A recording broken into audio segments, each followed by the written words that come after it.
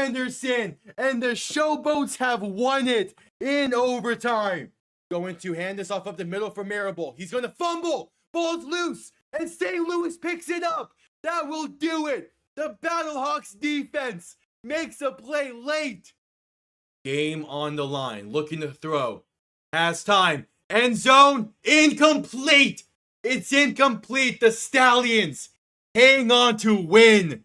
For overtime, DeLeo to throw, pass, caught by Roland, needs some help. Not gonna get it, he stopped a yard short. Houston will pull off the upset. Looking to throw, has time, deep, right side overthrown, picked off.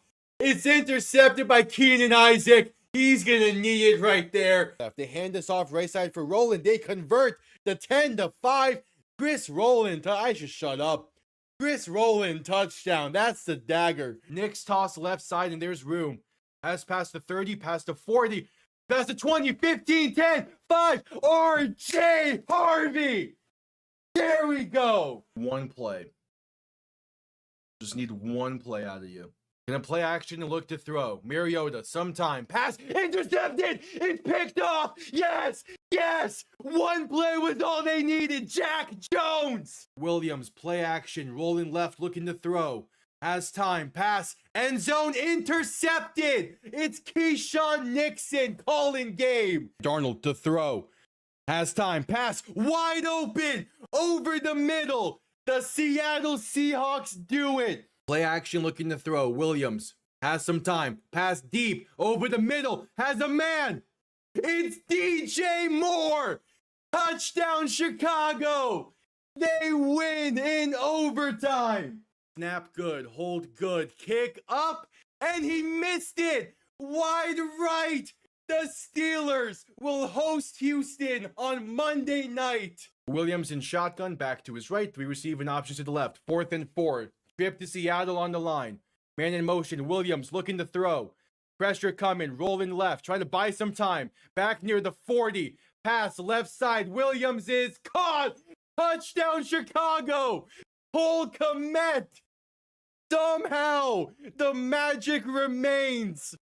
What? May looking to throw in 3rd and 6. Rolling left. Gonna take it himself. And that will do it. A first down carry. It's a gain of 7. And the Patriots have booked their ticket to Santa Clara. Zeros on the clock.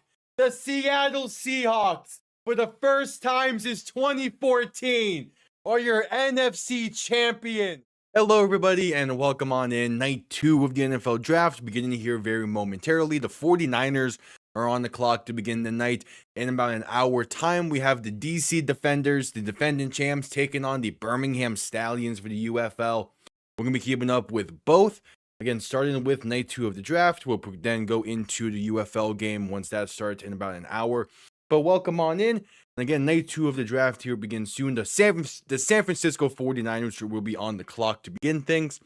They have been getting calls all throughout the night and even into today about potentially moving this pick. So we'll see if they stick. But as it sits, the 49ers will be making their first pick of the draft here soon. Hell yeah. Welcome on in. Welcome on in. Yeah, night 2 of the draft beginning here essentially right now. And then the UFL game is shortly after.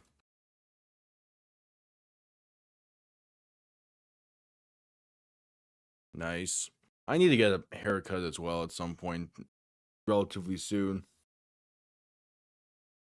It's been a minute.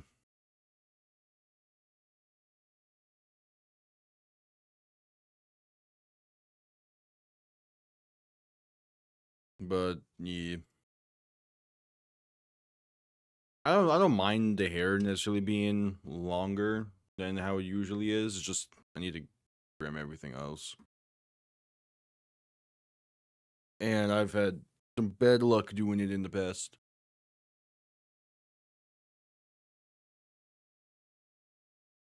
Depth chart to go. Draft board is up.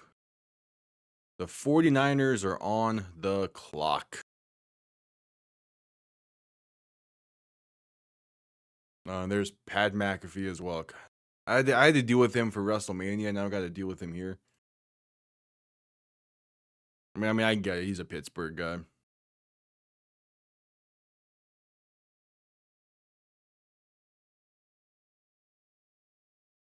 Yeah.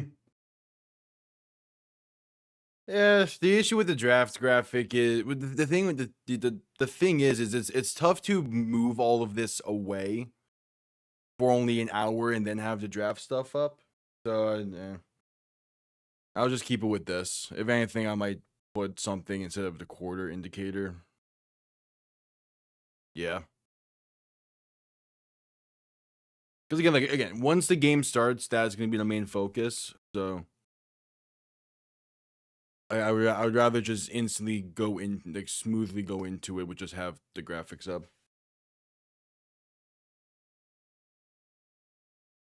Because even when the game's like, I'm not gonna be able to have both on the screen when the game starts. So yeah.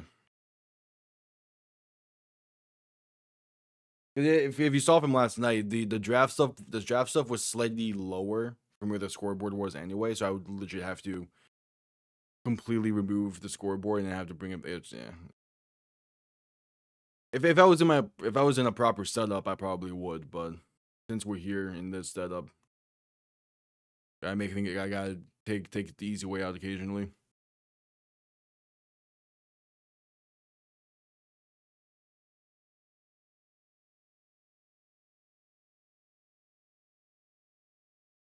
All right.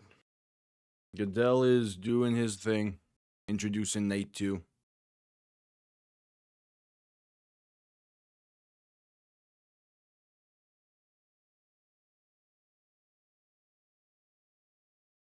Yeah. All right, the 49ers are on the clock. Night 2 has officially begun. Would not be surprised if they take a while in making this pick because of how many teams have been calling them about trading for the pick. I know Miami has been working the phones trying to move up. I think because they want to get ahead of Buffalo again, as they have someone in mind that they think Buffalo might take. We'll see. Damn. Oh yeah.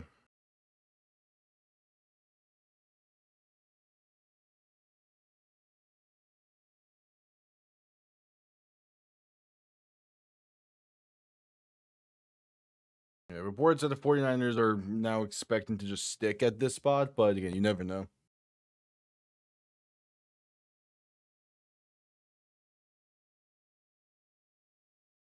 Hmm. We'll see. I don't have any expectations of what the 49ers can do here. They're a team in I wouldn't say a weird spot, but like with all the injuries they had last year, they still performed really well on the year. It's just when the playoffs rolled around, the injuries finally caught up to them. So it's like, where did they tackle? Where did they feel a weakness is? I would imagine receiver is a potential one, just because by the time the playoffs rolled around, a lot of the receiving core was hurt. But they did also just sign Mike Evans. But in that, it doesn't hurt to get more than one receiver acquisition to add to that room.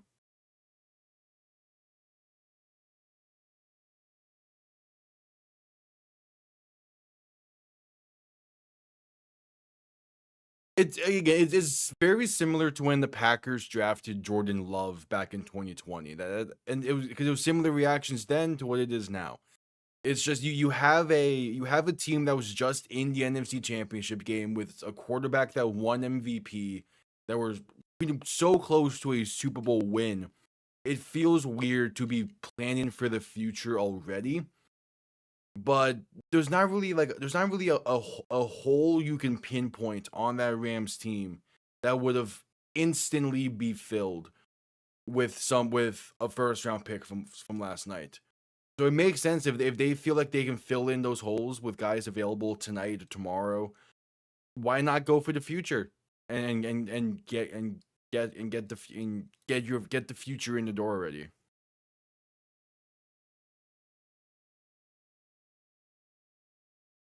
Yeah, and the other thing with Stafford is, well, again, he just won MVP and he's a damn good quarterback. He has not been the healthiest throughout most of his time with the Rams.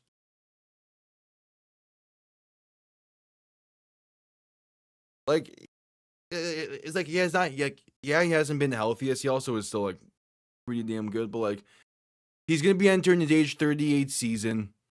He's at a point where, again, age and health is gonna become a factor into things. It's all just planning for the future because there's not a significant hole on that roster.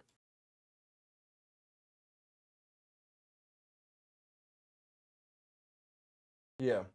Like, if the Rams didn't pick him then, the Jets probably pick him at 16. Like that's just the nature of things. So it's simply like they wanted to get their guy, so they got him. Because again, like, aside like the quarterback prospects were Fernando Mendoza, a gap, Ty Simpson, another gap, and then you get to Beck, Aller, Nussmeier, Klubnik, and all these others. Like they wanted to guarantee they to get their guy, and they did it after respected. Because again, like, the Rams have a roster that I do not see having many holes they need to fill.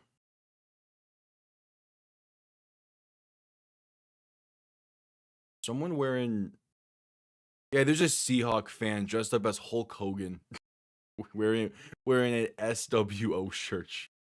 Why not?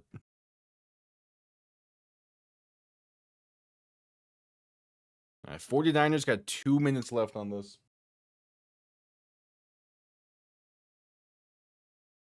Yeah, there's no there was no debate on who the starter is in LA, and that's good for both. Stafford, because he fully deserves to be the starter, and it's also a good spot for Ty Simpson to be in because it gives him again a year, potentially two, or it gives him about 2 years, ideally, to develop and learn behind Matthew Stafford. Now, again, at some point, you would want him to start while he's on his rookie contract.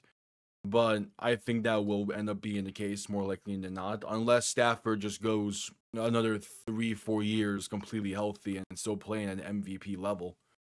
Which, for as much as I like Matthew Stafford, that's just most likely not going to be the case. All right, the pick is in for San Fran. Speaking of that, how many more years does Stafford have on his contract? That might also play into it as well. He only has 1 more year left. But I imagine they were going to want some kind of an extension.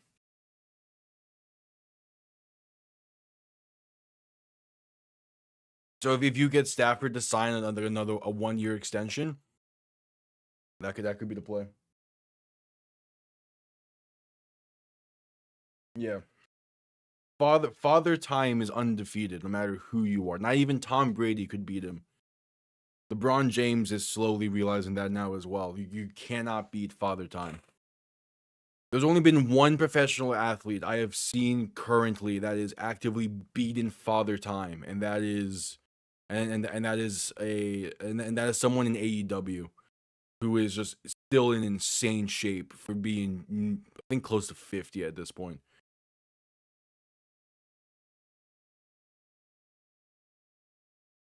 Anyone could play on the Raiders and be the starter before last night. That's not a high bar. Oh, hell yeah. The 49ers bring out Andy Lee to announce the pick. Former punter for San Francisco. Hell yeah.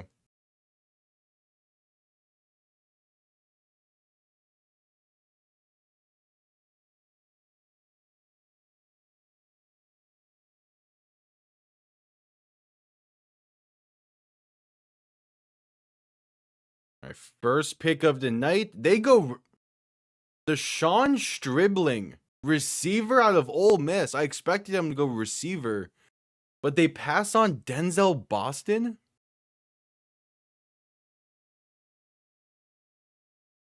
Okay.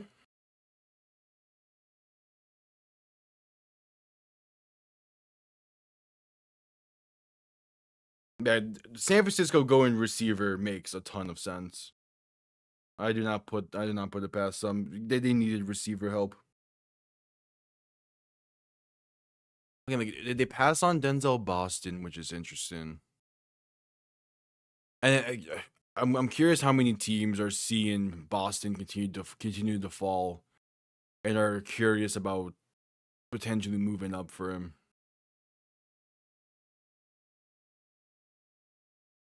But San Francisco seems happy with the pick to a degree.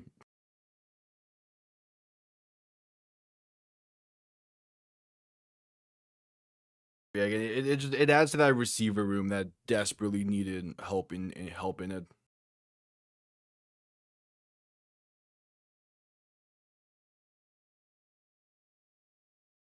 And instantly Arizona's pick is in.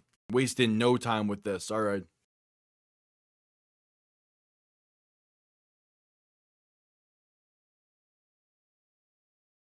They waste no time.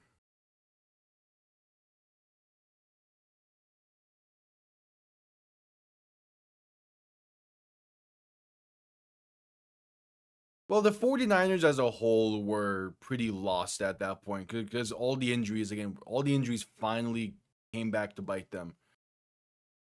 But like for the most part last year, the 49ers were a solid team. It's just with what they lost in free agency in this past year, they needed someone. They needed receiver help. So they signed Mike Evans in the offseason. They now draft a receiver. It's solid. Now we get to see what Arizona does. Yeah, exactly. CMC, for as good as CMC is, they got lucky having him healthy for the entire year last year. You can't depend on that for as good as he is. You need more for that offense to be functioning. Oh, hey, is James Conner announcing the pick for Arizona? Last night they gave him a running back mate. We'll see what they do here. All right, they go offensive line. A guard out of Texas A&M. Chase Bizantis. Cool. Another pick that's just like, yeah, if you can improve the offensive line, do it. Arizona is one of those teams that just has so many holes. They have so many holes across that team that any pick they can make is one that makes sense.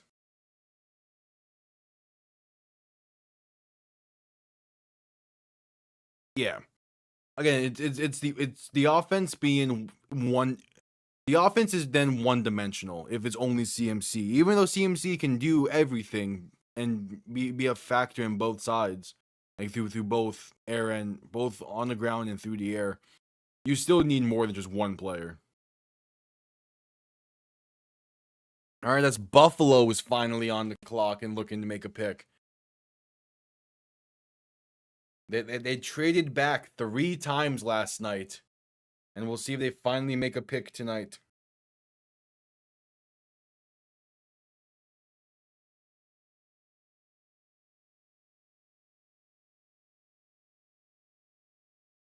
I have no idea what Buffalo's plan is. There's reports from last night that they were going to draft Chris Johnson if Miami didn't.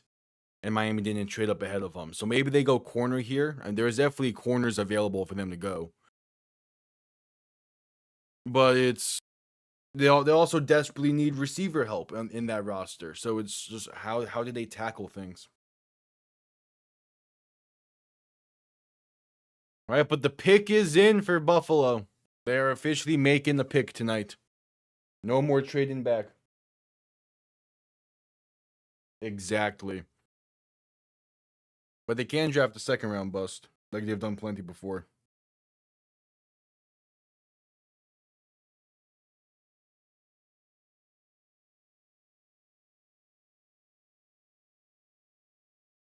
What does Buffalo again? Corner or receiver? I think would make sense for Buffalo. I mean, maybe they go edge rusher as well. They do need some help with that spot, but you could probably wait a bit on it as well.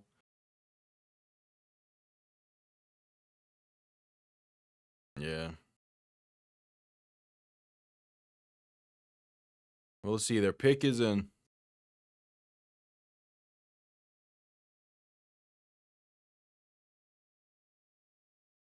Yeah, but Buffalo is in a very weird spot as a team.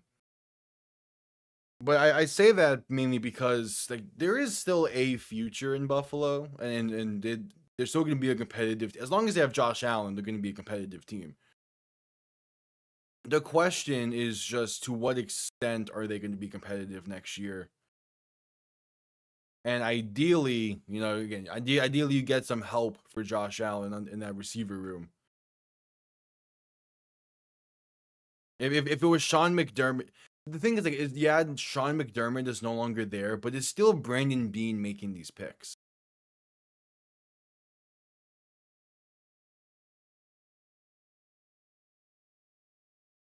Yeah, everything's confusing with Buffalo as they go T.J. Parker, edge rusher out of Clemson. So they're focused the defense. That's not really the part of the defense I thought they were going to tackle first. They go edge rusher. I mean, it still also makes sense for them to go edge because their pass rush last year at times was not what it should have been, considering the talent they had on that side, the talent in that room. So it's just bolstering a room that was already pretty talented. As now Houston is back on the clock.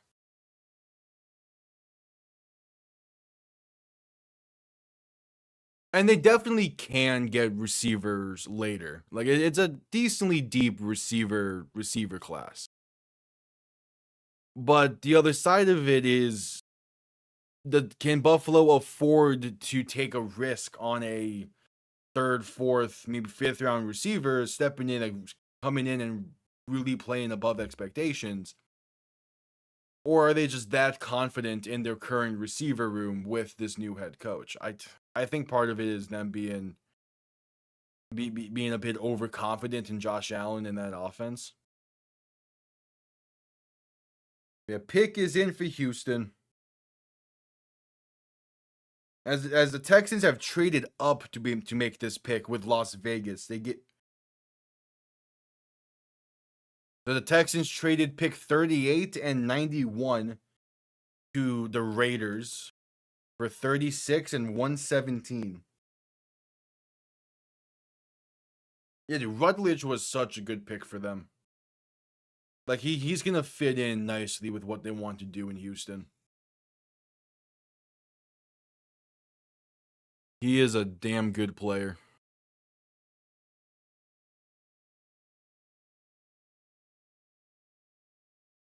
My only question with I want to do a question, but like my only thing with Houston is what else could they do for that offense? Because the defense feels like it's in a good spot.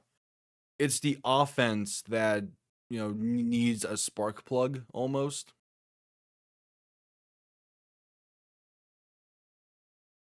What they got currently? Because like their running back room is fine. It's nothing that's like too flashy. The receiver core is where I could see them getting some help with.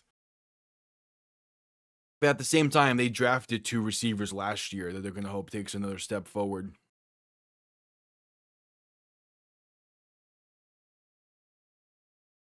So we'll just have to wait and see what their plan is over there. Because the running back room of David Montgomery, Woody Marks, and I believe Nick Chubb is still there as well. Like it's a solid running back room. I don't think they'll go there. But again, it's just like the defense doesn't feel like a massive need for them. Maybe they because it's not safety. They're fine with Jalen Bullock and Jalen Petrie. I guess linebacker could be an option if they want to go defense, but I think they're in a fine spot. Just need to get some help for that offense. Yeah.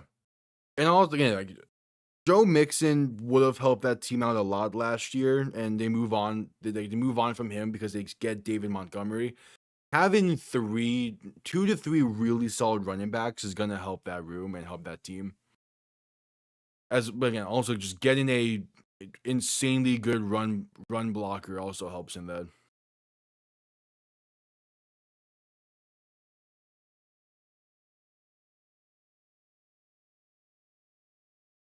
Yeah.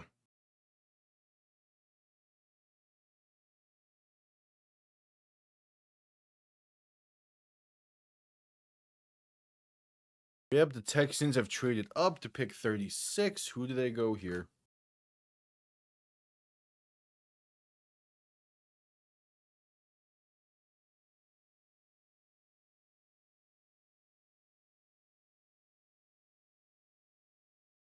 Okay, at this point, I think defense is a way to go with this, based off how the board has somewhat fallen. Like, there's still a ton of corners available.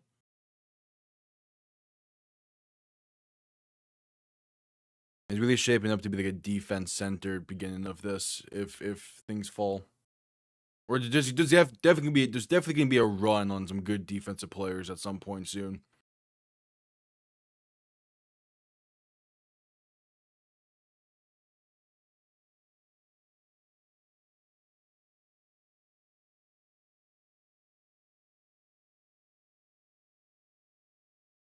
Yeah, it's not the offensive line isn't flashy, but it is the most important. It's maybe the quarterback, maybe quarterback you can say is more important, but like it's up there. As the Texans go, Caden McDonald, defensive tackle out of Ohio State.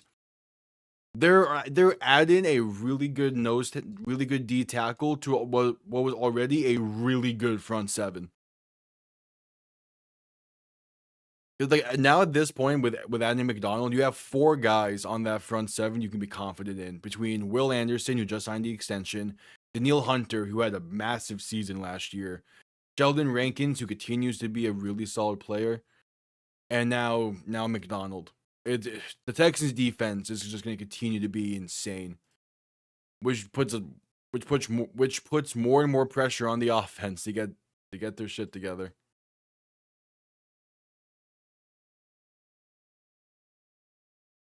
All right, the Giants are now on the clock. And there's been discussions about them potentially trading Kayvon Thibodeau at some point tonight, maybe over the next few days, but there's been discussions about it.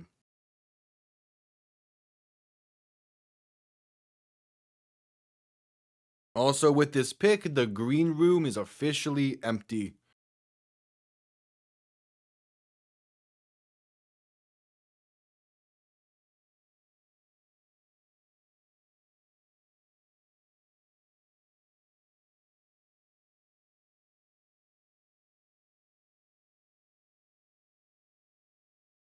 I think that's the mindset. It's their Gray Zabel equivalent.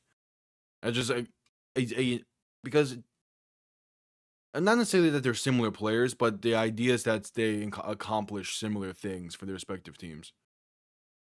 And much like Gray Zabel, Keelan Rutledge is someone that I really liked entering the draft this year. So the Texans getting him is a great move.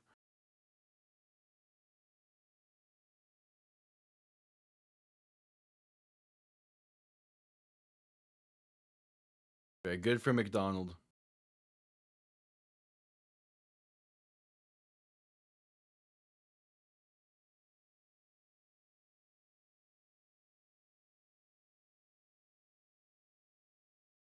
All right, we'll see what the Giants end up doing here now.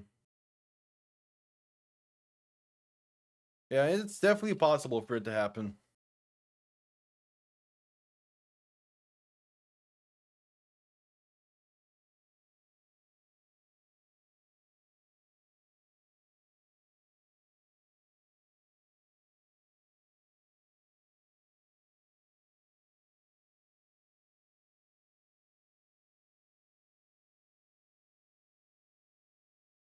Yep, Giants are on the clock. Yeah. Again, like both Rutledge and well, Rutledge is going to have a massive impact with that Texans team next year. The question is, will the end result be similar to Gray Zabel in Seattle? Maybe not next year for that to be the case, but Rutledge is going to be a cornerstone piece of that offense for the next few years, or however long he stays in Houston.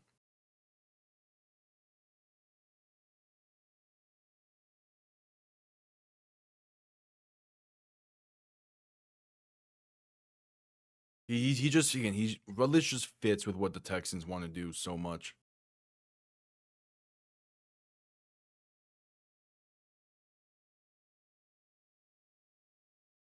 All right, pick is in for the Giants. We're getting closer and closer to Miami's next pick.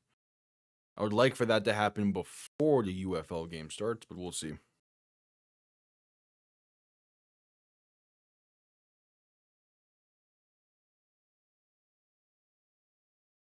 It would also be great if Miami can do me a solid in that regard.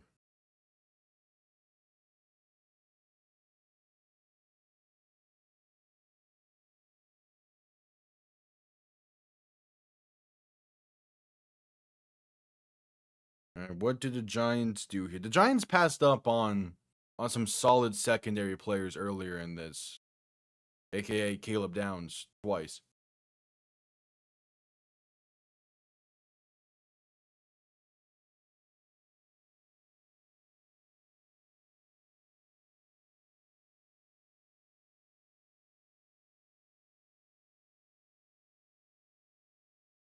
All right, pick is in for New York.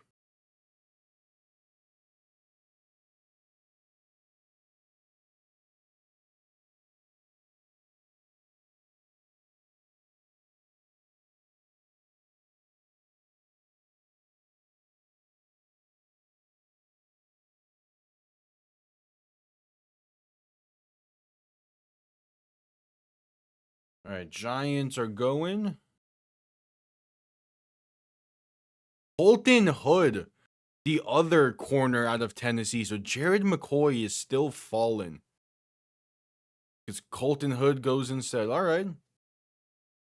It's secondary help that the Giants do need.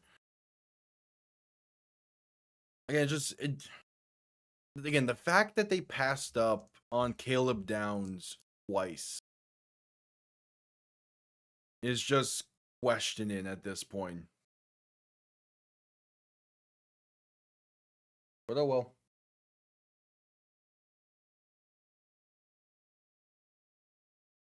Yeah, Colton Hood is going to be a solid player for them. He's a good corner. I'm surprised that Jared McCoy has fallen the way he has.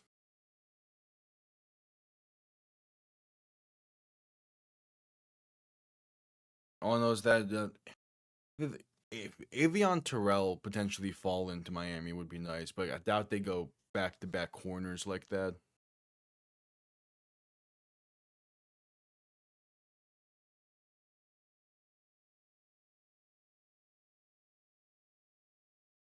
Jacob Rodriguez is still available. That's a solid linebacker option for Miami to potentially be after if they want to go that route.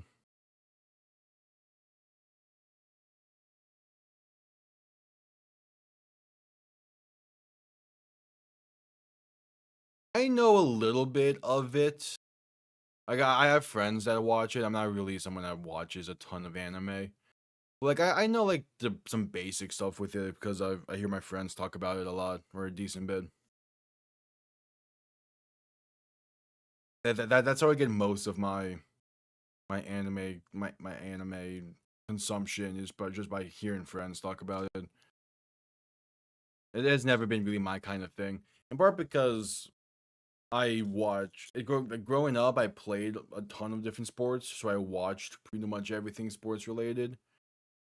So that was that's what I did. So I never really got into that kind of stuff. Yeah, I know that it's insanely long, so I probably won't ever get into that if I'm going to get into anime. I'm just not sure like when or if that time will come because my backlog for stuff is already big as it is for other things. I kind of don't need to add more to it if I don't feel like it.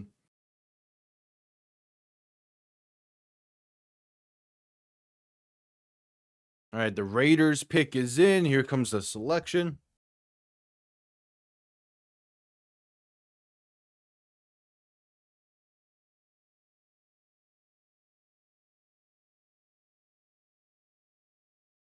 Brendan Stukes, a safety out of Arizona. There are secondary players that are falling at this point. All right. Compared to Kalen Bullock of the Texans, all right. From what I saw briefly of him last year, he was solid for Arizona, but they weren't one of the Big 12 teams I watched a lot of last year. Okay.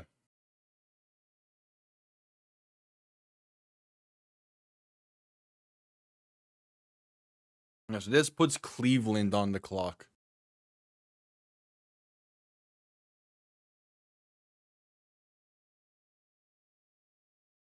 Man, Cleveland's been a weird one.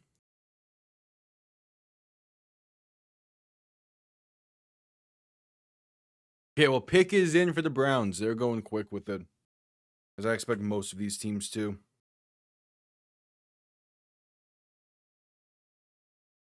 But first, the league goes to a commercial break.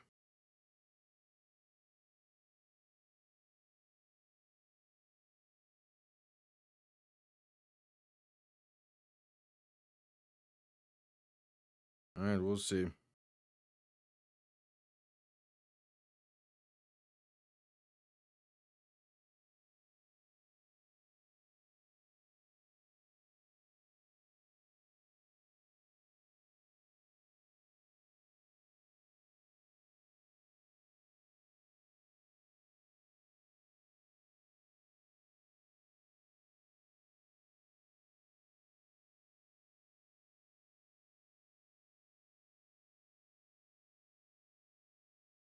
We have a bad commercial break as we await the Browns' next pick.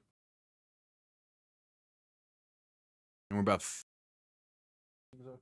about 25 minutes out of the start of the UFL game.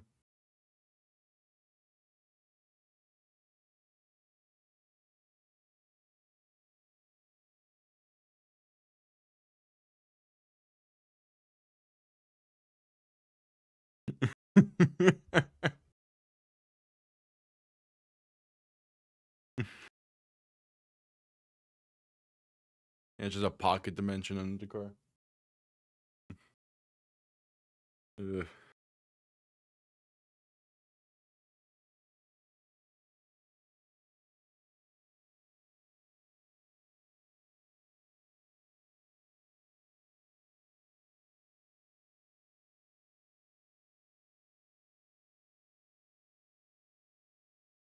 All right, pick is in for Cleveland.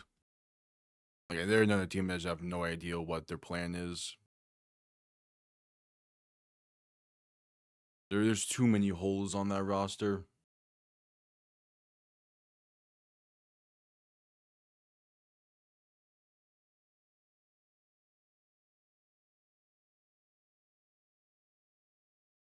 But we'll see.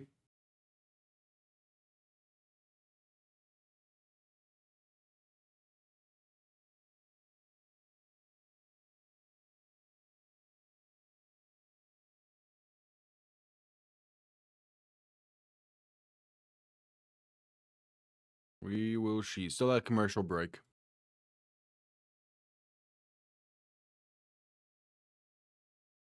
And we're also at the point of the draft where with the picks of the second and third round they still want to announce those on the stage. Plenty of picks are being posted online early again, just like last night.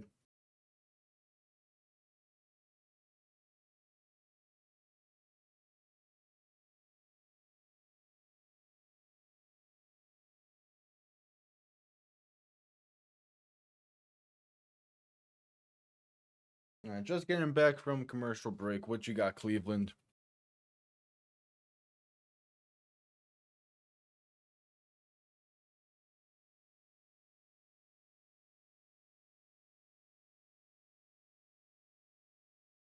What you got for us?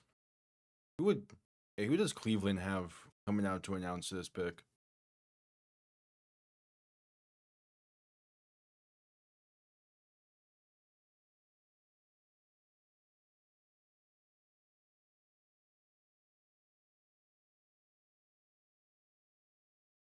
Oh, it's Joe Hayden, yeah. Didn't he also play briefly for the Steelers? Oh, Cleveland goes Denzel Boston? They go back-to-back receivers? They're making sure whoever's the quarterback has no excuses next year, huh?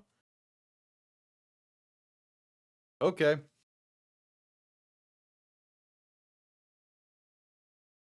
Back-to-back receivers. Yeah, Cleveland is making sure the offense has no excuses next year. Especially with Todd Monken being the head coach now. Yeah, they're making sure there's no excuses for that offense.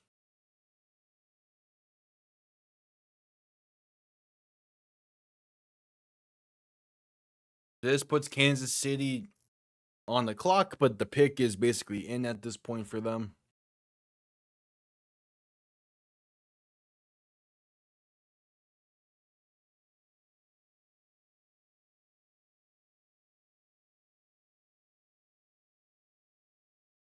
Yeah.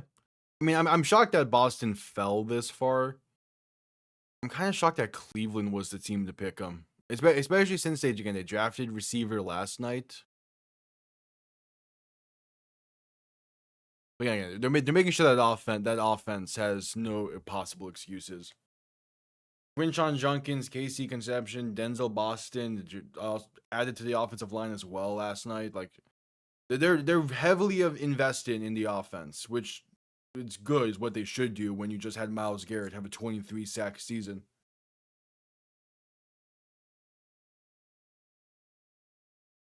But that's why they're also drafting O-line to make sure that even that's not an excuse. They're trying to make this roster as competitive as possible for next year. All right, who are the Chiefs picking?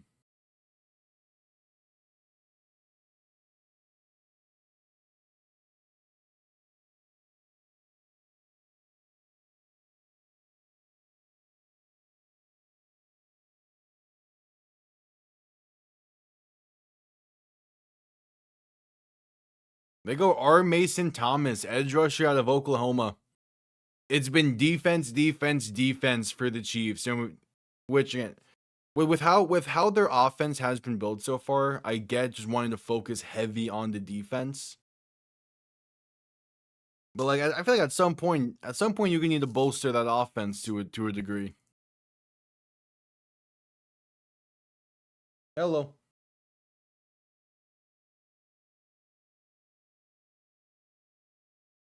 Yeah, Chiefs have been going defense, and now the Bengals are on the clock. This will be Cincy's first pick of the draft. I imagine they go defense as well.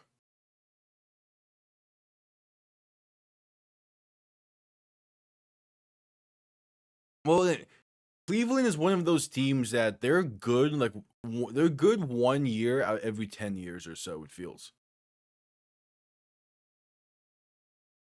Like when they're good, it's not for long. All right, pick is in for Cincy. Okay, I would have to imagine this is an offensive or a defensive player picked.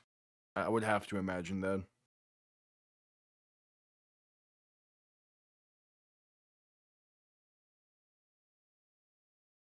With how much they lost defensively, this has to be a defensive player.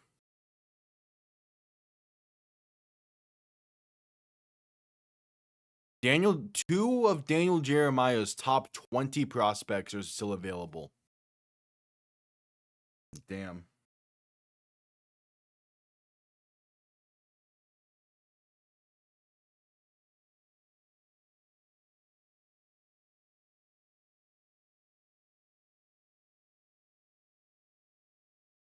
That I doubt they go if they go like Carson Beck or something. That would just be classic Cincy.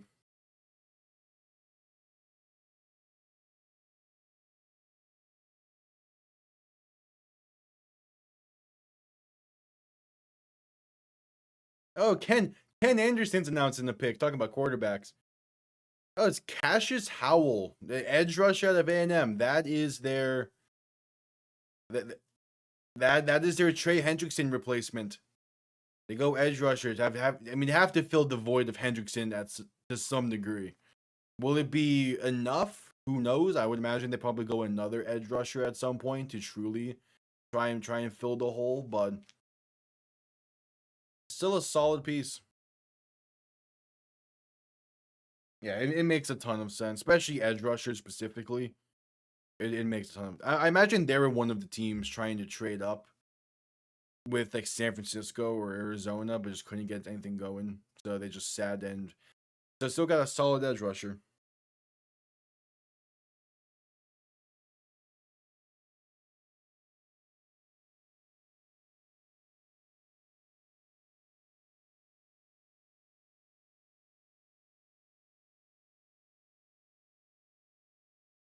It's just the Saints are on the clock.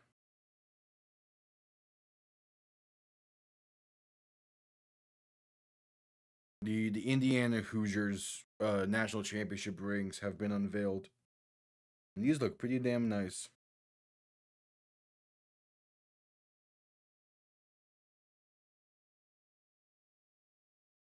All right, pick is in for New Orleans. This puts Miami on the clock.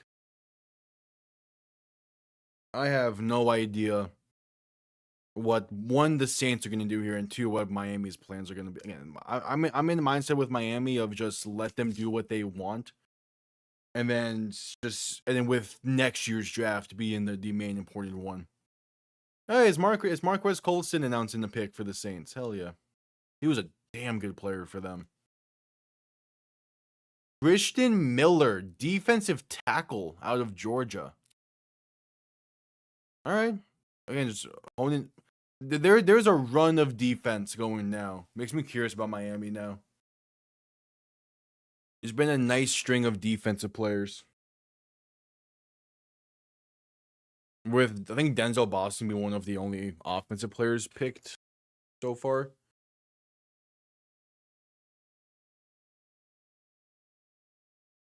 And again, Miami has holes on this roster pretty much everywhere. I would kind of like for them to go for the skill position here, but at the same time, you have pretty much every secondary player that I was honed in on last night at pick 29 available here at 43. So you're in a fine spot to add to this draft. This is also a spot where I would not be surprised if Miami trades back because they're still on the clock. Pick is not in yet. They got 3 minutes to decide. I wouldn't be shocked if they trade back.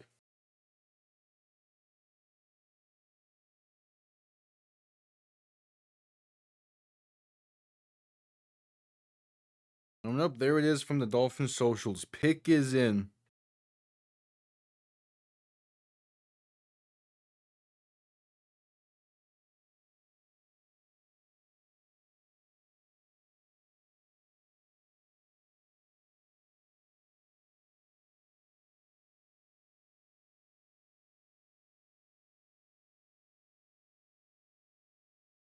Pick is in for Miami.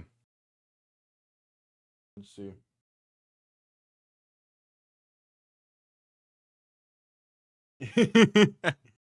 Yeah. It was again going to the Eastern Conference Final Game 6 when the Panthers won the when the Panthers beat the Rangers. I still dream about going back to a game with that much atmosphere. It was fantastic. Hockey in general is great to go to. Playoff hockey is probably the best atmosphere in all of sports.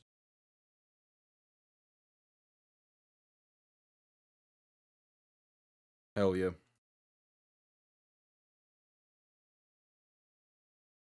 Oh, the Cowboys have made a trade with the 49ers to acquire D. Winters. Okay.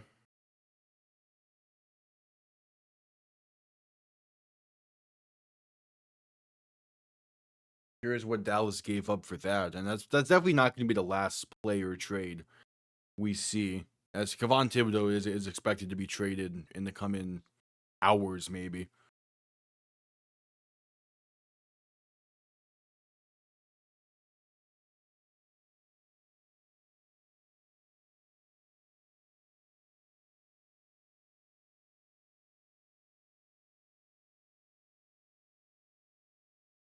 Yeah, pick is in for Miami. We're at a commercial break as we await the selection.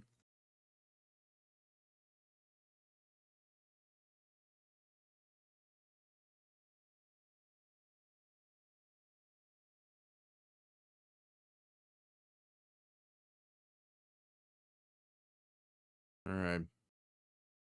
I there's a good handful of talent here that I would be okay with Miami taking.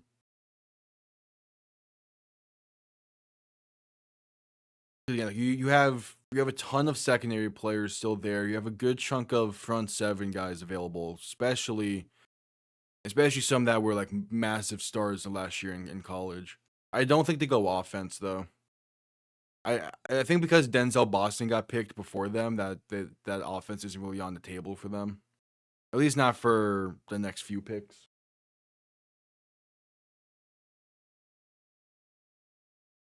Which is weird because they definitely do need skill positions offensively, but similar to other teams, like other teams' mindsets, this feels like a pretty deep receiver class to some degree.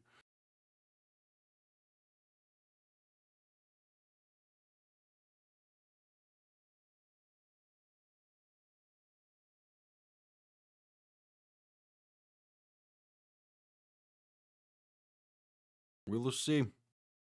Just back from commercial break. So who is the pick for Miami? 49ers got a 5th round pick for D Winters. Okay.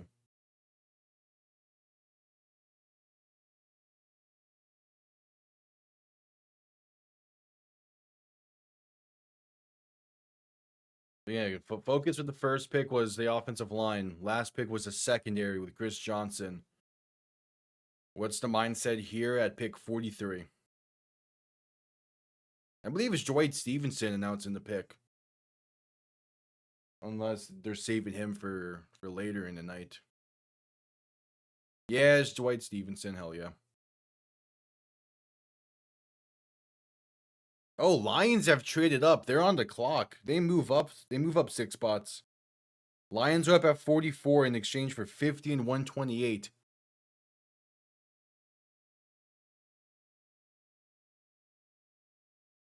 All right, what you got for me? Jacob Rodriguez out of Texas Tech. They go linebacker. I love this pick. He is someone that I'm kind of that he was someone throughout the college season last year that was just continuously making a name for himself with how insane he was at Texas Tech. He was one of the main reasons Texas Tech made the college football playoffs last year, and just all around he has an eye for the game. Him being added to this linebacker room of Jordan Brooks and Tyrell Dodson, he's about to learn from the league leader in tackles last year, and Jacob Rodriguez is going to be a nice piece for this room. And also kind of feels like a Halfley type of player. He led the nation in fumbles forced last year. Just a damn good player.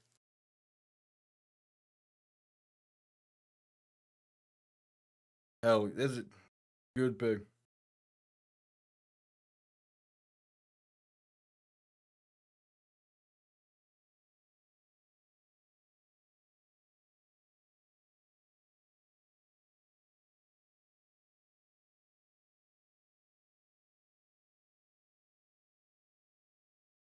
Yeah, the Lions are on the clock.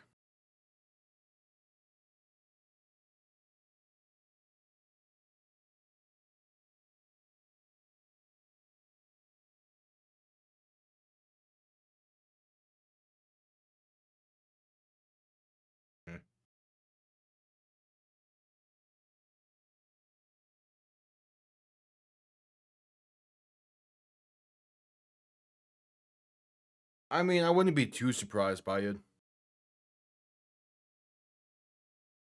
the thing with Mendoza for next year fantasy is really just how much time he's gonna have in the pocket and how healthy he's gonna be. But I do expect the Raiders to be a better team next year. It's Calvin Johnson announcing the pick for Detroit.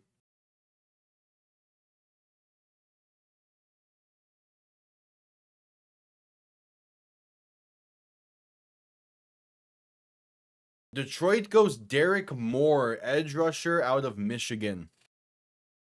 All right. So they pair Aiden Hutchinson with a fellow Michigan edge rusher and Derek Moore. Not bad.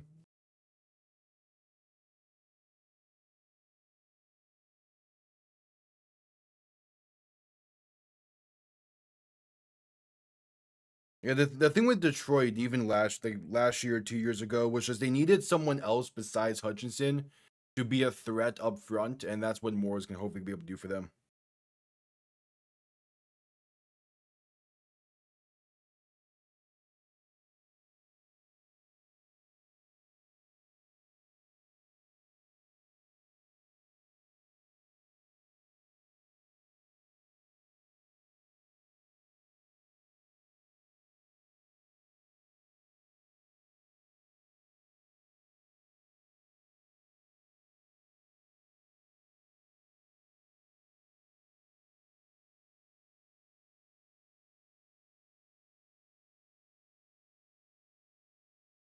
All right, the Ravens are on the clock. I believe their pick is in.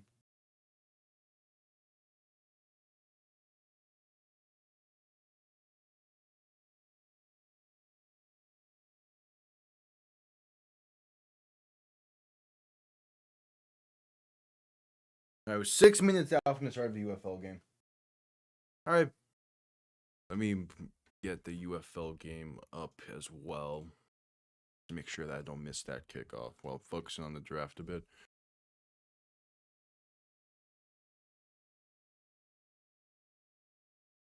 All right.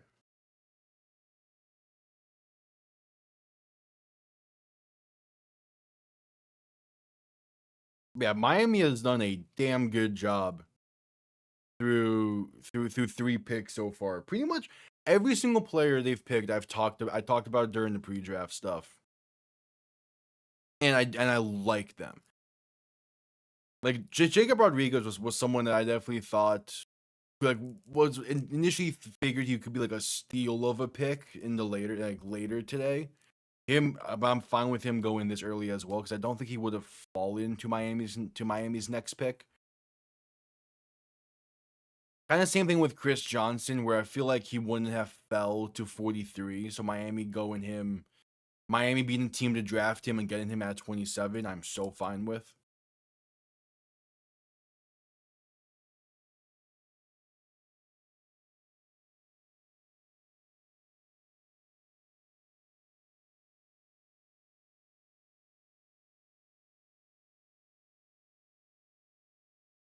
Yeah, pick is in for the Ravens.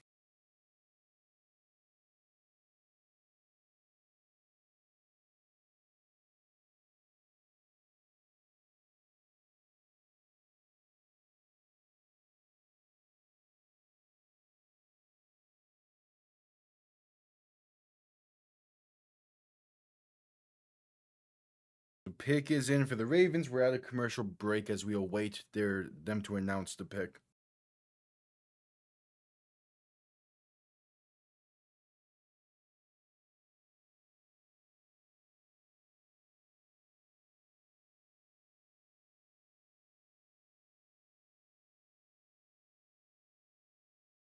All right, now the Giants are saying they're not interested in trading Kevon Thibodeau.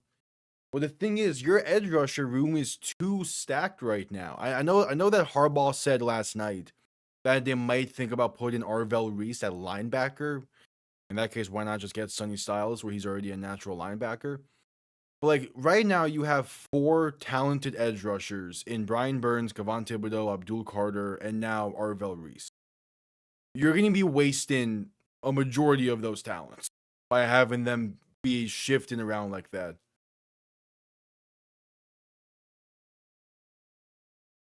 Oh, just announced on the draft. The Rio game this year.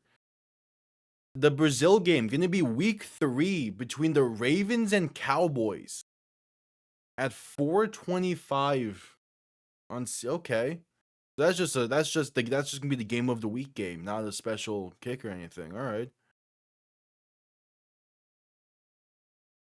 So it's Ravens Cowboys in Brazil this year.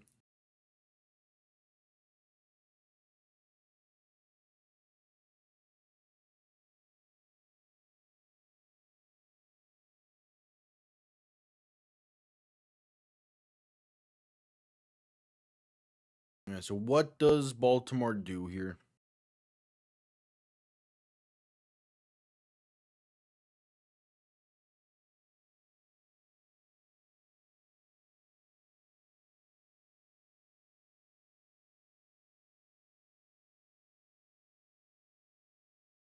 What do the Ravens decide to do? When does Miami pick again? Not for a while.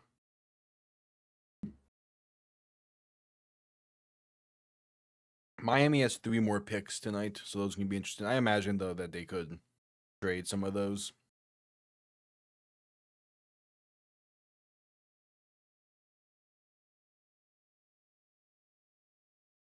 Hey, Mark Ingram. Why are you here for the Ravens when you why is Mark Ingram here for the Ravens when he's definitely more so known as a New Orleans Saint? And even then, like the Texans would probably be the other team I would imagine someone would think for him.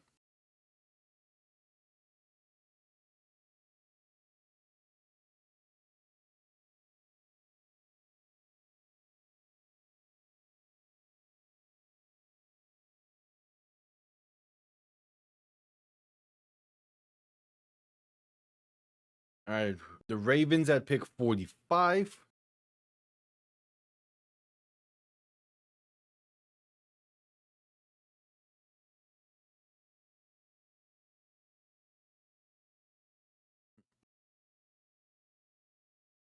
Mark Ingram is dragging this out a bit.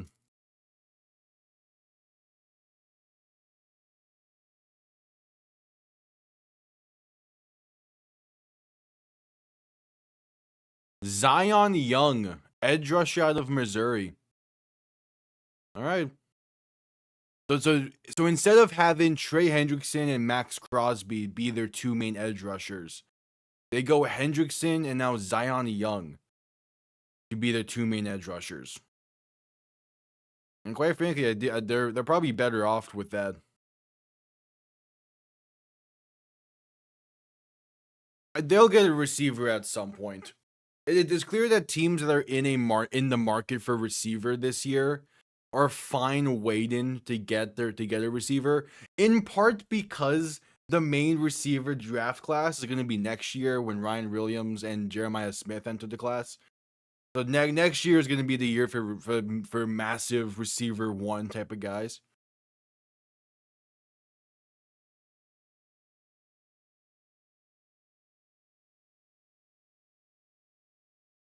All right, as with that Ravens pick, kickoff is going to be on the way here soon from Birmingham, so we'll see what happens in this one between the Defenders and Stallions. I'll keep the draft pulled up off to the side here, but focus is going to shift as the pick is in for Tampa.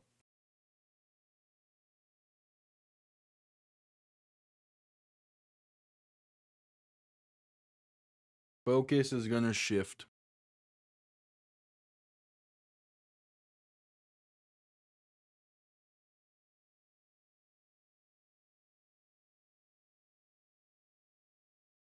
Yeah, also the last time Miami selected a Texas Tech linebacker, they got Zach Thomas. So,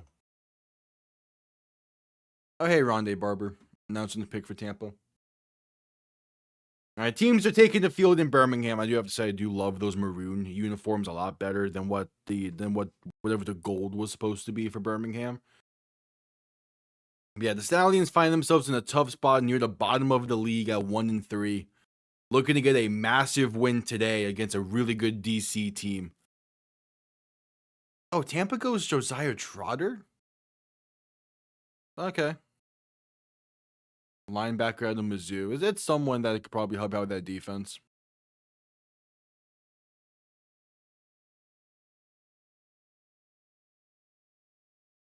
Dorian Thompson-Robinson taking the field for the Stallions in this one. Gets his first career start in the UFL. And we'll see what he's able to do for this team.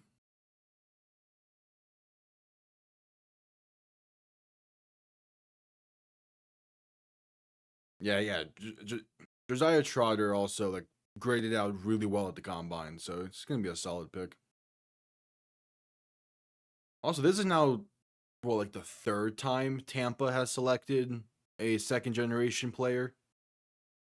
Since they have Antoine Winfield and there's someone else on the roster, I believe that's second generation. I can't remember right now. Oh, Steelers have traded up with the Colts. So Steelers are at 47.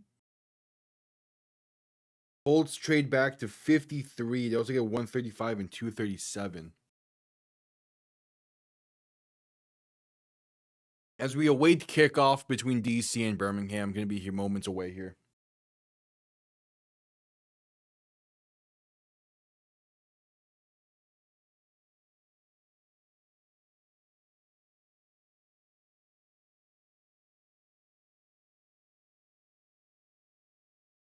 Pick is in for Pittsburgh.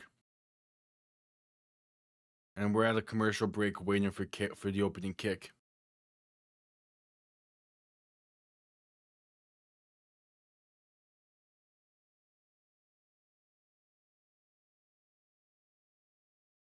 Yeah, so the Steelers' first pick of the night.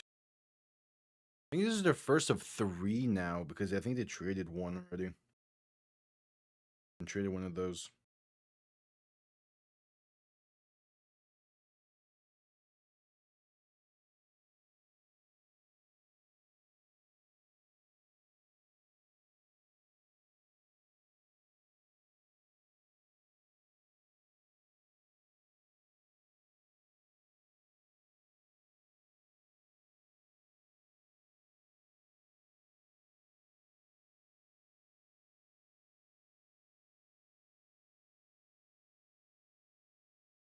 Okay, what do the Steelers do here at 47?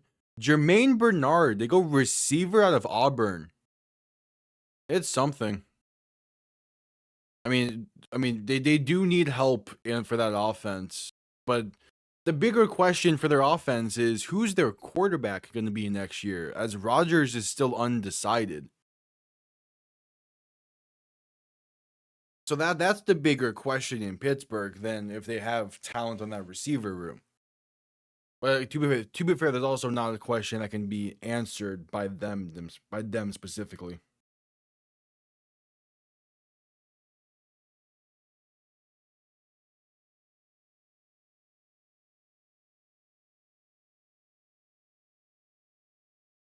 Not going to happen anytime again. Carson Beck probably won't go until the 3rd round.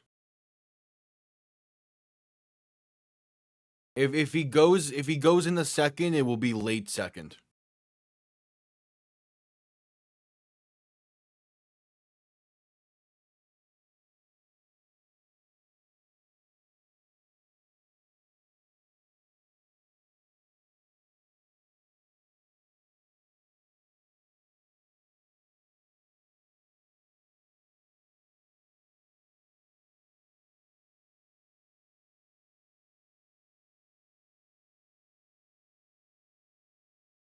All right.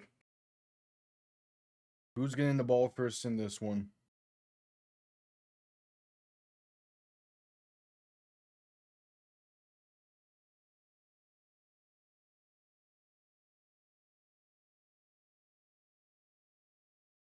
As pick is in for Atlanta.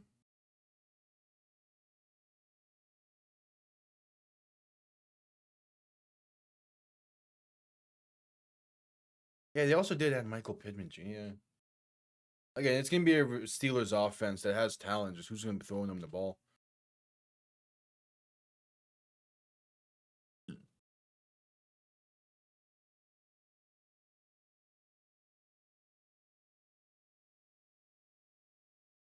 All right, teams are lined up for the kickoff. Let me see the teams lined up. DC will get the ball first in this one. Birmingham set to send this one away as the game has begun. Kickoff underway, going to be returned beginning from the 5. Space out past the 10, past the 15, 20, 25. Out past the 30, 35, past the 40. Past the 45, 50. Still has plenty of space.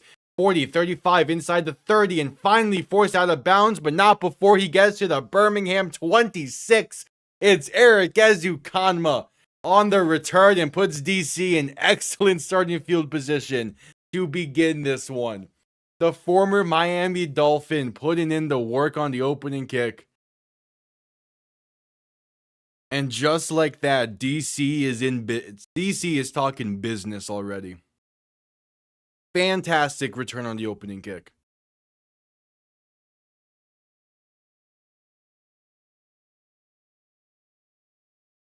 They're officially ruling him out of bounds at the Birmingham 28. Teamu under center. Back behind him, 2 receiving options to each side. Teamu going to hand this off up the middle, and that's going to be met behind the line for a loss of about 3 or 4. I believe that's Deion Jackson on the carry. And there is Isaiah Coe for the tackle for loss. So a 2nd and 13 coming up.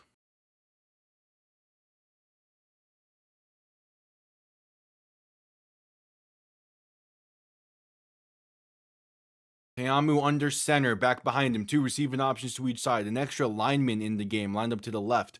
Play action looking to throw. Teamu with plenty of time. Pass right side, going to be caught inside the 25, down to about the 22 for Braylon Sanders. Another former Miami Dolphin.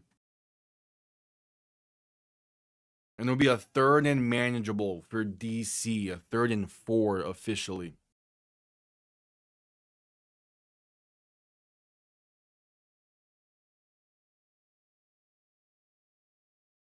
Yeah, Birmingham is not as filled as what it was last week, but that's to be expected with how they played last week.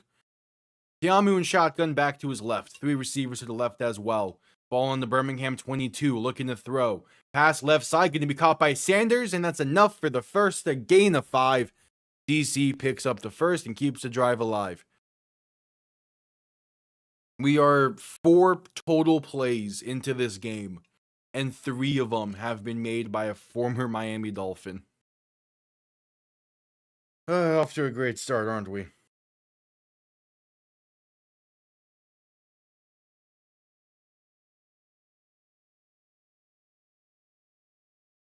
So 1st and 10, Teamu in shotgun, back to his right, 2 receiving options to each side. Extra lineman in the game to the left as well. Teamu going to hand this off left side for Deion Jackson, going to find space inside the 15, down to about the 14. As the Falcons are about to make their pick finally. It's 2nd and 10 for DC. Oh, Michael Turner's making the pick. Hell yeah. We used to love watching him play. Teamu in shotgun, back to his right. 3 receiving options to the right as well, including the extra lineman. Ball on the Birmingham 14. Play clock winding down. Teamu making some adjustments. Teamu going to toss this right side for Deion Jackson, and that's going to be a gain of about a yard or so. The Falcons go Avion Terrell. They pair up the brothers in the secondary. AJ Terrell going to be paired up with Avion Terrell. That's a nice pick for Atlanta. Avion Terrell is already a really damn good corner. I cannot wait to see what's going to happen in that secondary with the brothers on the same team. That's going to be a fun corner duo to watch.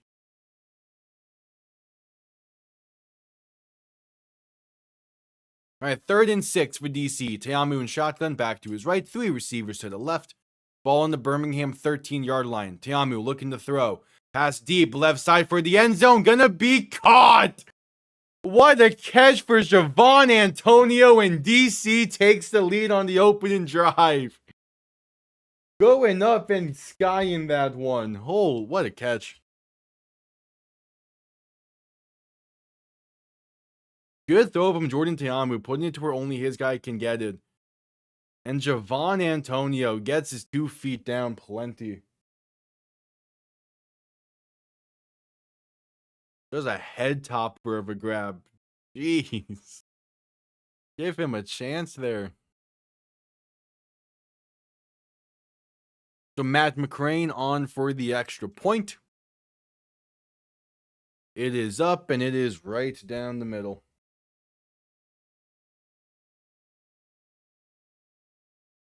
We'll see. I don't expect Carson Beck to go for the next little while. Probably not till the 3rd round at the earliest. We're just at pick 49, and it seems like Carolina's going to be trading this one back. Yeah, Minnesota has traded up with Carolina. So the Vikings are up at 49. Minnesota gives up pick 51 and 196. As we're at commercial break here in Birmingham, we'll see what Dorian Thompson-Robinson can do on the opening drive for the Stallions when that gets back from commercial break. Yeah, that's shaping up to be a nice secondary for the Falcons. Again, pairing up Avion Terrell with his brother AJ, that's gonna cause for some fun instances this year.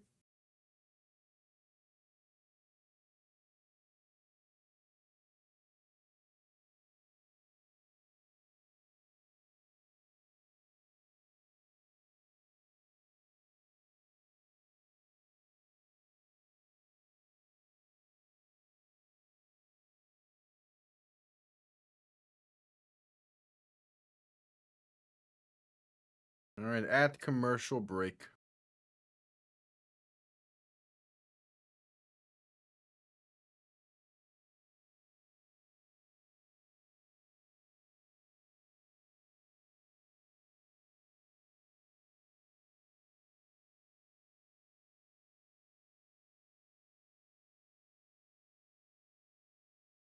And it shows pick is in for Carolina, but they traded this pick. At least I thought they did. Oh no, the Panthers traded up with the Vikings. That's what it was. So as Carolina got 49 and 159, Minnesota gets 51 and 196. Hey, Jack Del Home announcing the pick. I was caught up in the DC touchdown. Carolina goes Lee Hunter. I like that pick for them. A former UCF Knight, spent last year with Texas Tech. He's a damn good player. And can really hold his own up front. It's a good pick for Carolina. They're just adding on to it. As we're just back from commercial break, DC sends this one down, going to be returned beginning from the 8. Space out past the 20, past the 25, past the 30, and out of bounds around the 34. So Birmingham will start from there. Yeah, Lee Hunter is a nice pick for Carolina. He's gonna fit in nicely to that front 7.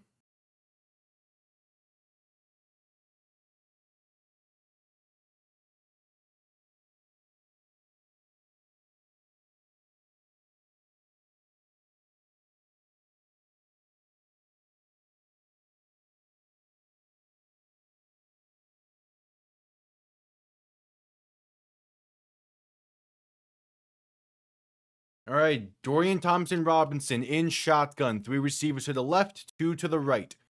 Going to look to throw in 1st and 10. Pass over the middle is caught for a gain of roughly 9. As the Jets are on the clock. Hey, when is the schedule going to be announced? They're showing a commercial for that now. How many international games are there going to be this year? It just says in May, okay. DTR in shotgun, back to his right, 3 receivers to the right as well. 2nd and inches for the most part. Going to hand this off up the middle, and that's going to be enough for the first. A gain of roughly 2.5, 3 for Snoop Connor.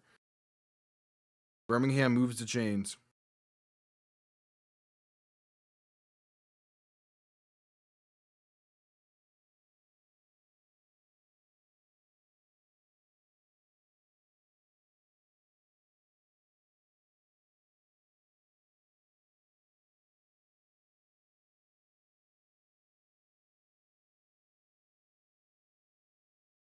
All right, 1st and 10. DTR and shotgun back to his left. Tight end in the backfield to his right. Looking to throw in 1st and 10. Has some time. Pass right side. Gonna be tipped and incomplete. Dangerous pass nearly picked off by DeAndre Baker. Instead, it is 2nd and 10. He tried to fit that one in there when there was really no hole to fit it into. That's a tough one.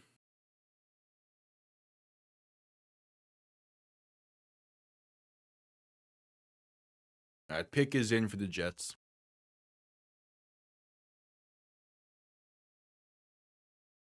DTR and shotgun back to his right. 3 receivers to the right as well. Quick pass left side, going to be caught with space. Pass midfield and brought down to about the 45 of DC. Going to be a 3rd and 1, 3rd and inches coming up. Either way, the Stallions can no longer punt on this drive.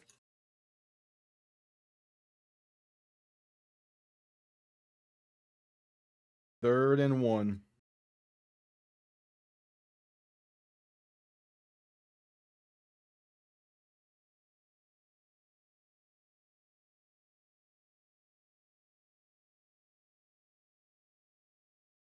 DTR and shotgun back behind him. Gonna be looking to throw. Has some time. Rolling right to buy some more. Breaks off 1 sack. Has space to keep it himself. Gets inside the 40 and dives down to about the 36, but takes a hit while doing so. But DTR is showing off that athleticism. And boy, does he have that in spades. Good protection up front as well. That is the type of play that Matt Corral was not able to make for the Stallions through the first month. That with DTR being able to make them is going to help out this team just keep drives alive and potentially keep them in games.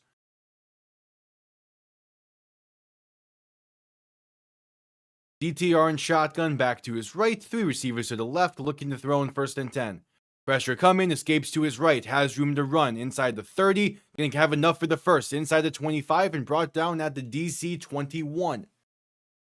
Again, Dorian Thompson-Robinson using his legs. It's a change of pace for the offense that's going to help them out.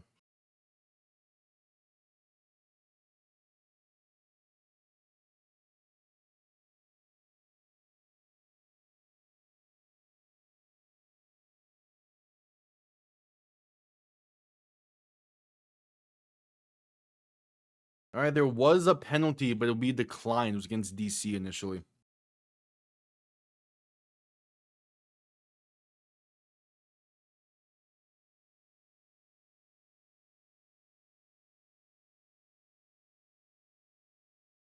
So 8 minutes to play in the first quarter.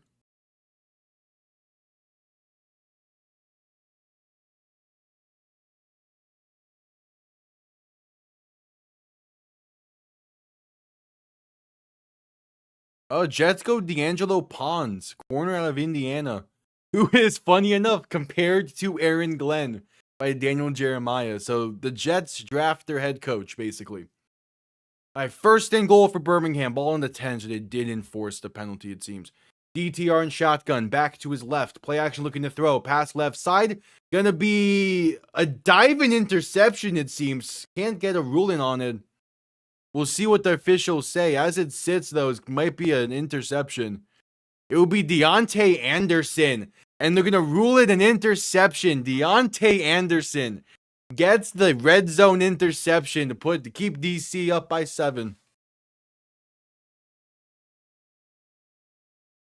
Let's see. Is this going to stand? Oh, yeah, that's a... looks like a clean pick. It gets tipped at the line as well. That's what caused it. And yeah, that's a pretty clean interception. So DC's defense makes a big time play in the red zone.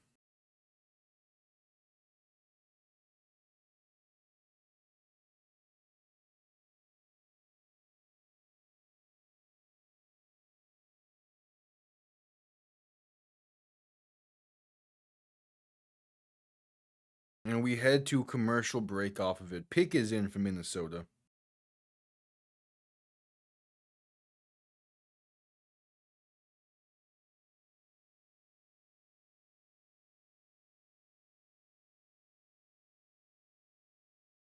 All right, at commercial break after the red zone interception.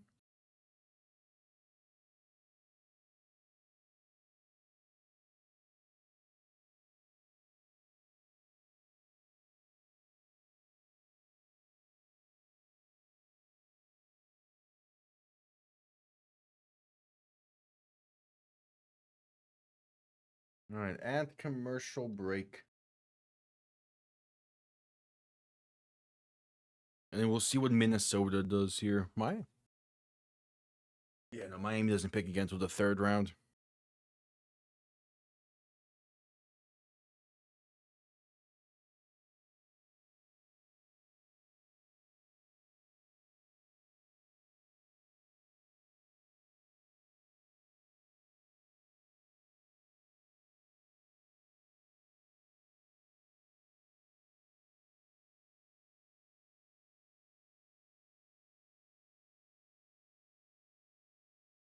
Yeah, it's funny. Jacob Rodriguez is now the third Texas Tech linebacker to really be a difference maker for Miami potentially.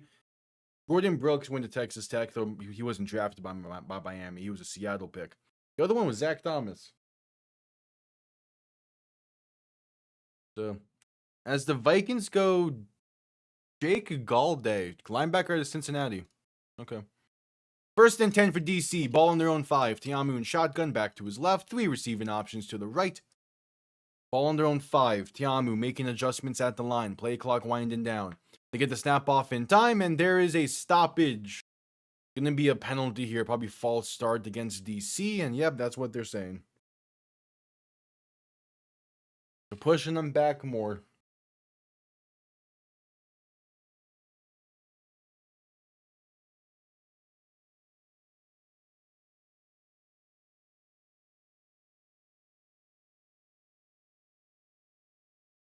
It'll be a 1st and about 12 or 13, depending on how they rule it. 1st and 13.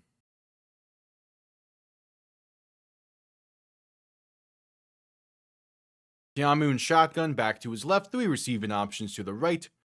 Going to keep it himself up the middle on the read option. He gets those yards back from the false start. So 2nd and roughly 10 coming up. As pick is in for Green Bay. This will be the first pick of the draft.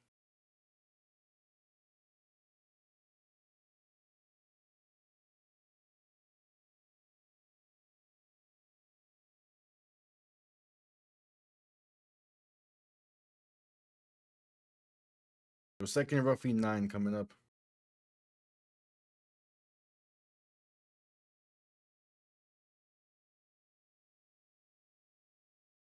Tiamu and shotgun back to his left. Gonna hand this off up the middle for Deion Jackson, and that's gonna be a gain of about 4 or so.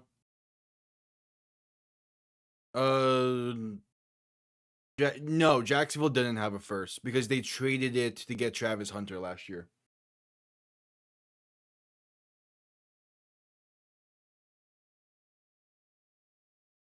That was a part of the trade. That was a part of them trading up to get Travis Hunter. Yeah.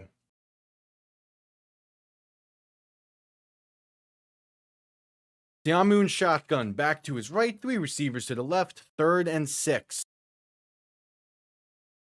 Ball on their own 9-yard line. Tiamu looking to throw. Pressure coming. Trying to escape.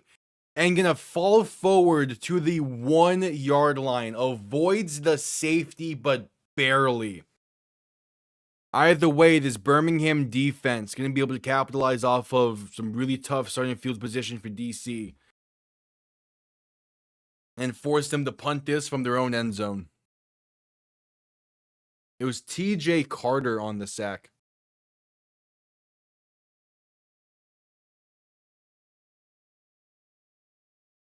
Yeah. But again, the upside of Travis Hunter was worth what they gave up, and it still is. Even if he can't be a full every snap 2-way player, his versatility is going to be worth that in the end. Punt comes off clean, going to be returned beginning from the 40 up to the 25. So Birmingham can have excellent starting field position for this drive. And they capitalize.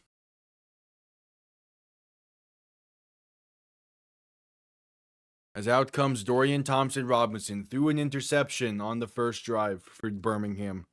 What they got here?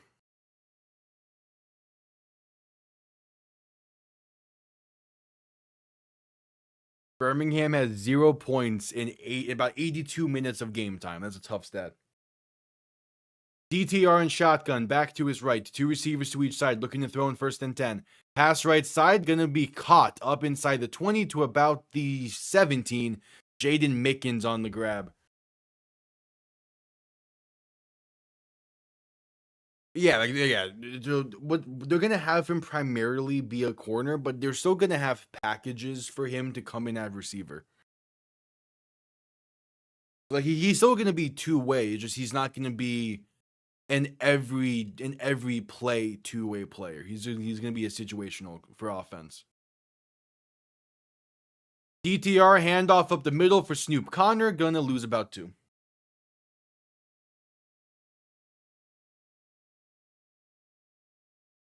So yeah, it's not exactly what you got out of drafting Travis Hunter, but the fact that you can still use that versatility to some degree is gonna help them.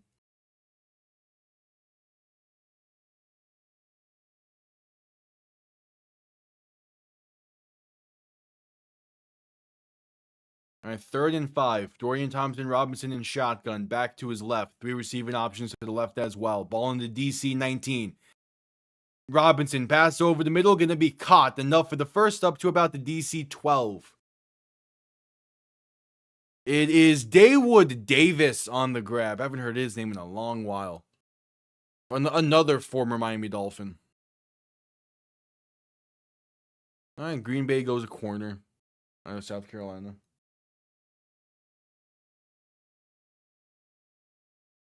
DTR and shotgun back to his right. 2 receiving options to each side. Ball in the DC 12.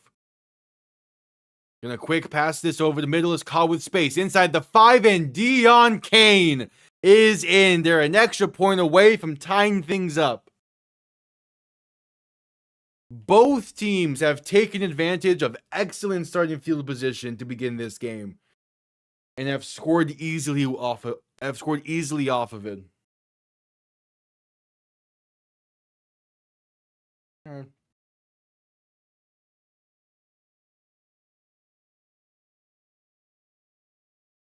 Well, so if you are you talking about the image where like they're standing up for a photo and they have their phone in front of the face with the screen facing the media people? Because if that's okay, so the story behind that photo, as again they stood up and were getting like pictures and everything. Jerry Jones says, "Hold up, let me take a picture of all of you," and they kind of jokingly, but that's him. That's him pretending to take a picture. It's not even facing the right way. As the extra point is no good, missed it wide left. Yeah, so yeah, that's Jerry Jones, and that's his phone, and it's him showing that he's even more of a dumbass than people thought he could be. As we head to commercial break with 3:37 to play in the first quarter, and out comes Pat McAfee to announce the Colts' 2nd-round pick.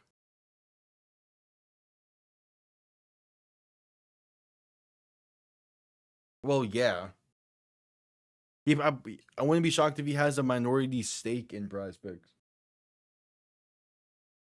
Jerry Jones is not going to get removed as owner of the Cowboys, even if he did the most heinous of shit. He has too much power in the league.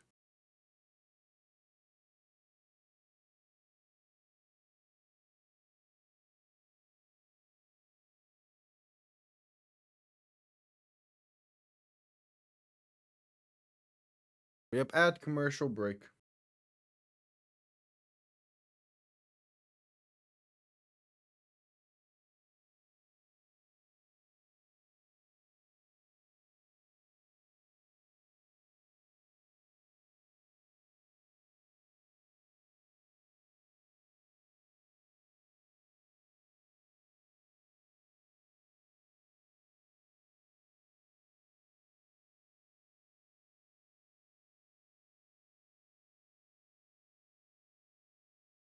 At commercial break.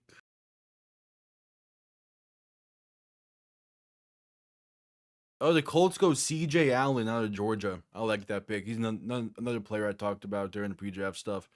Could be solid, needs a little bit of some development, but the Colts could get it done.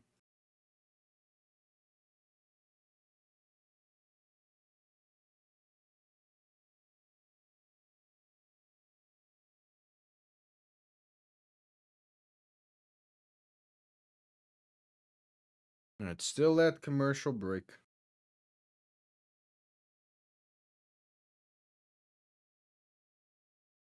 Yeah, this puts what, Philly? Yeah, Philly on the clock.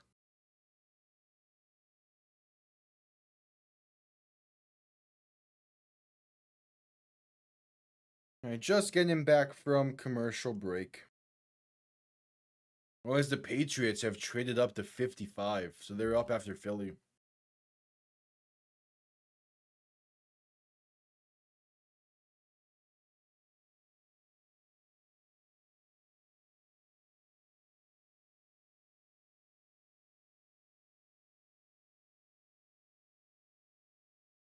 All right. The Stallions have as many points tonight in the first quarter as they've had in the first quarter all of the last month. Kickoff can be returned up past the 20, past the 25, and brought down to about the 27. Penalty marker down.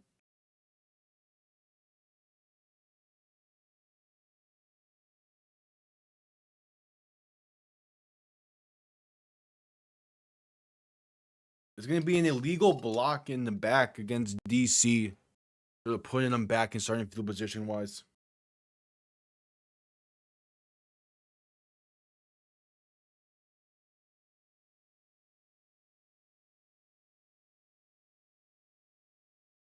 All right, 1st and 10 for DC. 3:28 to play in the first quarter. Hey, Brian Westbrook's announcing the pick for Philly. Hell yeah.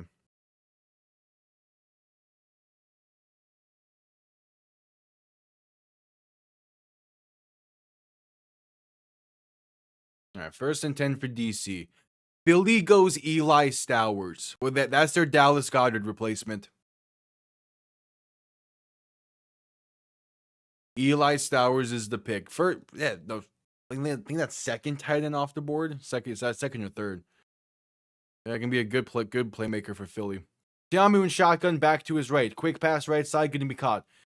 Trying to find some space past the 10. Gonna fight his way to about the 13, maybe the 14 there. It's really more on the reception, as this drive is starting from their own 9.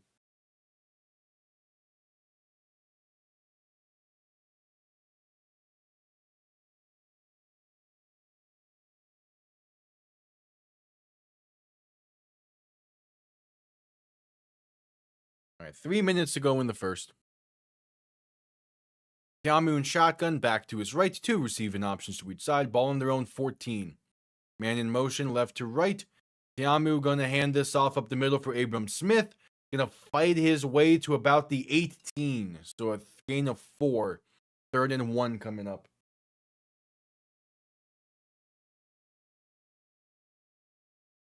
I always have a ways to go till the 3rd round starts. Pick is in for New England.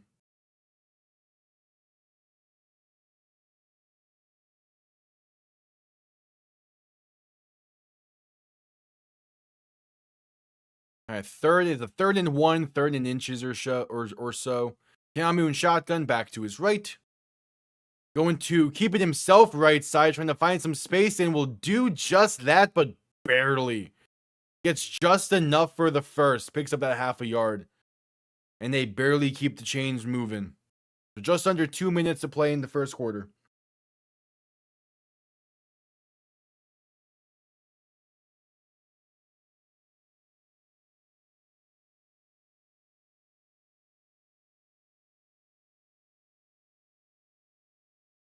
First and 10 for DC.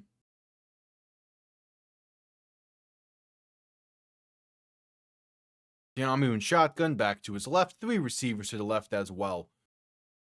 And there's going to be a stoppage before the snap. It's a timeout called by the Stallions. They use their first. with a minute 25 to play in the first quarter.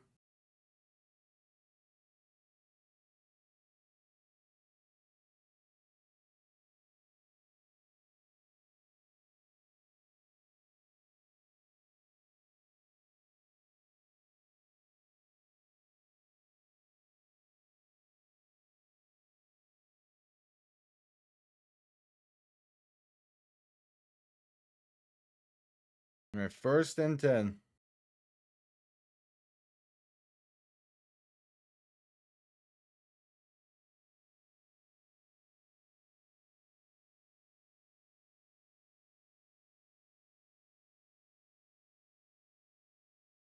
Yeah, Birmingham has the more yards so far in this game. That's because their first drive actually went somewhere and did before having a really good starting field position.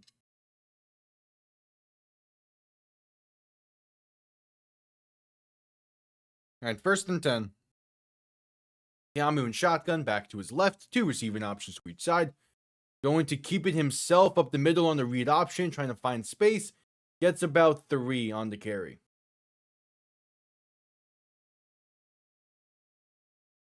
All right. So a 2nd and about 7.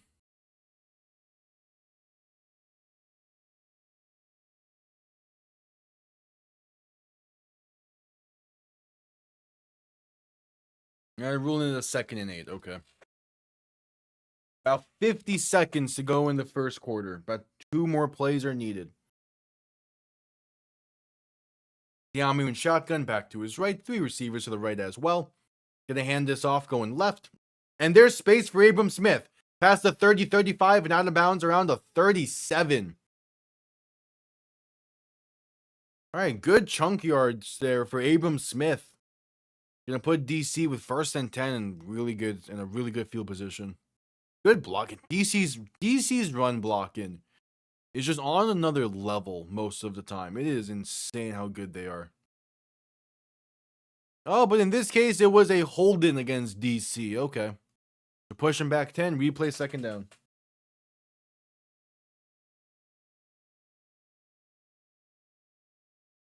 All right.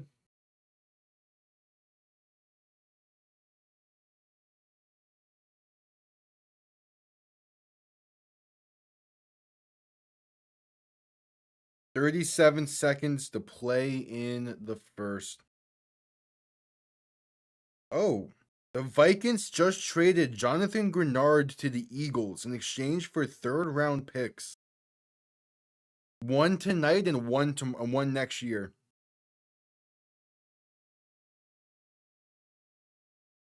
Okay. John Moon shotgun back to his right. Play action looking to throw. Has some time. Deep shot over the middle. Has a man. Past midfield and down to the Birmingham 46. It is Cornell Powell. And that'll be the end of the first quarter. Talk about a way to end a quarter. Cornell Powell. Down the middle. Beautiful throw from Jordan Teamu in a bucket. And that is how you shake off the holding penalty. And we head to commercial break for the end of the first quarter.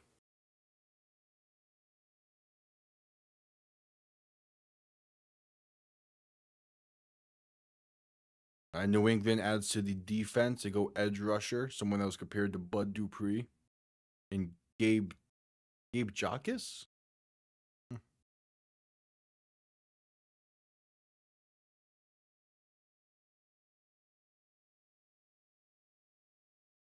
Minnesota gets pick 98 tonight, as well as a 3rd-round pick next year for Jonathan Grenard. All right. Interesting one.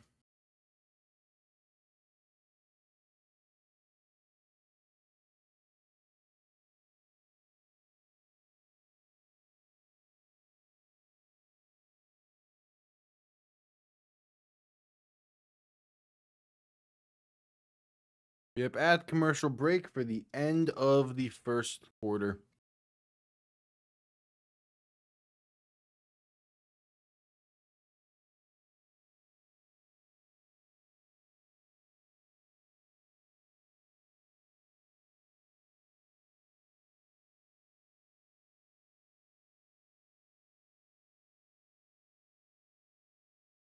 At commercial break.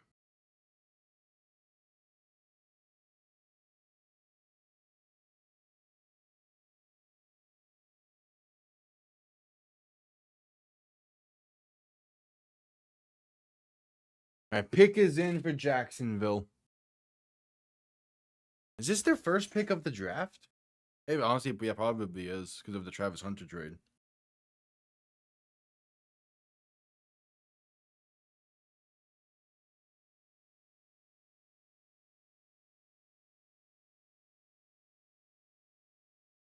All right.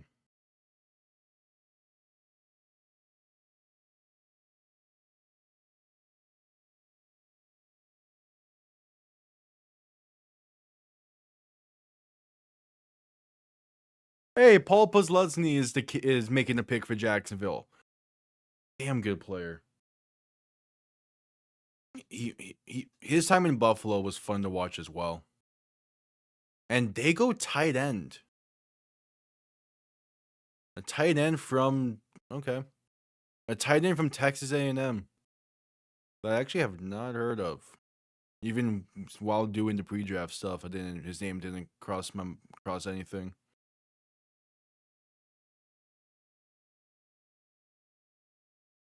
Oh yeah, only had 19 receptions last year. 38 receptions in his college career. Yeah, no wonder his name never appeared in my pre-draft stuff.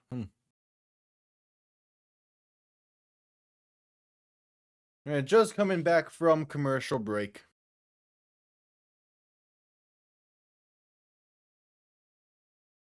As pick is in for Chicago. Tiamu and shotgun back to his right. 2 receiving options to each side. Ball on the Birmingham 45-yard line.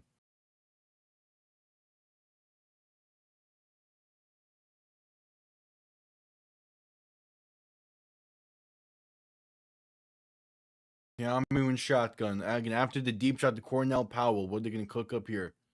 Tiamu, handoff left side for Deion Jackson. Cuts back up and has space inside the 40 to about the 37, to about the 38. Oh, then the Eagles then signed Jonathan Grenard to a $100 million contract extension? God damn.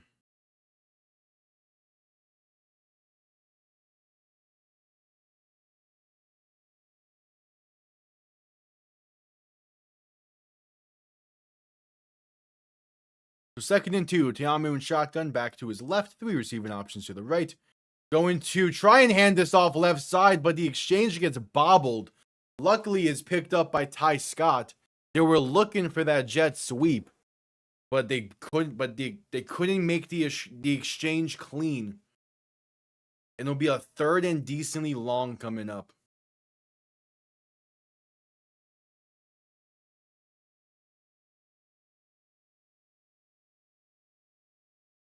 I do as well. I just feel like there were potentially better tight ends available than someone that has 38 career catches in college.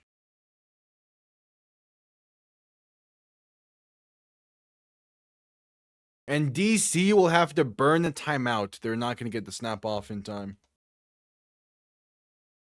Again, they definitely needed a tight end, but that's not where I thought they would have gone in terms of tight ends available.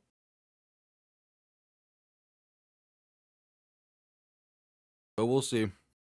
It feels very Hunter long to me when Miami drafted him.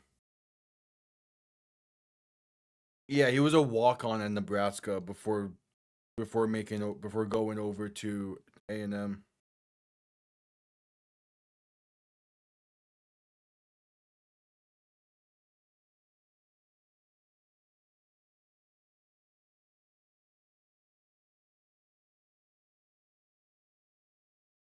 All right, 3rd and 9 for DC.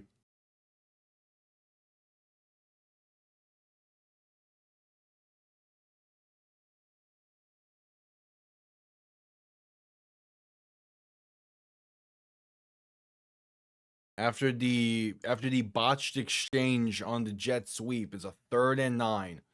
Again, DC has a kicker that can hit from around here. Cameron shotgun back to his right. 3 receiving options to the right as well. Looking to throw. Pass left side. Going to be underthrown. Did he able to get back to that? They say no. Incomplete, seemingly looking for Ty Scott. So it would be 4th and 9. And it would be a 62-yard field goal. Matt McCrane can hit from 62. And yeah, that goes straight through his hands. Of tough one.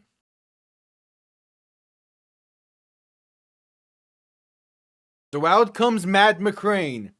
It's a 62-yard field goal. It's a 4-point field goal attempt.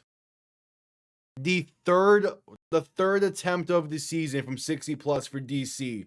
From the left hash, kick is up, and he misses it wide left. It had the leg aplenty, but didn't have the accuracy. DC is now 2 for 3 on 4-point field goals this season. They are still the only team to have attempted a 4-point field goal this year. So I'm not going to put too much against Matt McCrane for that.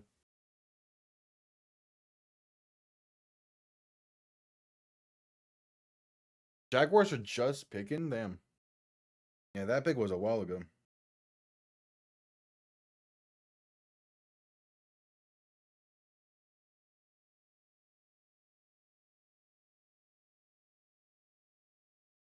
Oh, and the Browns have traded up. They're on the clock now. And Chicago's pick is about to be announced.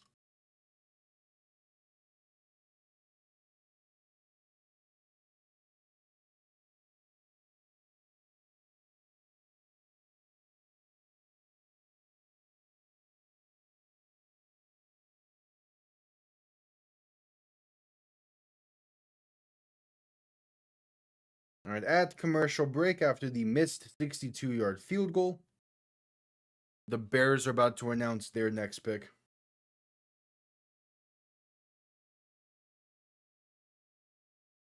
Yeah.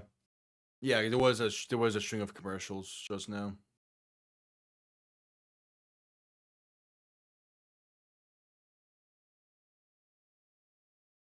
All right, who did the Bears get in?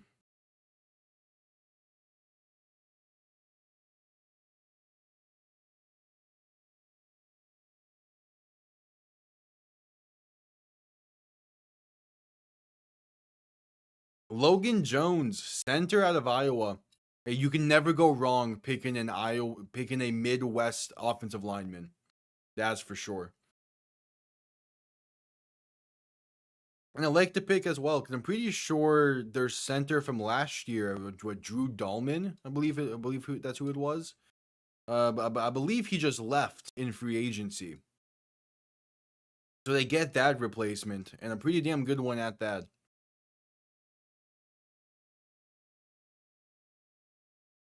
Yeah.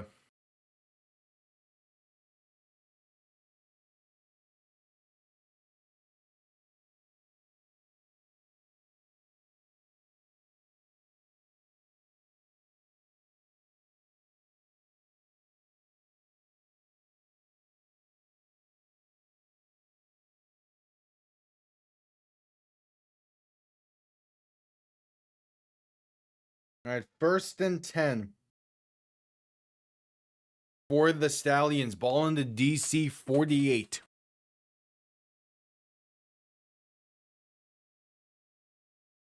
DTR and shotgun back to his right. Tight end in the backfield to his left, looking to throw. Has some time, pass deep over the middle for the end zone, and it is overthrown. Overthrown incomplete, looking for Jaden Mickens. So the former Browns quarterback overthrowing deep passes as the Browns are about to make their pick.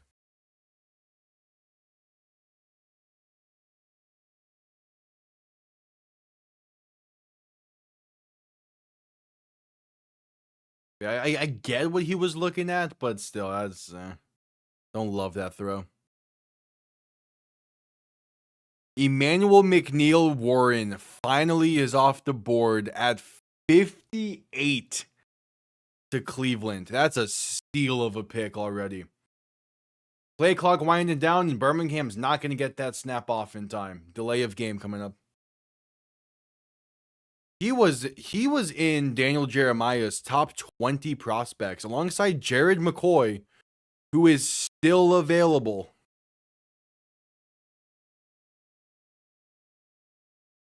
Yeah, that's a good pick for Cleveland's defense. How about in the secondary? The Toledo prospect. All right, 2nd and 15. Robinson and shotgun back to his left. Gonna toss this left side, and that's a loss of about 5 or 6. Didn't stand a chance with Bryce Thompson screaming into the backfield. It'll be a 3rd and long coming up for the Stallions. As the Texans pick is in at 59. Yeah, Miami's going to have like 2 picks coming up here, I believe. 2 or 3. Because they have... Miami, I believe, has 70, 71, and 73. And I know they traded pick 90 last night, but they have another 3rd rounder that they got. 3rd and 21. DTR looking to throw. Pass over the middle is tipped and incomplete. Looking for Laviska Shenault. It's a 4th and 21, and Birmingham is going to have to go for it. They started this drive past midfield, so they cannot punt. DC finds themselves in a great spot. And now the Titans have traded up to pick 60. So Titans are on the clock.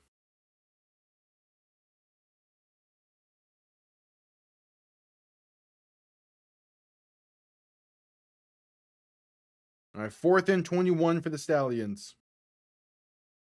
Yeah, the Texans are going Marlon Klein. Tight end out of Michigan. That's probably who Jacksonville should have picked. But even then, I feel like there's still a better tight end available. As the Stallions called their 2nd timeout, they're not going to get the snap off in time before the delay of game. They have now burned 2 timeouts.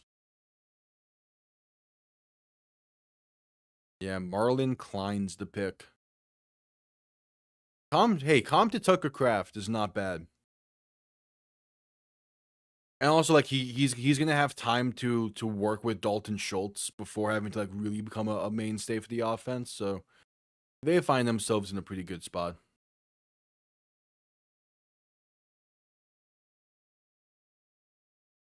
All right, Tennessee is now on the clock.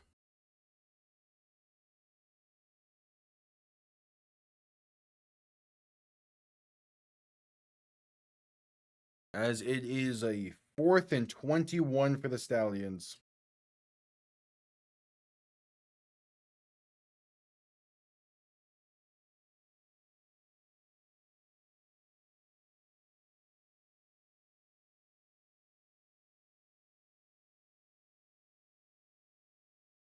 DTR alone in shotgun, looking to throw. Has some time, trying to step up, and is sacked. Back at his own 33. And DC's going to have excellent starting field position on this drive. It's Joe Wallace into the backfield. And DC is set up nicely.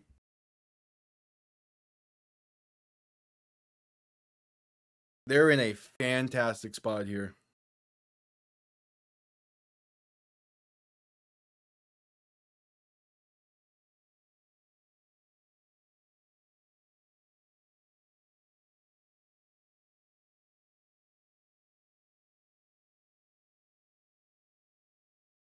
And so we're at commercial break both here and at the draft. We're waiting for Tennessee to announce their pick.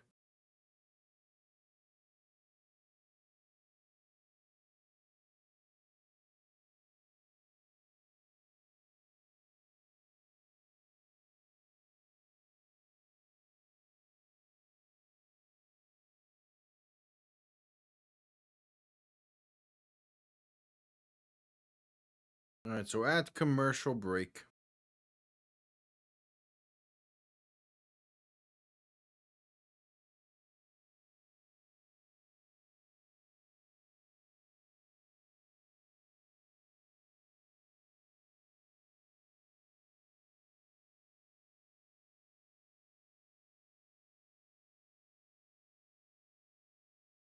And commercial break.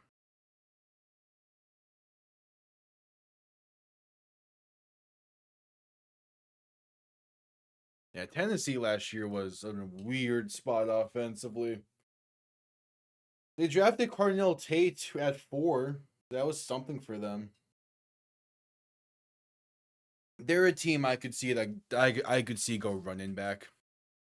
Even with having Tony Pollard and Tajay Spears, I could see them get a third running back in that building. Which I'm shocked. There's not been a single running back selected so far tonight. That is certainly something. After 2 go last night, none have gone so far.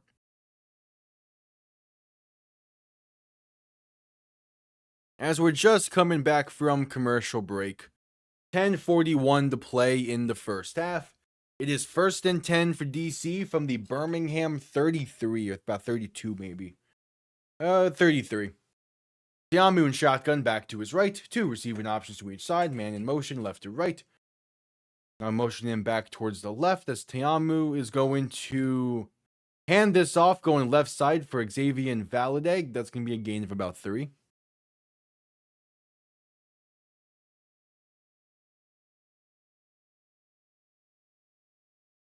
And it will be 2nd and 7.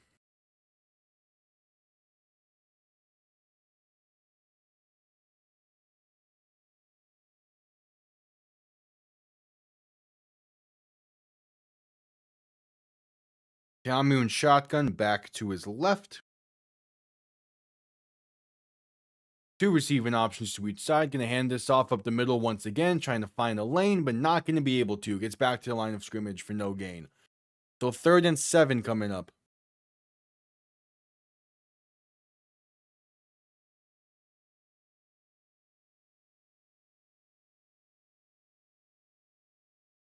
Third and 7.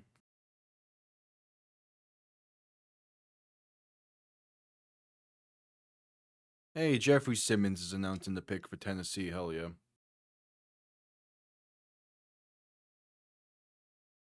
Just under 9.5 to go in the first half as Tennessee goes Anthony Hill. I love that pick for them to improve the linebacker room. And DC will now burn their second. These teams are just burning timeouts. All right, second timeout called with 9:25 to play in the first half.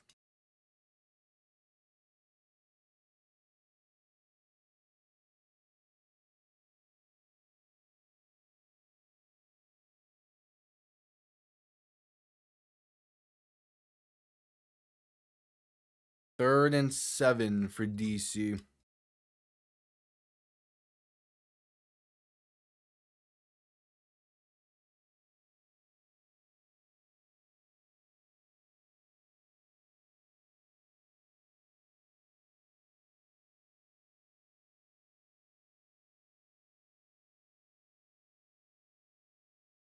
All right, 9:25 to play in the half. 3rd and 7. They're taking the time out of this commercial break as pick is in for the Rams.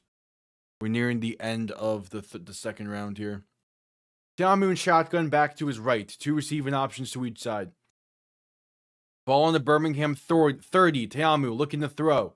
Has time. Pass right side is caught for the first. Inside the 20 and out of bounds around the 17. It is Brilly Moore on the grab. They are inside the red zone once again. 1st and 10 coming up. The Rams have a solid running back room with Kyron Williams and Blake Corum.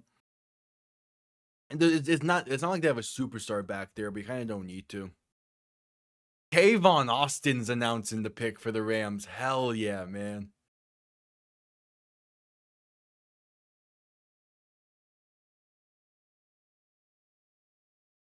Tiamu in shotgun back to his left. Gonna play action and look to throw. Has time on 1st and 10. Pass for the end zone. It is incomplete.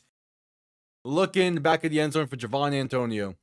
There you go. The Rams go Max Clare, tight end out of Ohio State. That's who the Jaguars should have picked instead of the Texas A&M tight end, as he's going to be a solid player for the Rams. Probably going to be a tight end 2, maybe tight end 3 maybe early on, because they do still have Tyler Higbee, and they also drafted Colby Parkinson last year. But still going to be a solid player. And then they have their tight end 1 and 2 of the future now in Parkinson and Claire. Tiamu shotgun back to his right, 3 receivers to the left. Going to play action and look to throw. Tiamu now takes it himself up the middle. Inside the 10, lowering the shoulder for the first. And gets it down inside the 5. First and goal, DC coming up. Yeah. Jermon McCoy is still available. And the Bills have traded up to pick 62. The Broncos still have not made a selection. And they're not going to be making one in the second round. First and goal, Tiamu and shotgun back to his right. 2 receiving options to each side. Man in motion left to right. Hand off right side. Has space for Erugezu Kanma. He's brought down at the 2 by JoJo Tillery. Yeah, Kyron Williams is a solid back. And again, Blake Corum is as well. The Rams don't have a lot of holes on that team. So I'm fine with them thinking ahead in this draft, both with Ty Simpson and now Max Clare. But those are 2 thinking ahead picks. All right, second and goal for DC. Tiamu and shotgun back behind him. Extra lineman in the backfield to his right. Tiamu going to hand this off left side. Trying to find space, will be brought down near the 1-yard line. So third and goal coming up.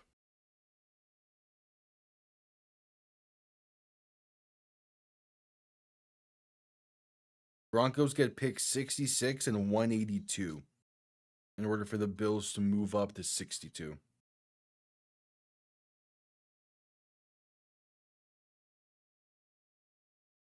Third and goal, DC.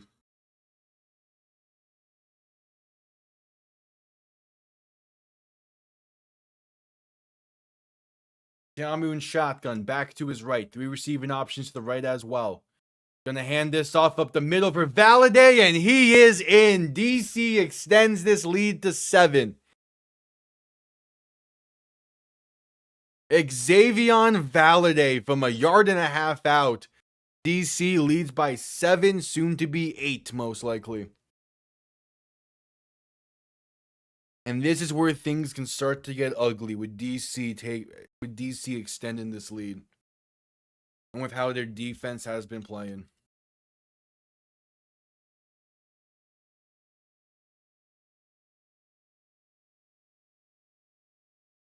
.621 to play in the half. Matt McCrane on for the extra point. It is up, and it is right down the middle. DC leads by 8. And we head to a commercial break with 6:21 to play in the half.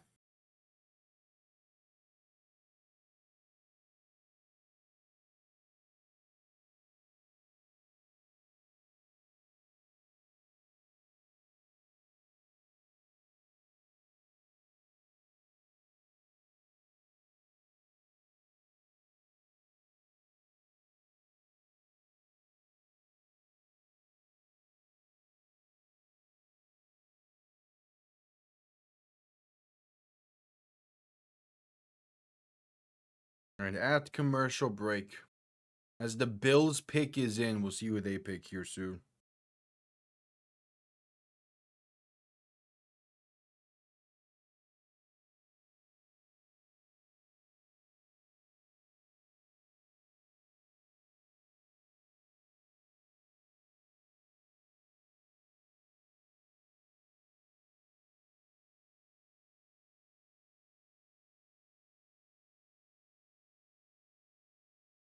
All right.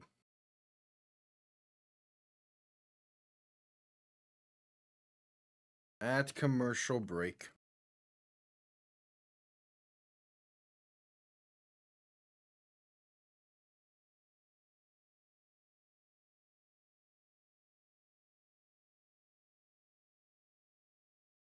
Yeah, we're waiting for Buffalo to make their selection as well.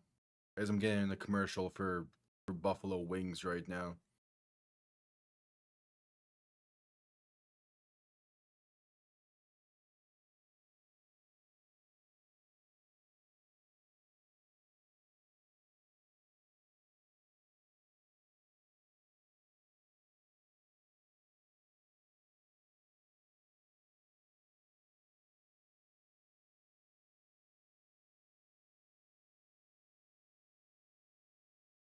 All right, who are the Bills picking here? As we're just coming back from commercial break. Bills go a corner. Davison Igbinosun? I would have to learn how to pronounce that name by the season starts. Yeah, but they improved the secondary, which makes sense considering that they're losing some key pieces to that secondary this year. All right, teams are lined up for the kickoff. Birmingham set to return.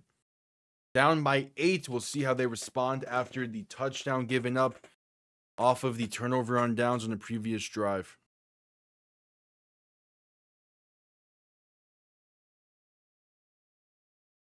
Yeah, Buffalo has gone defense both of their picks so far. I get it, but they need offensive help as well. Kickoff underway, going to be returned beginning from inside the 5. Spaced out past the 10, past the 15, past the 20, and stood up around the 22. Birmingham will start from there.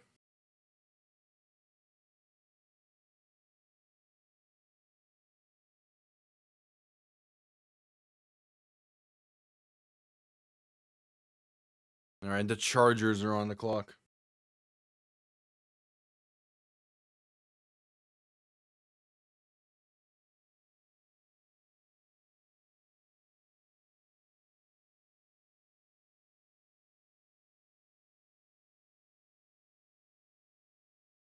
DTR and shotgun back to his right. 3 receiving options to the right as well. Gonna hand this off up the middle.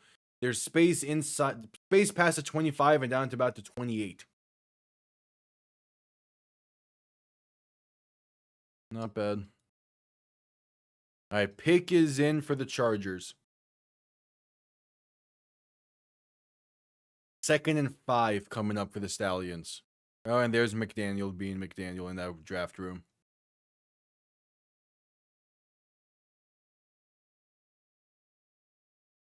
DTR and shotgun back to his left. 2 receivers to each side, looking to throw in 2nd and 5. Dump off over the middle, going to be caught by Snoop Connor. Will be enough for the first inside the past the 35 to about the 37.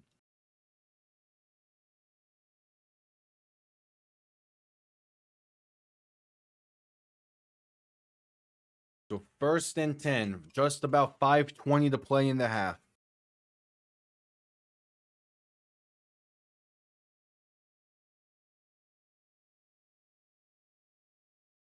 DTR alone in shotgun. 3 receivers to the right, 2 to the left, looking to throw. Trying to buy some time now, just going to fall down and be sacked around the 33. Nothing opened up in time. Pressure came in too quick. It'll be a 2nd and long for the Stallions as the Chargers pick is about to be announced.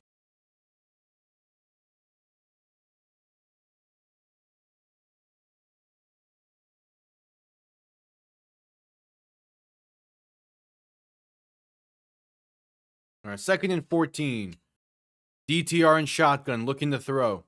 Has some time, pass right side, wide open past midfield. And then he fumbles and is picked up by DC. Return past midfield, laterals this one back and going to be brought down around the 47 of the Stallions. A great play for Birmingham ends up being a great play for DC as the Chargers go Jake Slaughter out of the University of Florida. Also, such a McDaniel pick. It's going to be a solid center option for them, potentially. We'll see how he develops. There's some pushing and shoving going after the play here. But yeah, DC ball. They get their 2nd turnover of the first half already.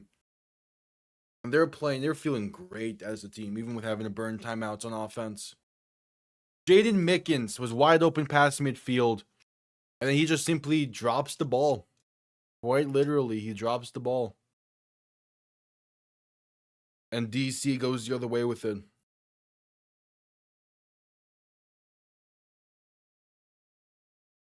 All right, Seattle's pick is in for the last pick of the 2nd round.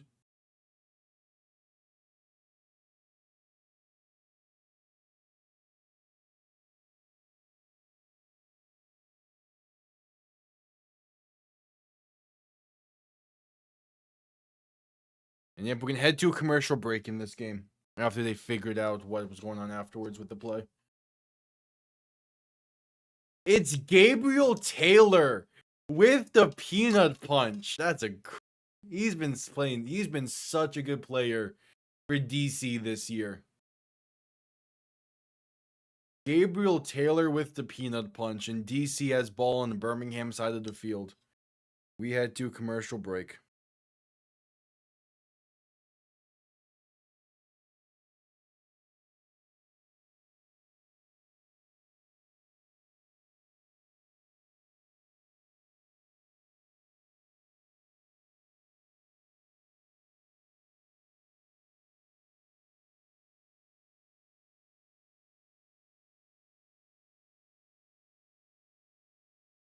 All right, at commercial break. What was at commercial break for the draft?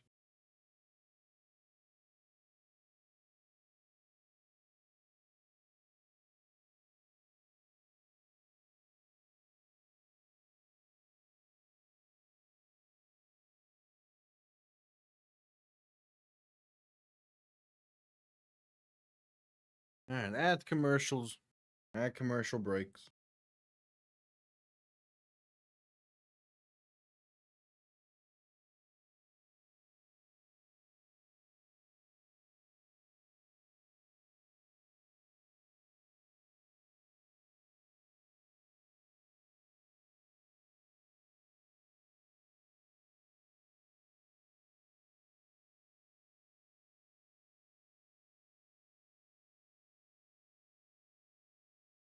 At commercial break.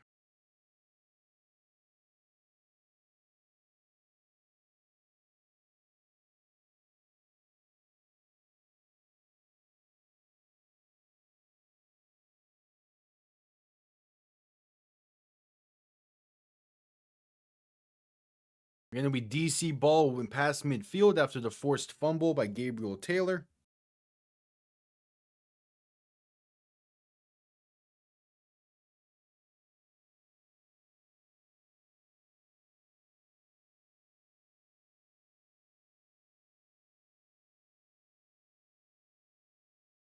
All right, just getting back from commercial break on both the draft and the game. Let's see how DC builds off of the forced fumble here. With 4:17 to play in the half. You know, if they handle this drive well enough, this could basically be the final drive of the half. Tiamu shotgun back to his right, two receiving options to each side. Going to take it himself right side, now dump it off right side for Ty Scott, who has space, a foot race, the 15-10-5, Ty Scott. One play is all DC needs, and they extend this lead to 15 off of the forced fumble by Gabriel Taylor. The 14, soon to be 15. And DC is making this one ugly late into the first half, as the Seahawks just selected Bud Clark out of TCU. Yeah, that was more so a lateral anyway.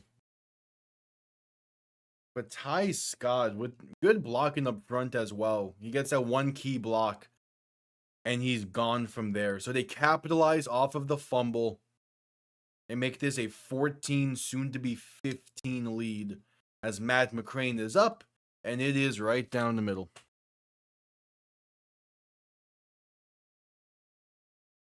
Four minutes to play in the half, as the second round has just came to a close. Yeah, Miami's still gonna have a decent ways to go, I believe, before they pick again.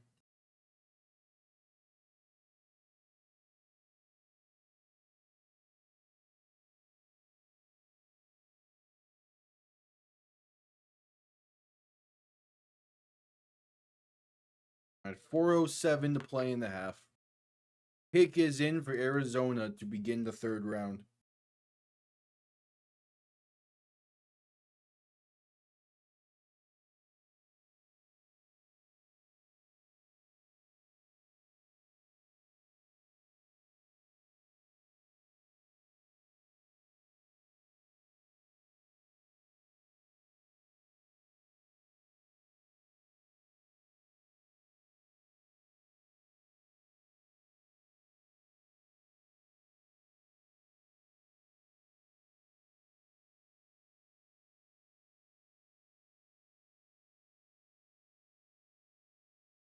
All right, kickoff going to be returned up to about the 20.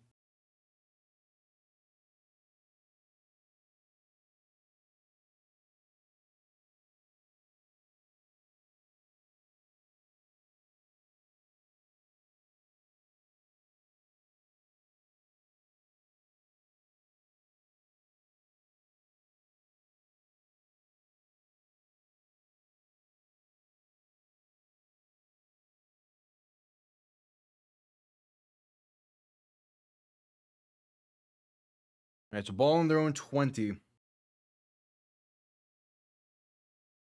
DTR and shotgun back to his right. Two receivers to each side looking to throw in 1st and 10. Pass right side going to be caught for a gain of 9. It's Jaden Mickens on the grab. Barely able to squeeze that in there. 2nd and 1 coming up.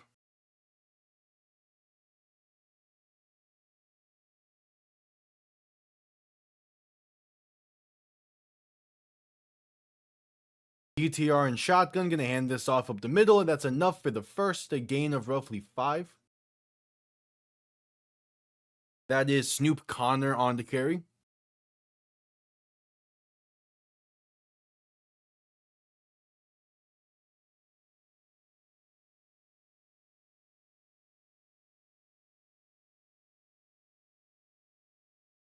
So 1st and 10 coming up.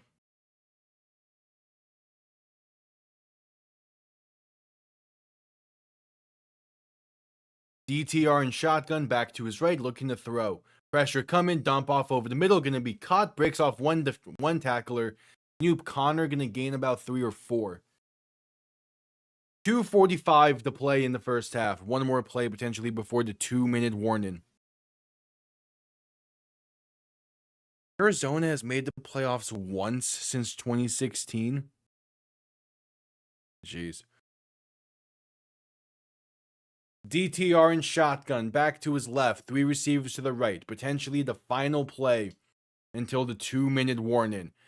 Robinson looking to throw. Has some time. Now going to roll to his left to buy some more. A lofter left side has space. Past midfield. Past the 40. Past the 35. And brought down around the 33. It is Tyrion Davis Prince on the grab, on the dump off, and that should bring us to the 2-minute warning, I would assume. If so,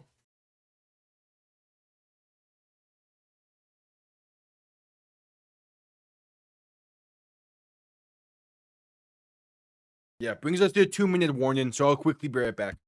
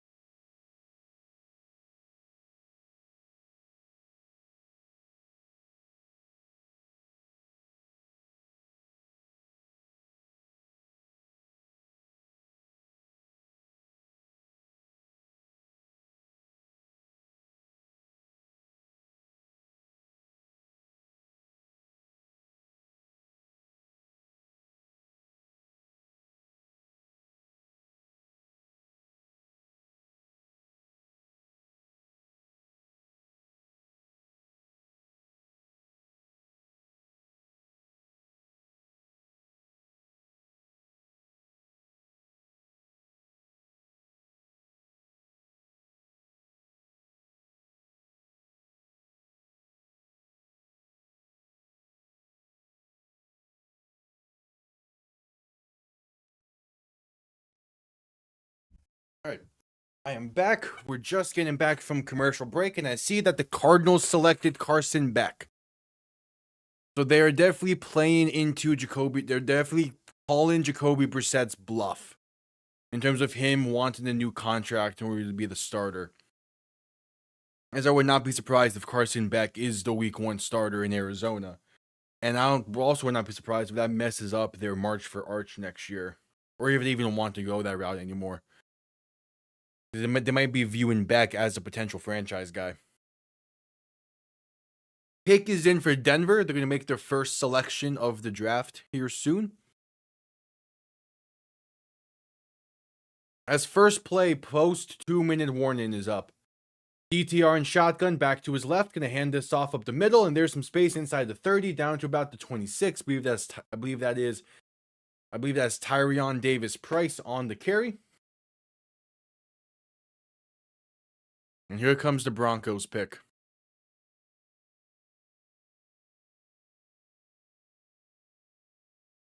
Is that Melvin Gordon announced? No, shot. Yeah, no, it's TJ Ward. Okay, makes more sense. All right, 2nd and 3 for Birmingham. They're letting the clock run here. The Stallions get ball to begin the second half, so they're in a good spot here still. DTR and shotgun back to his right, 2 receiving options to each side. Play action, looking to throw, rolling right, pass right, going to be caught with some space inside the 20 and out of bounds around the 15 for Deon Kane. As Denver goes D tackle, which makes sense because they lost the key D tackle in the offseason, I believe. It was either that or they lost someone in that front 7 in the offseason. I forget if it was a D tackle or if it was a linebacker. Either way. And yeah, Beck to the Cardinals does work well. They must see him as a potential franchise option the same way the Saints saw Tyler Shuck. DTR handoff up the middle, going to be a gain of about 3 or so. So I'm willing to say that the March for Arch next year is between 2 teams, potentially.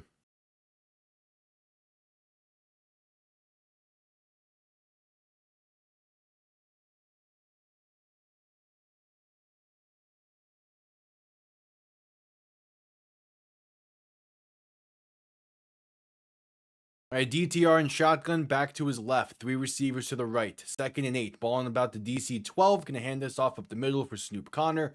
Only getting a yard.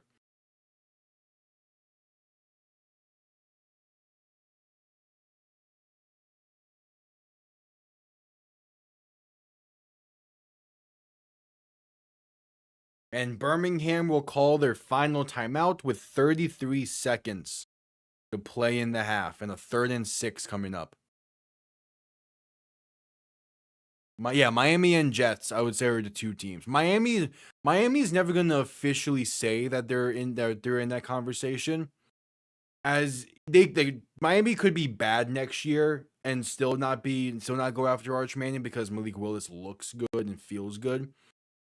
But it's all gonna come down to Malik Willis for Miami. The Jets are very clearly in that Arch Manning sweepstakes.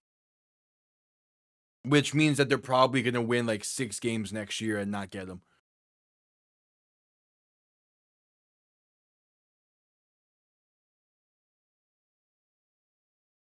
All right, the Raiders go K'Ron Crawford out of Auburn, solid edge rusher.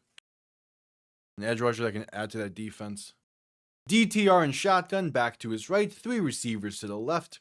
Ball on roughly the 10-yard line. Thompson to throw, pass over the middle, caught by Mickens. The dive-in effort gonna leave him half a yard shy. They have to go quick. Clock will briefly stop, but only until the whistle. 29 seconds to play in the half. DTR under center, looking to spike this. And there's the spike with 26 seconds to play in the half. They will have 3 plays. Well, I need to double check who they lost, but they did lose a front 7 member in the offseason. So I get them going defense and going front 7.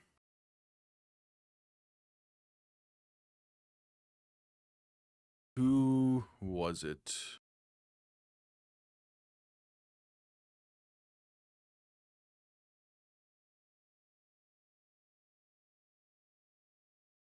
As Dorian Thompson-Robinson, the throw in second and goal. Pass over the middle is caught by Jordan Thomas.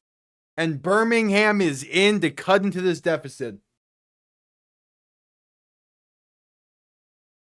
Not bad. Birmingham is playing this game close. Who was... Hey, someone get me Denver's losses.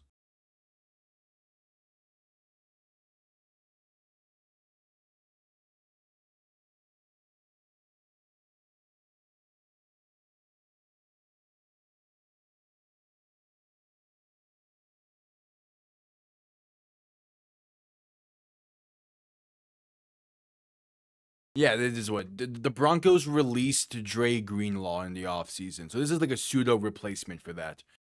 As the extra point is up and good for Birmingham, they're down by 8 as we approach the second half. 24 seconds remaining in the first half. DC does have a timeout, so if they get a good return here, they might try and get points before the half.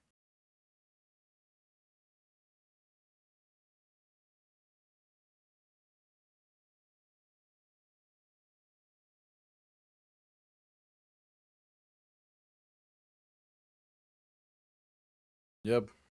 All right, pick is in for Philly. When does Miami pick again?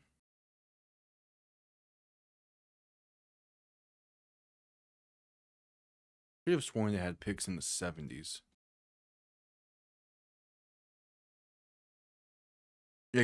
Miami is up again at 75. Then they pick again at 87 and then 94.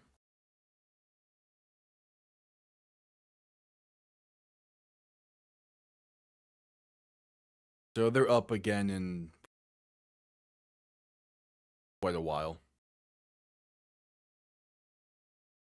All right, kickoff underway. And it's going to land before the landing zone. DC will start this from the 40. And with one timeout in 24 seconds, they have time here to try and get something before the half.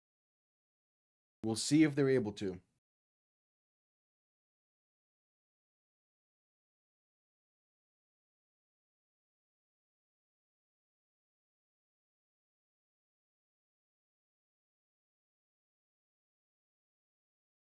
All right.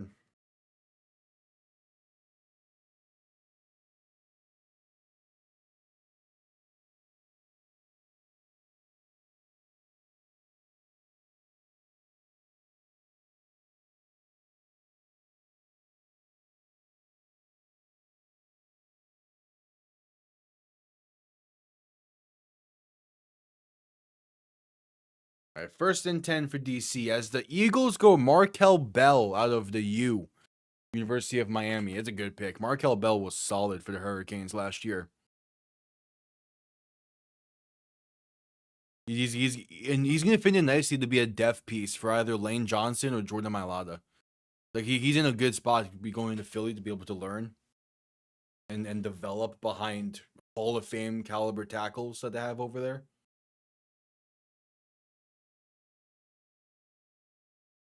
All right, 24 seconds to play in the half. Ball on their own 40. Yamu in shotgun, back to his left. 3 receivers to the right. Only need about 18 or so yards, maybe even less. Yamu looking to throw in 1st and 10. Pass deep over the middle. It's there for Eric Ezukanma. Inside the 20 to the 17. And DC is inside the red zone. That's an insane throw from Jordan Teamu. And there's the spike with 16 seconds. It'll be ball on the Birmingham 18. That's a great throw from Jordan Teamu. Jeez, on the money for Ezukanma. That's a beaut over the middle. My God.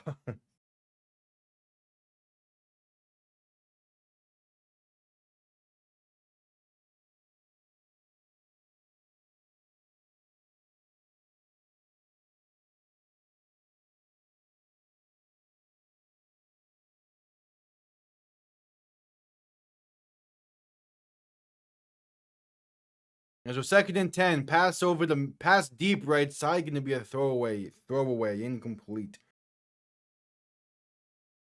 It'll be 3rd and 10 coming up. 11 seconds to play. All right, Bears selection coming up here.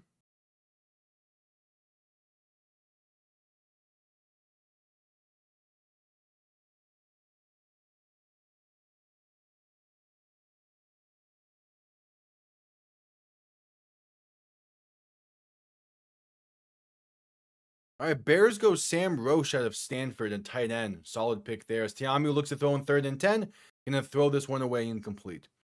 Again, another guy that I feel like Jacksonville could have picked instead of the tight end they did select, but we'll see.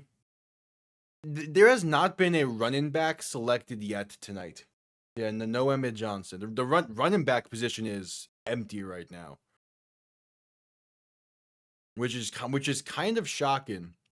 But we still have plenty of 3rd round to go. Because Cole Kmet is kind of getting up there, and they need a more reliable blocker at tight end. That's kind of the whole thing. 36-yard kick is up, and he barely missed it to the right. Barely pushed it too far, so it remains an 8-point DC lead at the half. Stallions get ball to begin the second half. Yeah, but again, you have Colston Loveland, who is a primary receiving tight end. Cole Kmet is a bit of both, but he does also lean more so in the receiving side of things. So you need a really good blocking tight end, and that's what Sam Roche is. He can also hold his own in the passing game, but you're drafting him to be a really damn good blocker. And this could also mean that Cole Kmet ends up getting moved at some point. We'll see. No. Loveland's a tight end, but he is a receiving tight end. Like, he can block okay. Like, he can hold his own blocking wise, but where he really strives or really thrives is in the passing game.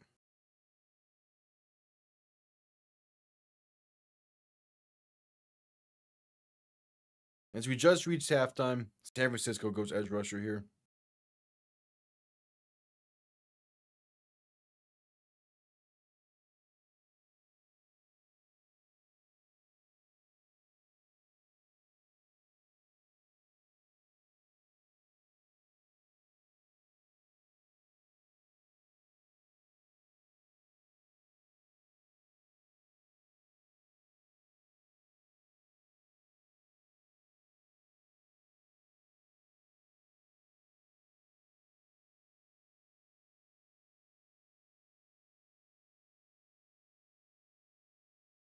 All right, so at halftime in this one, the Commanders are on the clock at 71.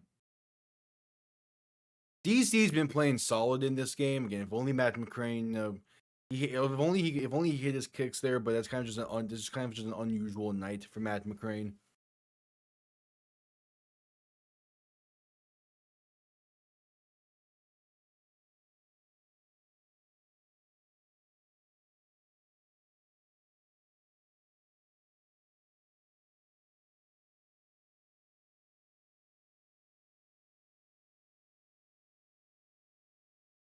Oh yeah, the other thing with the Bears pick, is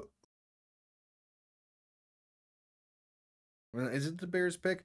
Well, Logan Jones, the Iowa, the Bears pick, the Iowa center at 57. Because he was picked at 57th, he gets a lifetime supply of Heinz ketchup. Because some reason that was the promotion that Heinz is doing tonight for the draft.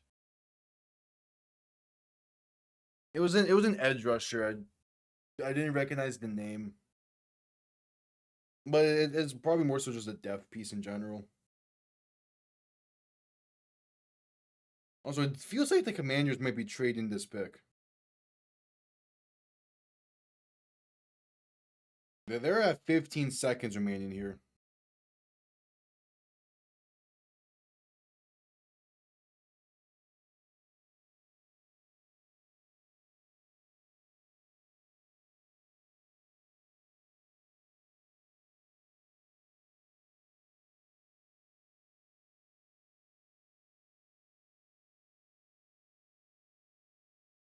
I know pick is in for Washington. Okay. Yeah, it's one of the funny things with draft night.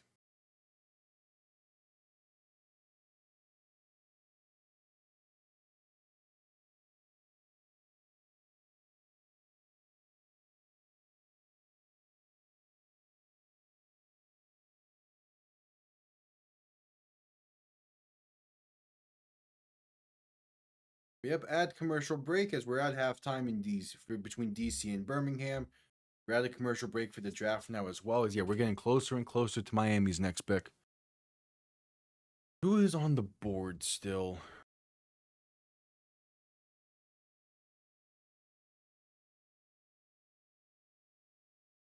Jermon McCoy is still available. Again, he was, I believe, the 15th ranked. He's either the 15th or the 19th ranked prospect, according to Daniel Jeremiah. And he has fallen into the 3rd round. I mean, it feels like that has to be the pick at some point. I could also see Miami go Zachariah Branch or just a receiver in general coming up here at 75. It might be a bit of a reach, but I wouldn't be opposed to Skylar Bell out of UConn. So I think at this point it might be a bit of a reach. Who knows?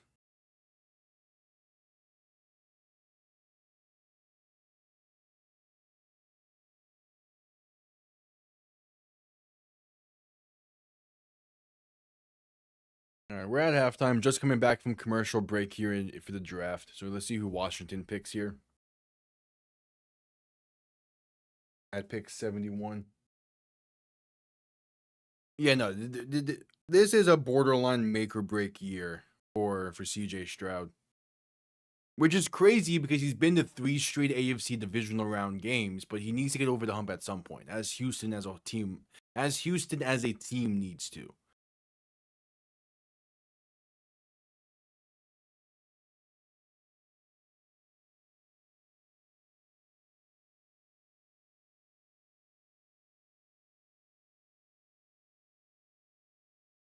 Who does Washington pick?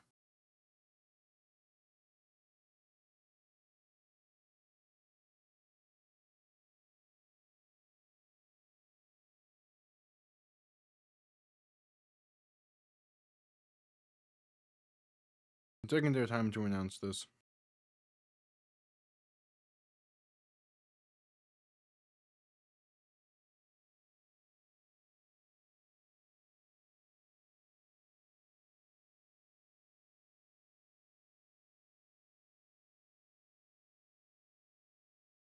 All right, so the other DC based team, aside from the Defenders who are playing right now, the Commanders are gonna pick.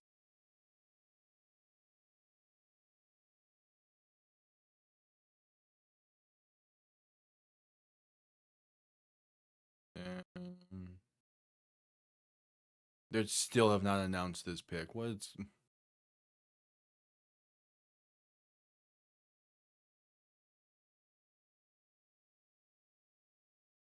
They're taking their time to announce this pick. Jeez.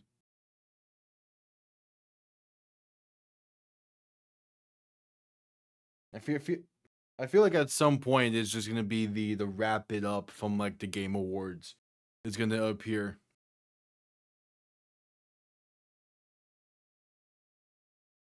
All right, they go Antonio Williams, receiver out of Clemson. So they add to that receiver room, which definitely needs some help in it. And then they get another target for Jaden Daniels. I don't hate the pick for them. It's a solid pick. Arguably the best receiver still on the board. Though again, there is those Zachariah Branch, though he has his own kind of off the field stuff going on right now that's kind of causing him to fall. It starts at noon tomorrow. I will probably not be live with day 3. Because unless there's overlap between day 3 and the UFL game tomorrow night, I probably won't be live with day 3 of the draft. Because I don't feel like being live for rounds 4 through 7 when a lot of those players I'm just not gonna know.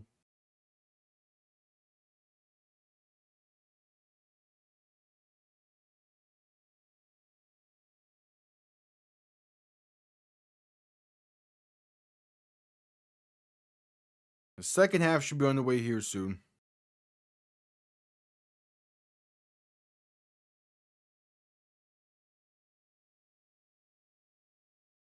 All right, pick is in for Cincy.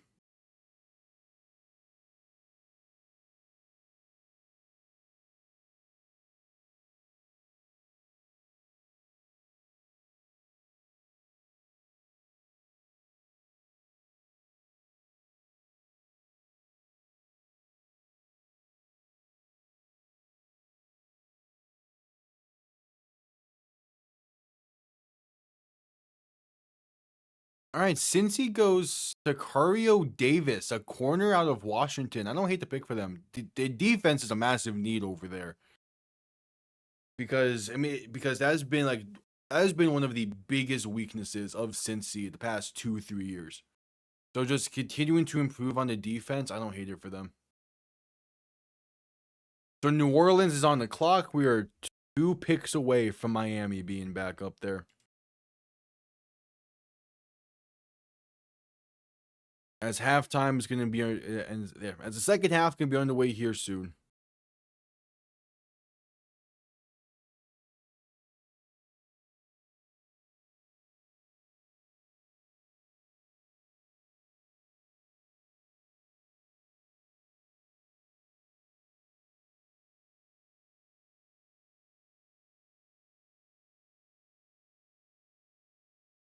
All right. And commercial break as we await the second half.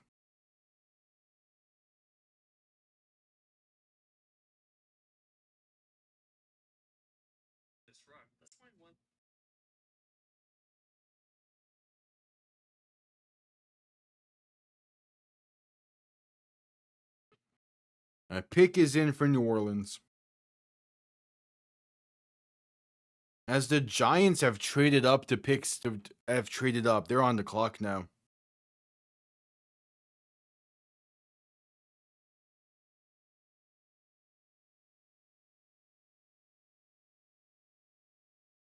Hey, Marquez Colston.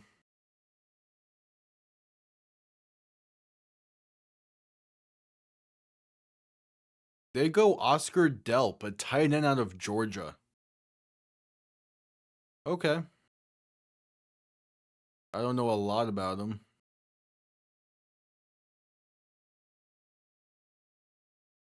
But I don't hate the idea of them going for a tight end.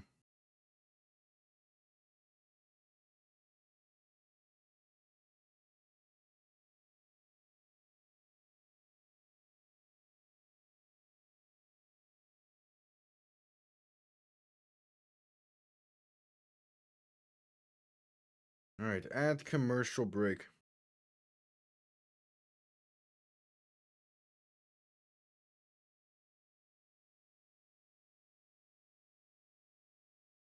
Yeah, the Giants have traded up, so they jump Miami. Let's see who this is for. I'm kind of concerned.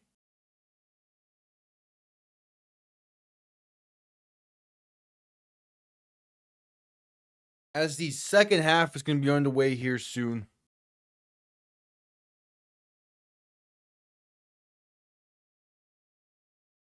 Teams are starting to line up for the second half kick.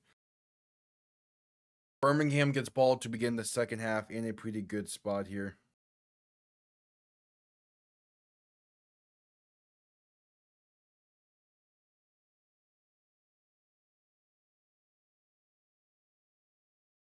And they're interviewing AJ McCarron now before the second half gets underway.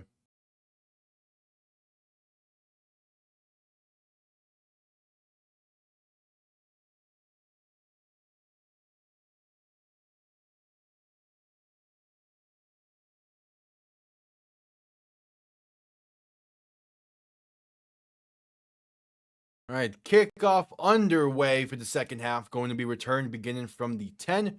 Space out. Oh, he bobbles it up past the 15, up past the 20. Finding space past the 25, past the 30, and out of bounds around the 33. Giants went Malachi Fields. That would have been a good pick for Miami. Yeah, so they jumped Miami to get Malachi Fields. Okay.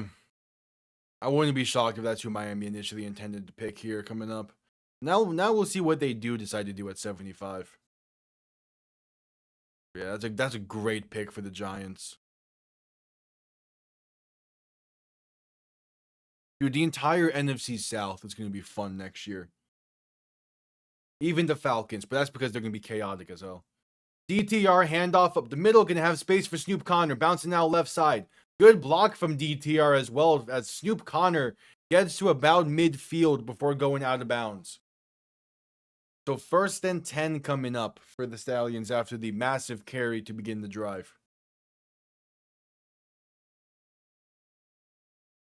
All right, the pick is in for Miami.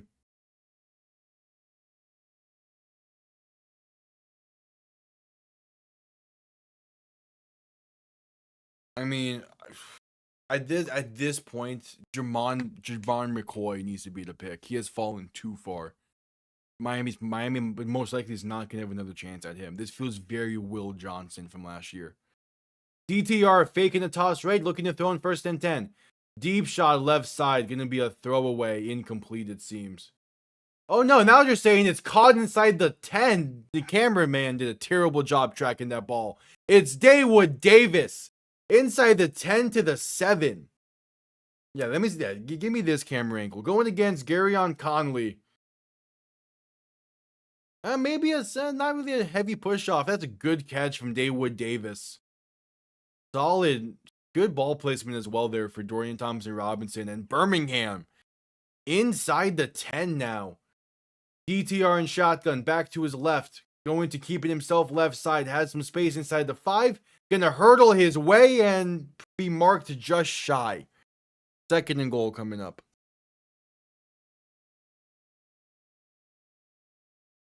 I mean, I don't think that will impact them too much, especially if they draft a running back coming up here soon. I don't think it'll impact them all too much.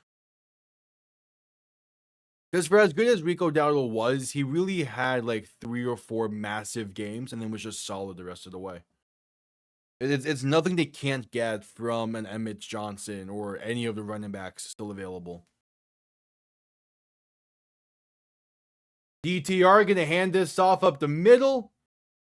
And he is in. Snoop Connor brings this within 2 to begin the second half. We'll see what Birmingham decides to do here. I imagine they go for 2, but that was a great drive to begin the second half. Beautiful throw from DTR as well.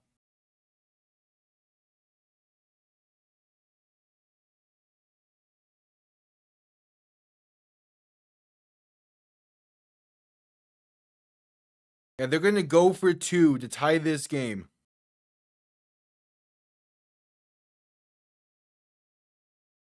Dorian Thompson-Robinson in shotgun, back to his left, 3 receivers to the right. The 2-point conversion attempt to tie this game up at 21 to begin the second half. Robinson, pass right side, tipped in the air, and incomplete. It remains a DC 2-point lead as we're going to see Jordan Ta'amu for the first time this half.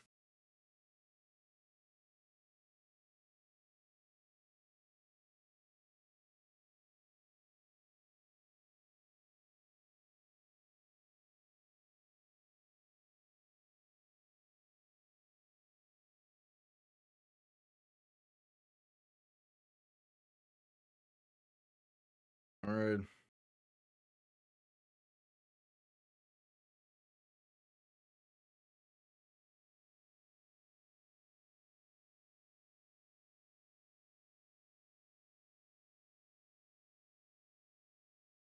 At commercial break here for the UFL after the opening drive touchdown for Birmingham of the second half. Miami's pick is in, their first of 3 in the 3rd round. I mean, again, at this point, I know there's injury questions surrounding him, but Jamon McCoy was projected to go in the first round in some mocks.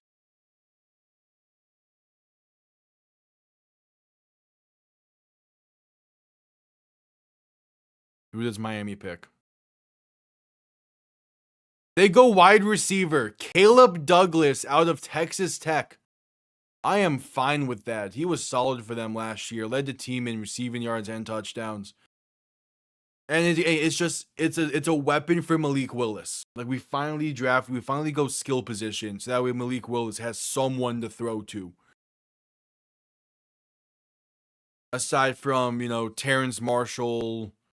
Who else do we have? We have Terrence Marshall, we have Tutu Atwell. Now Caleb Douglas, and there's someone else that's like an okay potential that I forget. But yeah, it's just another skill. It's just finally a skill position for Miami to give Malik Willis. I would be surprised if that is the only receiver we draft tonight.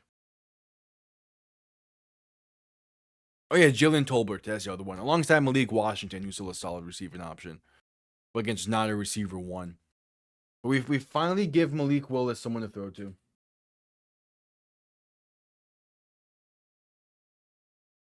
Yeah. And Wan'Dale Robinson's a solid player as well.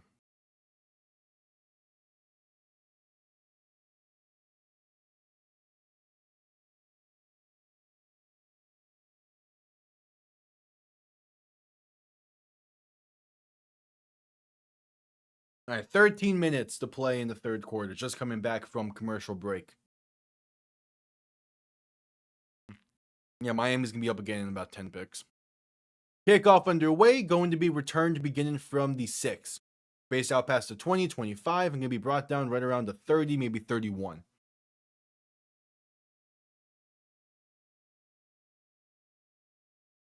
All right, who do the Steelers pick?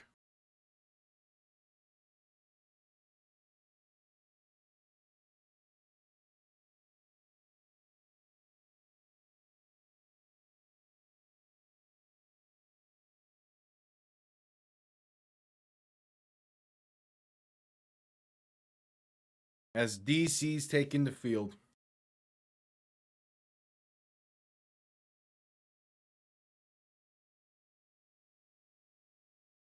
Teamu in shotgun. Back to his right, 2 receiving options to each side. Ball on their own 31. Teamu. Handoff up the middle for Deion Jackson. Going to be a gain of about 3 or 4.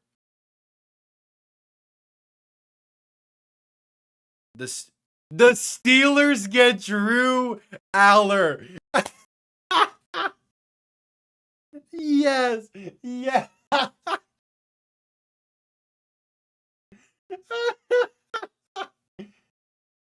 I have a friend who's a Steelers fan. For the past 2 years, we've been joking with him about the Steelers getting Drew Aller as their quarterback. Teamu pass left side, going to be caught for a receiver screen that gets about 2 or 3. Penn State quarterback. He was solid 2 years ago. He got hurt middle of last year. We've been joking with my friend who's a Steelers fan for legit 2 years at this point of Drew Aller being the savior of the Steelers, and then they go and actually draft him.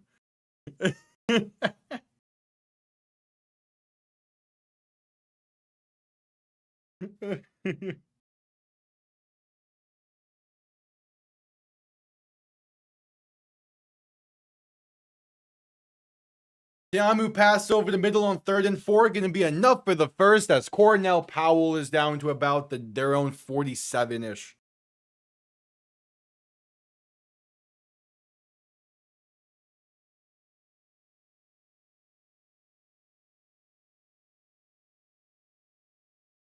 That is brilliant.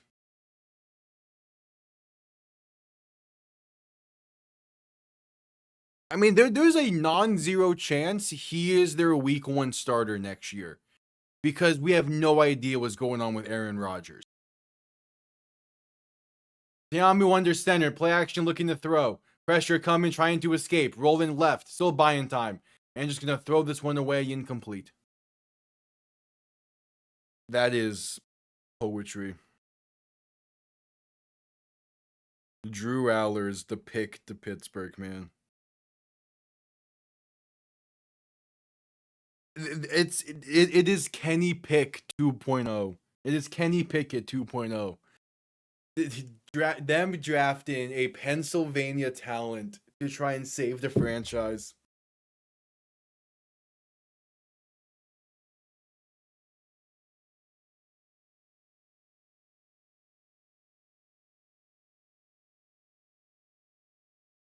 All right, so Matamiu in shotgun, looking to throw in 2nd and 10. Pass right side's a high one, but he goes up and comes down with it. Cornell Powell. Going to be close to a first, if not a first. As the Packers traded up to get, and their pick is now in.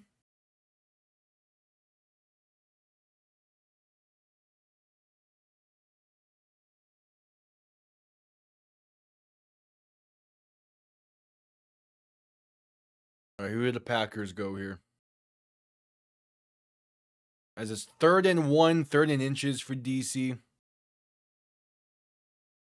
Matamiu in shotgun, back to his left. 3 receiving options to the right. Going to hand this off for Deion Jackson up the middle. Going to get inside the 40 to about the 37. Chris McClellan is the pick for the Packers.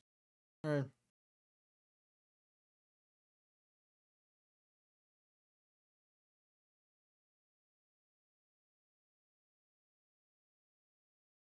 It'll be 1st and 10 for DC with 9:15 to play in the 3rd. Matamiu in shotgun, back to his right. 3 receiving options to the right as well. Man in motion, right to left. Now motioning back towards the left as they play action and look to throw. Matamiu with some time trying to step up and is going to be sacked for a loss of 1.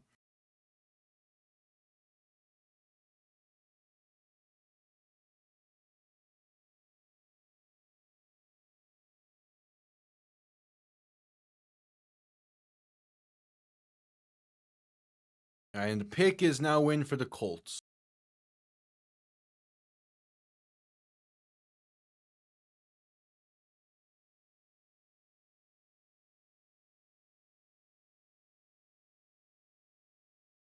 Just giving him a 2nd and 10 here. Matamiu in shotgun, back to his right. 3 receivers to the right as well, looking to throw in 2nd and 10.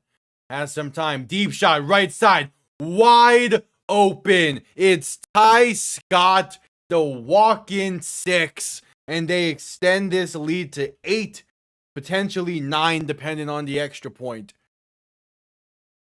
Just too easy for DC. Too easy.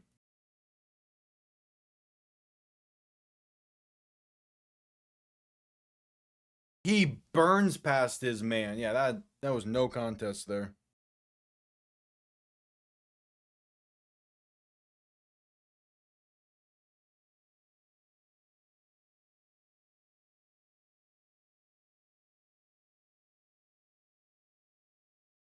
All right, the extra point is up, and DC leads by 9.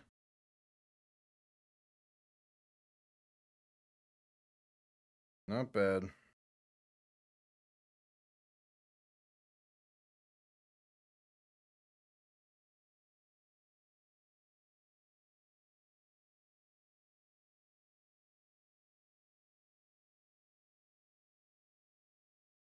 We're going to head to a commercial break with 8:13 to play in the quarter.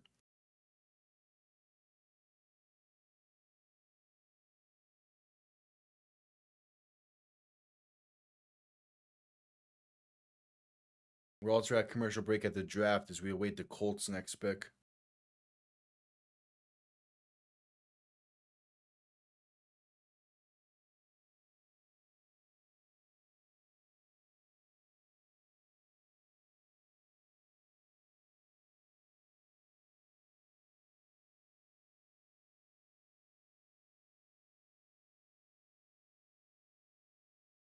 All right, at commercial break.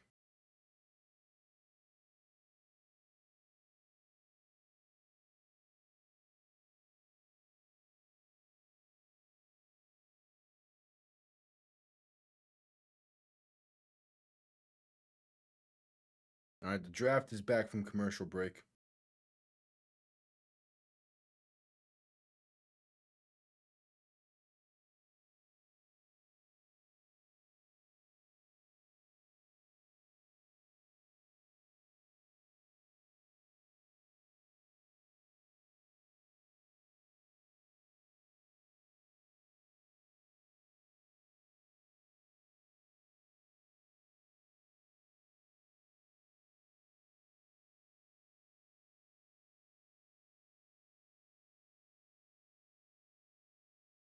All right.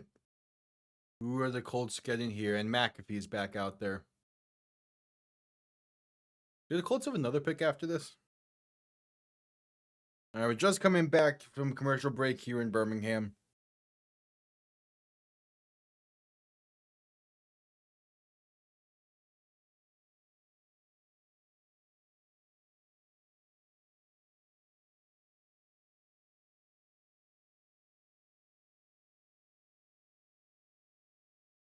All right. So again, back-to-back touchdown drives to begin the second half, one for each side. So we'll see. We'll see if Birmingham can keep this train rolling.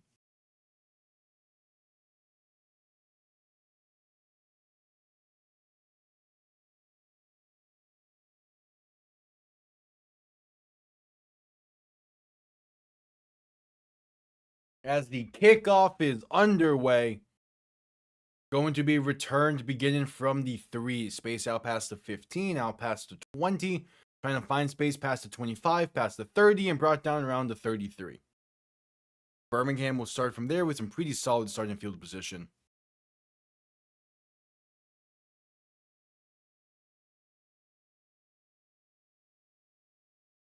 AJ Halsey is the pick for the Colts, safety out of LSU. All right.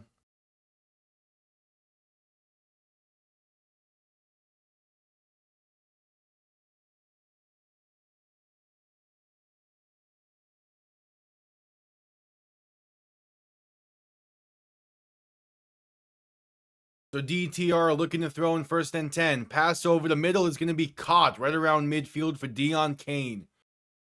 And he's a little shaken up afterwards. Honestly, even with the amount of talent they have in that receiving room, they really can't afford Deion Kane to get hurt. He's just too good of a talent.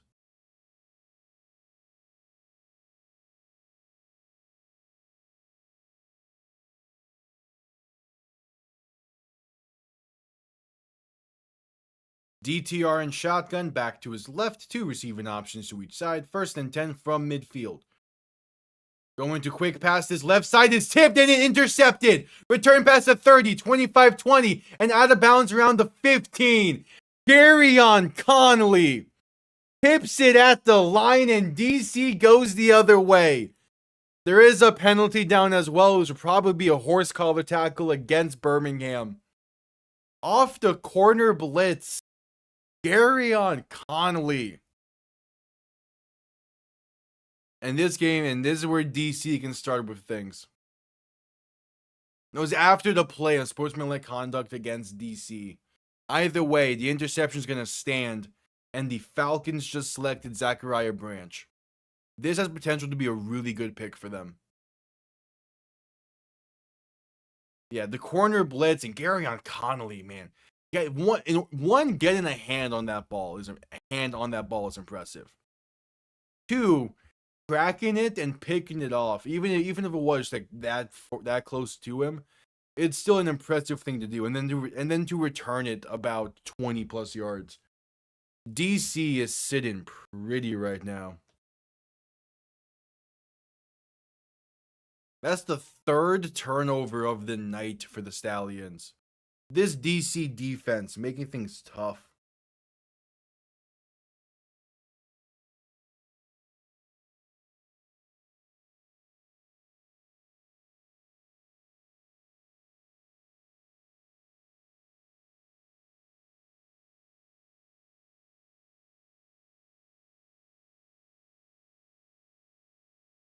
All right, so Tiamu and shotgun gonna hand this off right side for Deion Jackson. He's gonna lose a few yards there.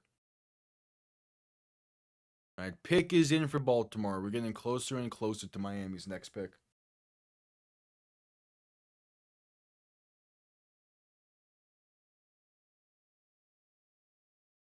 I mean, like, McAfee is good in small bursts. But like, if listening to him for like an extended period of time, it can get pretty tiring quick.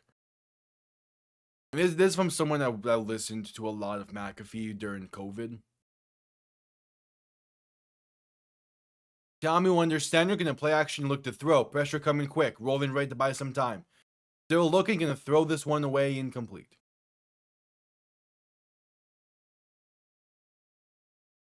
But like I get McAfee's mindset with it, but like it's a time and place where it works, and the draft is definitely one of those places.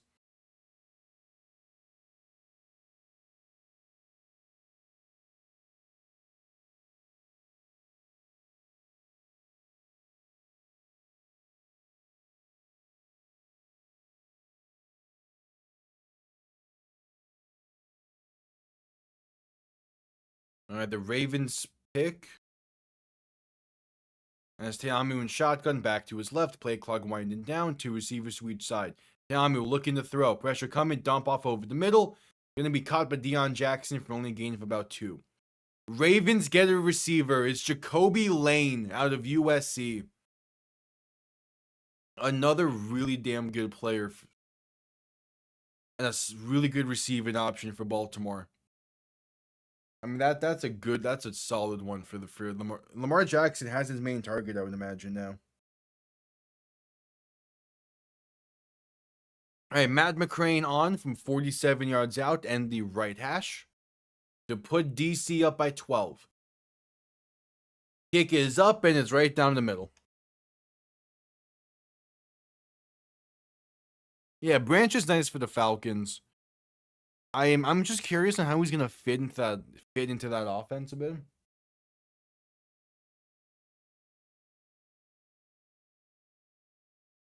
Because like they already have other receiving options besides Drake London, and getting a third ain't bad.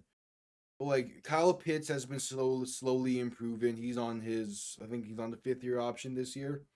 You have Drake London, you have Bijan Robinson out the backfield, you have Drake London, you have Darnell Mooney. Like, do they have talent on that roster still? Zachariah Branch is going to add to it. It's all like we'll see what he can do with it. See what he can do in Atlanta, but at the same time, I mean, I don't know. A lot of the Falcons is going to come down to the quarterback position. And pick is in for Jacksonville as we're at commercial break.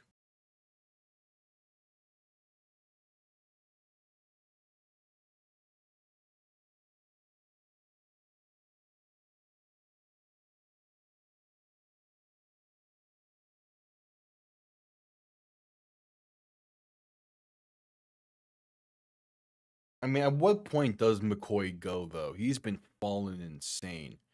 If he's there for Miami at their next spot, I feel like you have to take him at that point.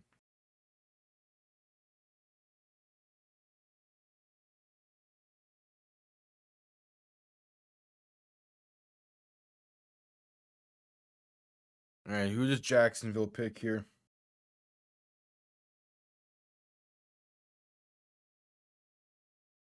Albert Regis or Regis, D tackle out of A&M. Or nah, running backs are falling, dude. Where still no running back has been drafted today, which is crazy.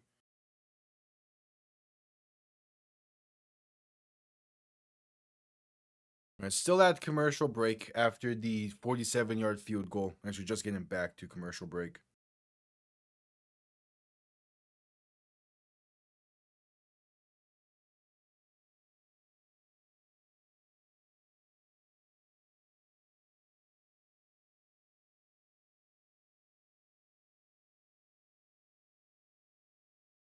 As Minnesota's on the clock now. Yeah, and like there's still like and there's talent in that running in those running backs available. I'm just confused why they're falling this far. It's not like the NFL draft to not have a single running back selected in the second round and still none drafted in the third. Kickoff underway, going to be returned beginning from the 6. Based up past the 15, past the 20, 25, out past the 30, 35, past the 40, 45, and out of bounds around the 50. Madden McCrane makes the tackle along the sideline at about midfield. Pick is in for Minnesota. Maybe. I I could see the Vikings getting a running back. With Aaron Jones getting up there in age and them not really having a true running back too. Like they have Jordan Mason, but I mean, if you can definitely improve on that in this year's draft.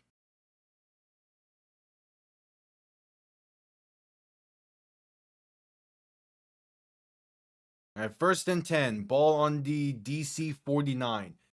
DTR looking to throw, pressure coming and sacked. Instantly back to their own 41. It's Sam Kidd. Dude, he's been making so many plays for DC, not only this year but last year as well. He's been a stud for them a stud for them at corner. He knows how to disguise those blitzes well, and he can get into the backfield quick. Aaron Jones, Minnesota's current main running back. He's been there for a few years, dude. DTR and shotgun back to his right. 3 receivers to the right as well. Gonna look quick throw right side for the receiver screen.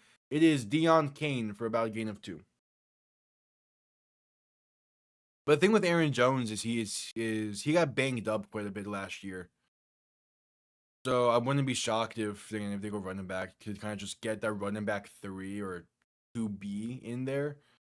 And then if Aaron Jones goes down, you still have a solid, complete running back room. All right, 3rd and 15. Dorian Thompson-Robinson in shotgun, back to his right. 3 receivers to the left. Ball on their own 46. Robinson looking to throw, pressure comes quick. Pass over the middle is caught. Not going to be enough for the first, but does get up to the DC 41. It's Jaden Mickens on the grab. Going to make this a much more manageable 4th and 2 for Birmingham.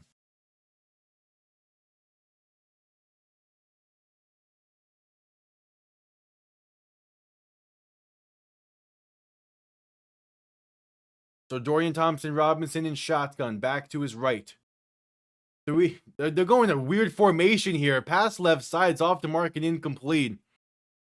They went with the 3 down linemen and then move out the tackles to the outside to be extra blockers.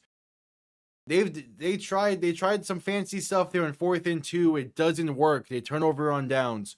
And with 3:15 to play in the third, we go to a commercial break. All right, here comes Minnesota's pick.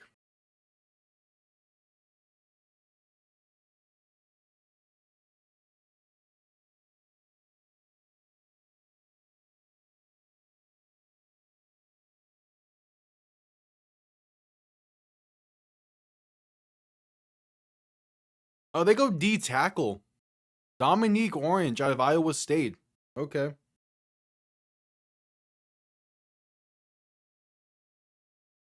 Not bad. Just improving that defense. Anything to improve the trenches, I'm cool with. I'm going to at least attempt that.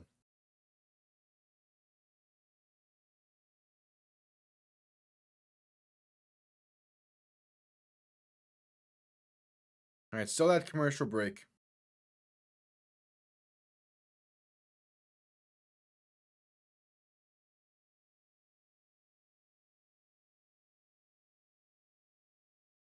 Yeah, and running backs are falling in this.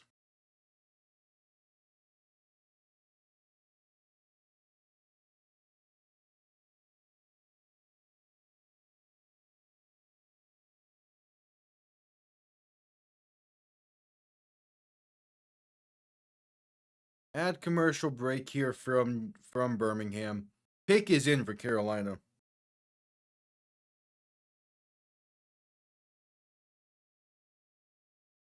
And yep, tomorrow night. That's next Friday. But tomorrow night, we do have a good matchup in the UFL.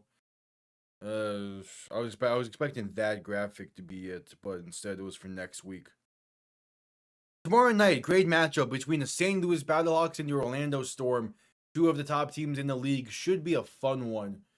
We'll see if Orlando can protect home turf to get a 5-0.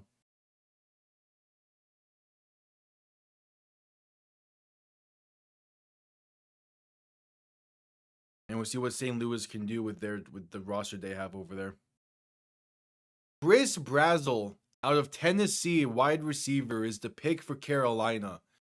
So they add to Ted McMillan and they add to Xavier Legette. They get another weapon for Bryce Young. I'm cool with it. Jamu gonna hand this off up the middle, and there's some space. Past midfield, past the 40, 35, 30, 25, and tripped up around the 22 is Xavier Valade on the carry. And DC is knocking already.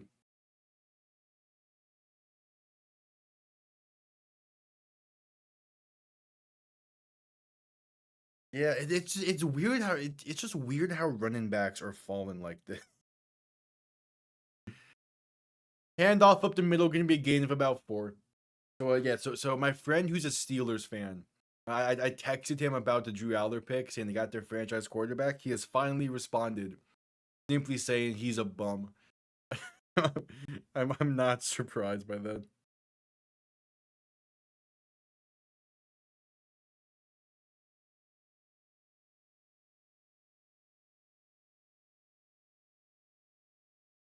Gonna hand this off up the middle on 2nd and 6 for Valade, and that's a gain of about 2. We're heading to a commercial break in the draft.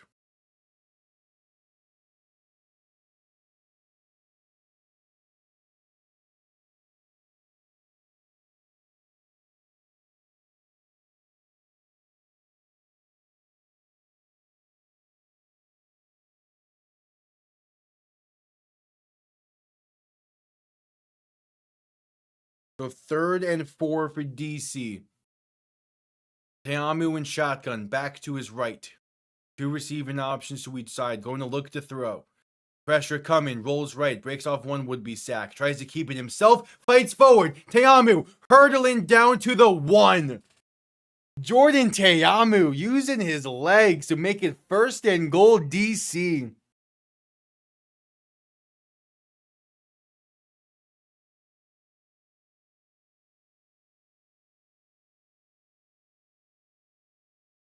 All right. Hey, he's trying to prove me wrong with what I said during predictions of Jason Bean gonna be the main one to use his legs in that quarterback room. Teamu's doing it aplenty tonight. Handoff up the middle, gonna be enough for the first. It is in for 6. Xavier Valade, his 2nd of the night, extends this DC lead. They are starting to run away with this one. With 55 seconds to play in the 3rd. The 2nd effort got him in. And also decent blocking up front. But yeah, that 2nd effort was the main thing.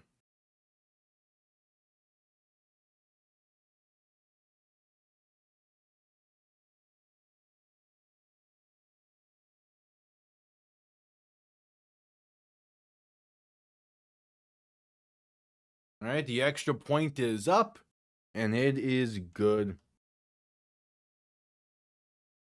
They lead by 19.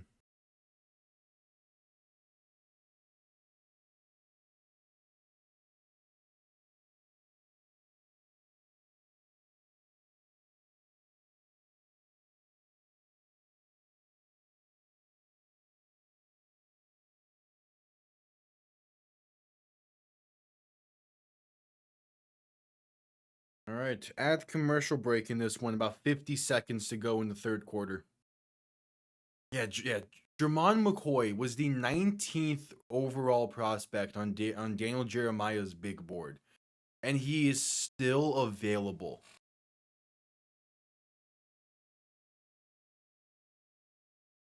Whoever ends up drafting him is going to get a steal. I already know it, man. Even with the injury concerns. They're gonna get an absolute steal of a prospect.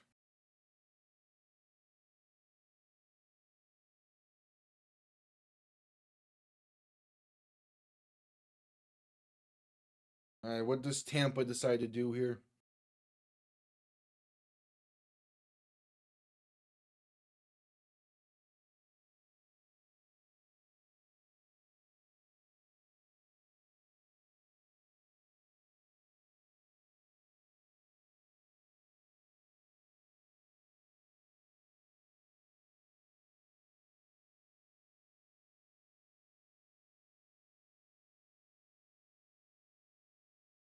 Oh, on the Browns have traded up. The the Browns are up at 86. They gave up 105, 145, and 206 to move up a few spots. So the Steelers pick is already in, I assume, as they're up next. The Browns will be on the clock. Yeah, there are teams out there that could benefit from adding a running back to the roster. But I guess again, the idea probably is there is so many running backs available, and there's so many. It's a pretty deep running back class, as most running back classes kind of are. So they're willing to wait on that in order to get other positions that are starting to go.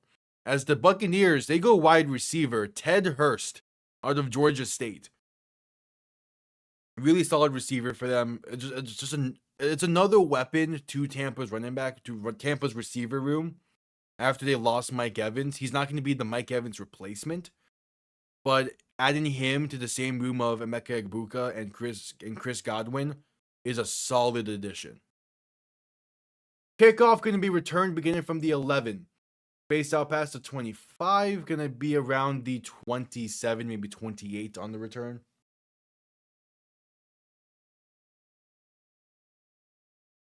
All right, so yeah, pick is in for both Pittsburgh and Cleveland now, so Miami is on the clock.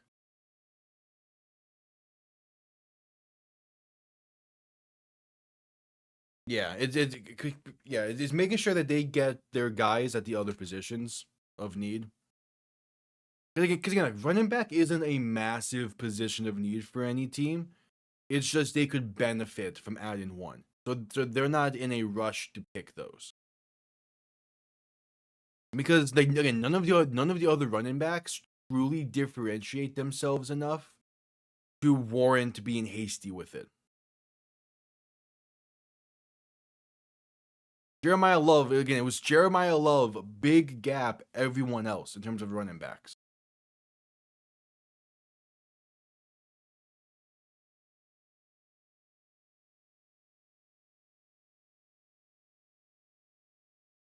At 1st and 10 for Birmingham. Dorian Thompson-Robinson in shotgun, back to his right. 3 receivers to the right as well. Looking to throw, pump faking, pass deep right side, going to be caught by Jaden Mickens. Going to be down around their own 45.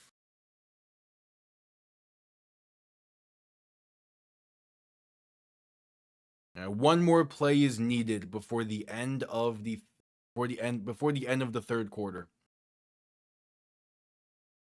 DTR in shotgun, back to his left. 2 receiving options to each side. Robinson looking to throw, has some time, deep shot right side, gonna be overthrown and incomplete. Steelers drafted Dalen Everett, corner out of Georgia. How is Jermon McCoy still falling like this? I get the injury concerns, but he was a top 20 prospect, according to Daniel Jeremiah, who's a pretty well-respected, well-respected draft analyst. There's no way McCoy's injuries are this concerning. As that will be the end of the third quarter. 15 minutes remain. 15 minutes remaining from Birmingham. Can the Stallions mount a comeback? We shall see. All right, the pick is in for Miami. Cleveland's up next, though.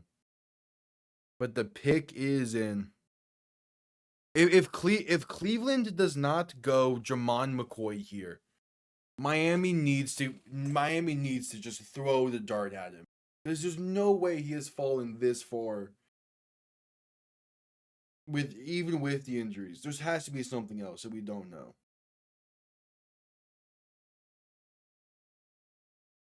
Like if he's still available at 87, Miami needs to be all over it.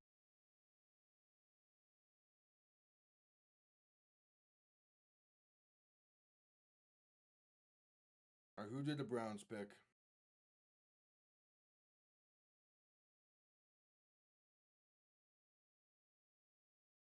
They go Austin Barber, tackle out of the University of Florida. So Jermon McCoy is still available for Miami here. I feel like this is the pick. There's no way you let him fall even more. When corner could be like when adding him and Chris Johnson is possible. Like,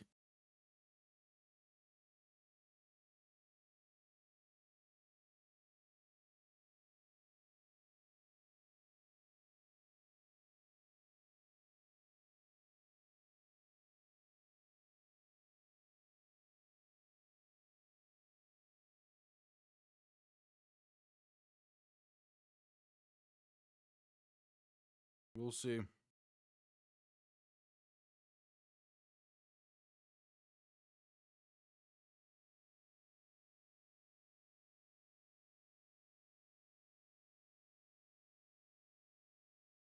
Pick is in for Miami.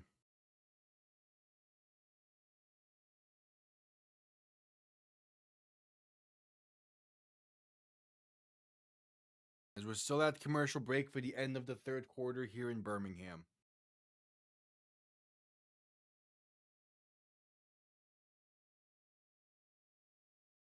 All right, who's the pick at 80? Who's the pick at 87? Miami will have one more pick after this, as we're nearing the end of the third round.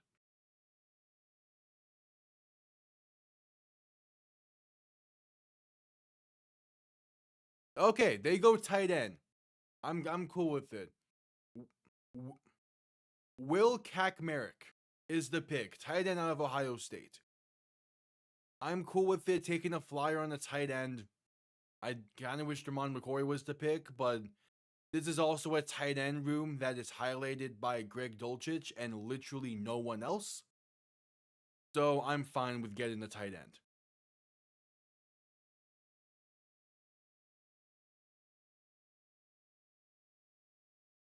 Just back from commercial break, and there was penalties before the snap.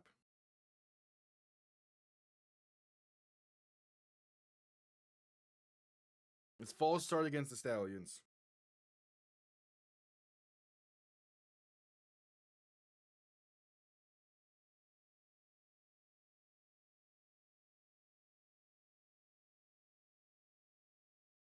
And now Jacksonville's pick is in. Miami has one more pick in this year's draft, in the third round. Yeah, Miami desperately needed a tight end there. Jeez. So I'm fine with it. DTR looking to throw in second and 15. Pass deep, left side, going to be off the market incomplete. There's the penalty. Going to be against DC.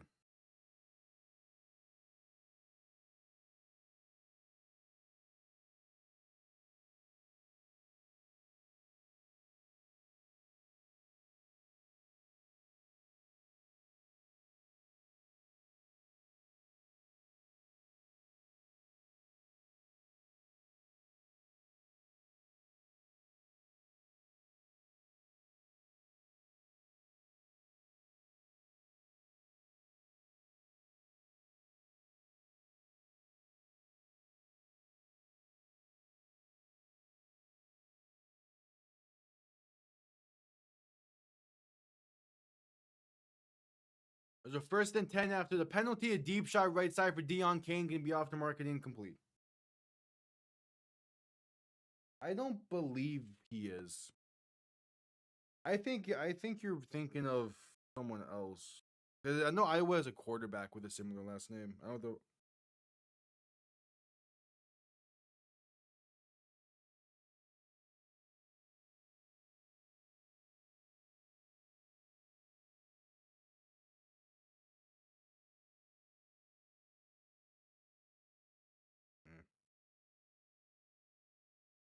I cannot. Second and 10 for Birmingham. DTR and shotgun looking to throw. Dump off over the middle. Going to be caught for a gain of about a yard.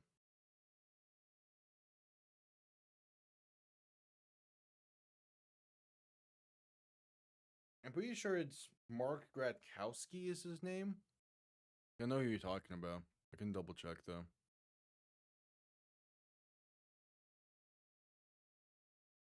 It's Mark Gronowski. It's similar, but no, they're not related. DTR and shotgun back to his right. 3 receivers to the left, looking to throw in 3rd and 9.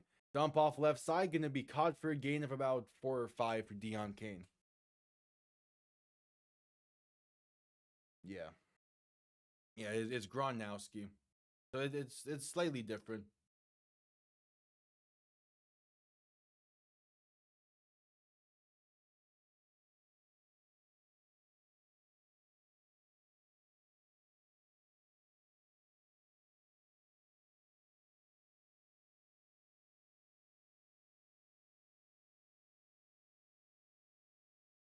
So 4th and 4, and there's a stoppage before the snap. False start against the Stallions. So a 4th and 9 coming up.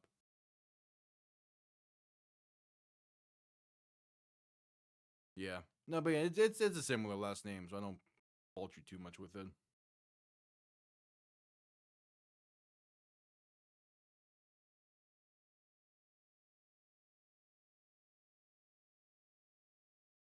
All right, 4th and 9.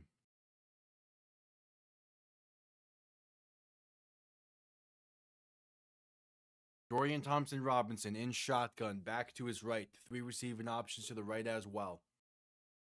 Going to look to throw.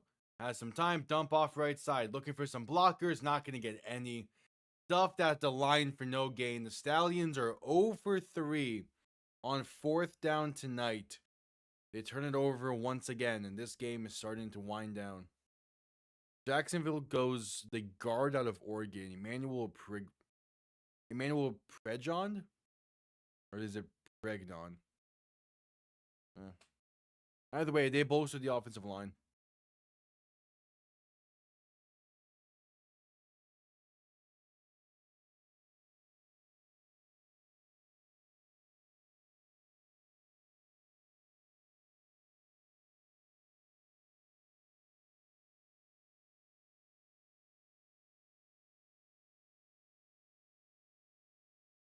All right, Bears pick is in.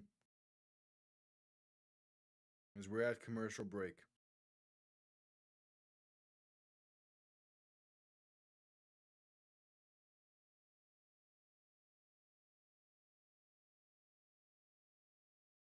All right, at commercial break.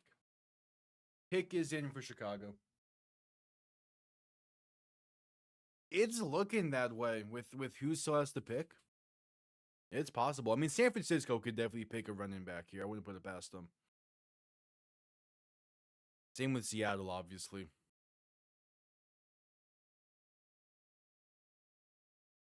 But we'll see.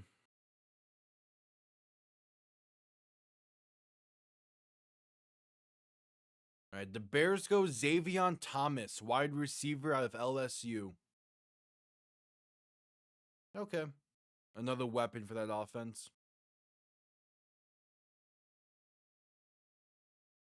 Especially after they just traded DJ Moore. I don't put it past them.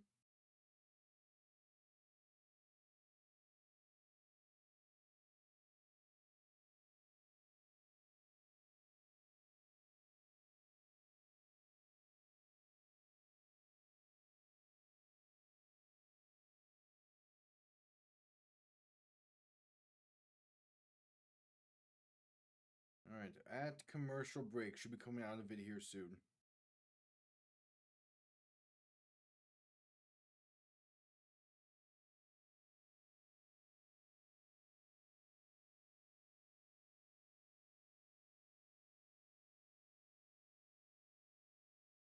All right, pick is in for San Francisco.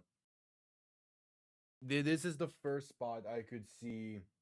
Oh yeah, true. They did go running back last night. Forgot about that. I mean, they can go another. I wouldn't put it past them.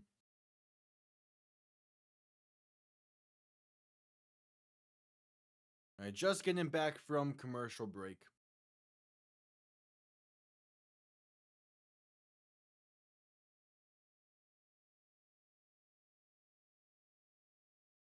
First and 10 for DC from their own 47. Jamu and shotgun back to his left. Going to hand this off up the middle for Abram Smith. That's a gain of roughly 3. Oh, there's a running back off the board, but it's Kalen Black out of Indiana. San Francisco does go running back. The first since the first round. But it's not Emmett Johnson.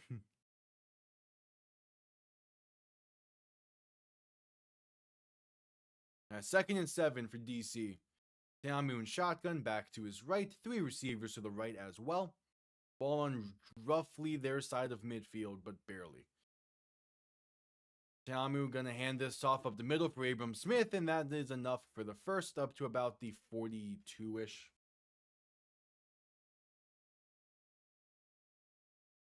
It definitely could, but they're gonna need the offense a bit better now.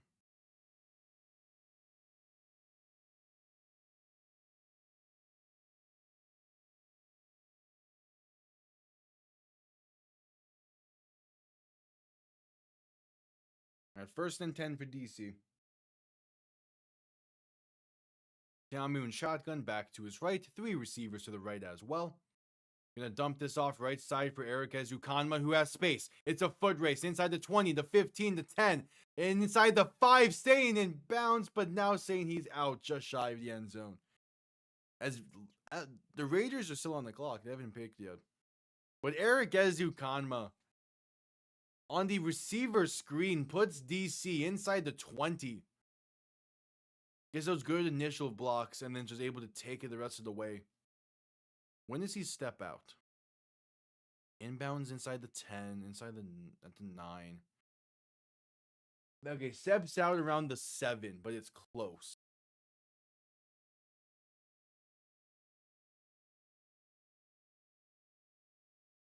So first and goal. Jamu and shotgun back to his right. Gonna hand this off up the middle. It's inside the 5, and Abram Smith is stood up around the 3. All right, pick is in for the Raiders now.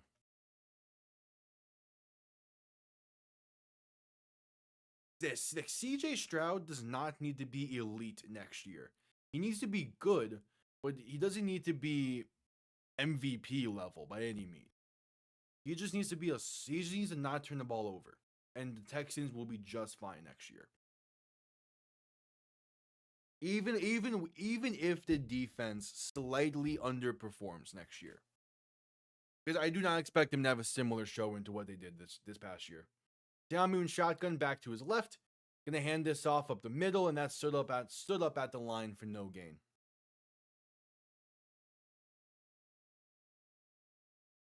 Yeah, not a bad way to put it.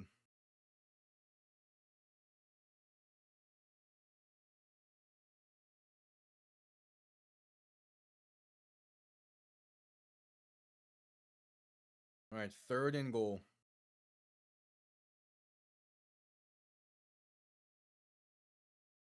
Ball on about the 4-yard line. Teamu and shotgun back to his left. 2 receiving options to each side. Man in motion left to right. Teamu going to hand this off for Abram Smith. Left side, and he is in. They continue to extend this lead. Abram Smith from 4 yards out. Oh, now they're marking him short. Now he looked in there. Did the knee touch? That's close. I still think he's in.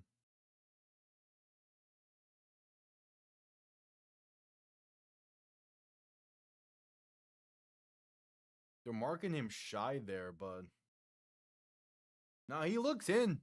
That looks good.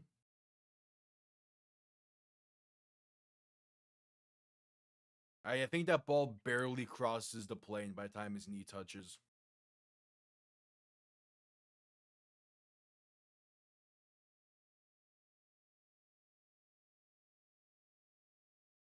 DC gonna challenge this, I assume? Or is it just being reviewed? Yeah, it's being reviewed. Hey, Blandino.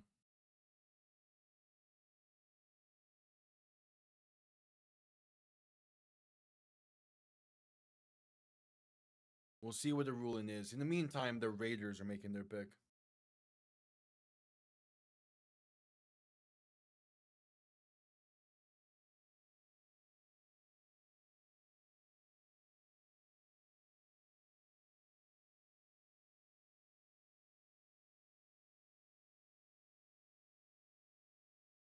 Yeah, as they're reviewing this to see if he's in.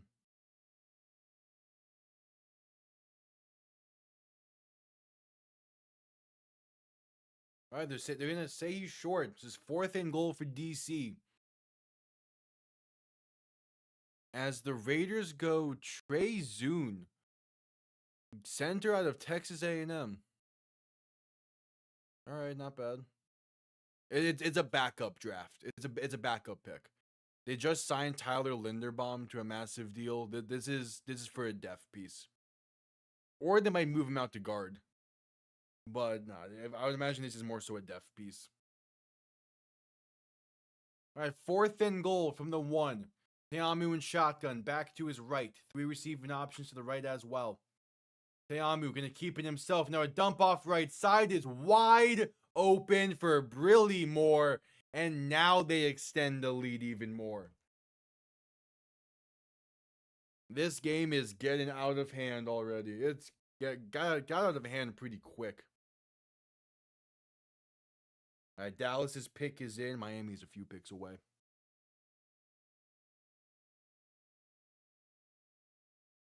All right. The Dallas's pick is in. The Rams' pick is in. Miami is on the clock at 94.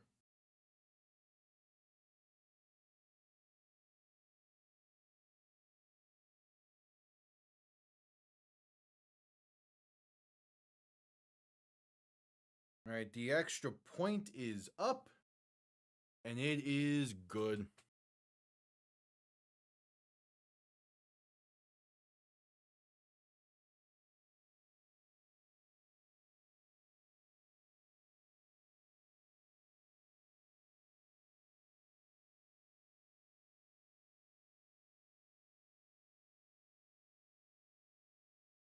All right, Cowboys making their selection.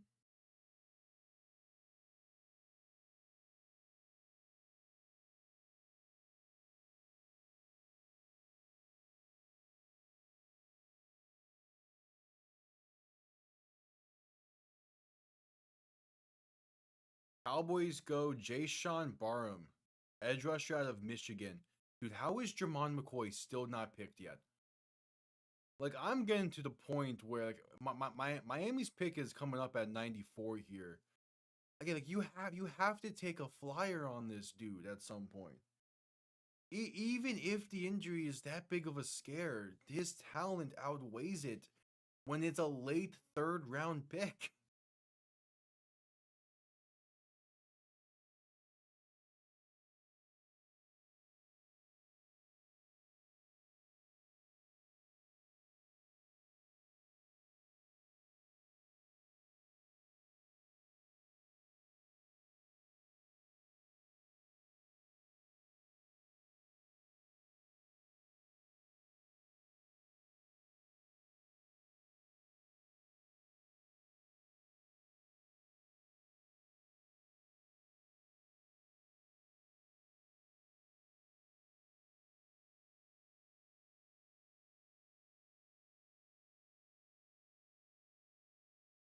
All right, pick is in for the Rams.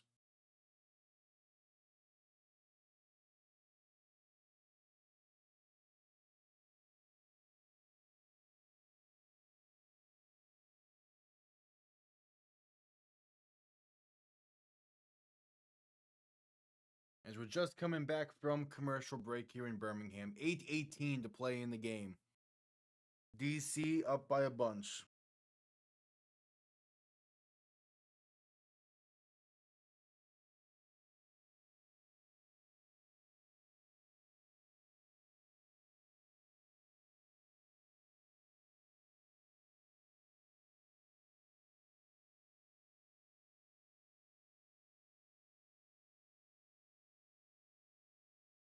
Rams go Keegan Trost, tackle out of Missouri.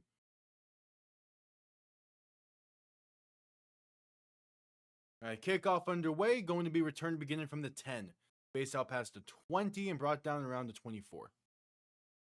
But Jermon McCoy still being available is crazy, though. But Miami's up at 94 here.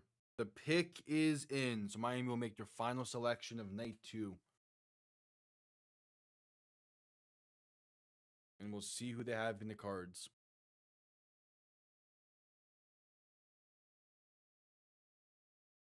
Meanwhile, Dorian Thompson-Robinson in shotgun, finding himself down by 26,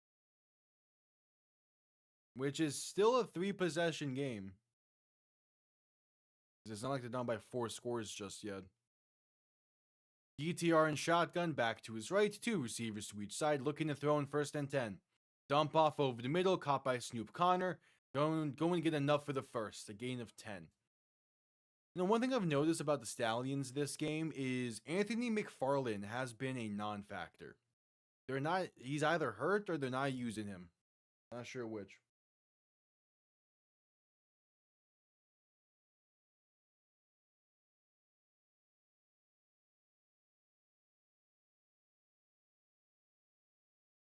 All right, DTR in shotgun, back to his right, 3 receivers to the left, looking to throw in 1st and 10.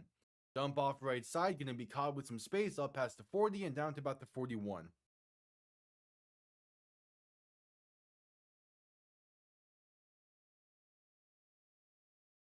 Oh, and the Steelers have traded up. They're on the clock. As we still await Miami's next pick.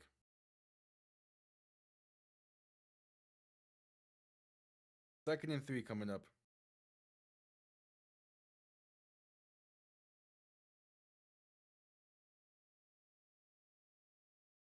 DTR looking to throw in 2nd and 3. Pass left side is wide open and enough for the first, just past midfield to the 48 is Jaden Mickens on the grab.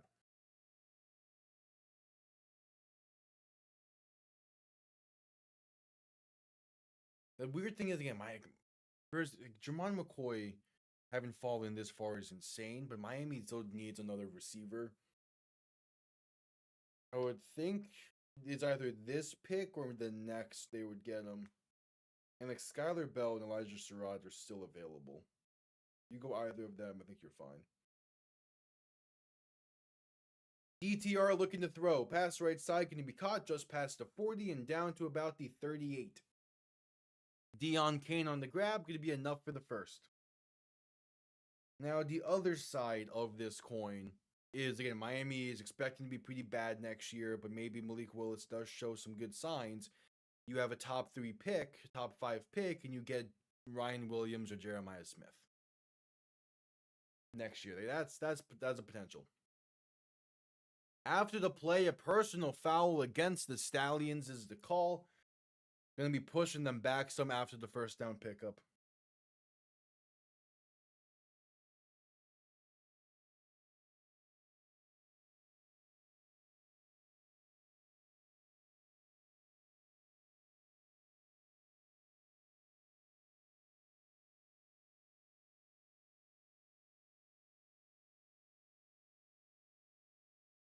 All right, so 6 minutes, 6:24 to play in the game as the NFL draft is just coming back from commercial break.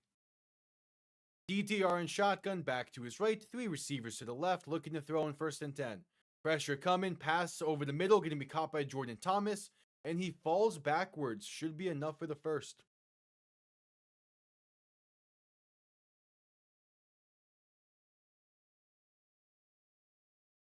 All right, who you got, Miami?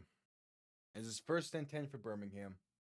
The last pick of the night for the Dolphins as of now. Obviously, could trade back up, but I doubt they will. They go Chris Bell, wide receiver out of Louisville. They get another receiver. I'm fine with this. He's a solid big-bodied receiver. DTR to throw, deep shot, left side for Deion Kane, and it is incomplete.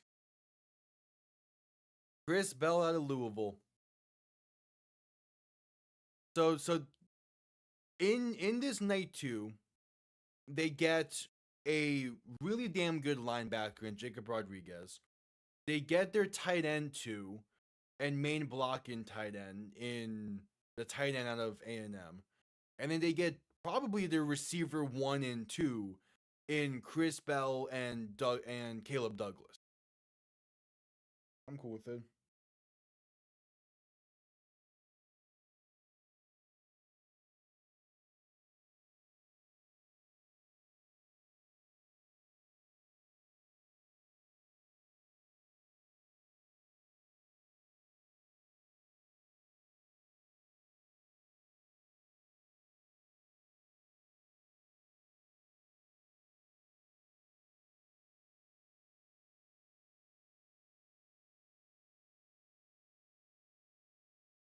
As a 2nd and 10, pass deep over the middle is way high and incomplete.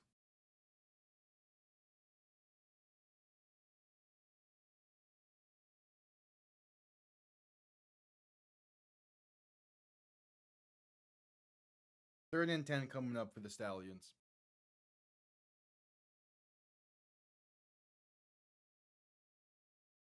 Hey, Deion Branch is announcing the pick for the Patriots here. DTR and shotgun back to his left. 2 receivers to each side looking to throw in 3rd and 10.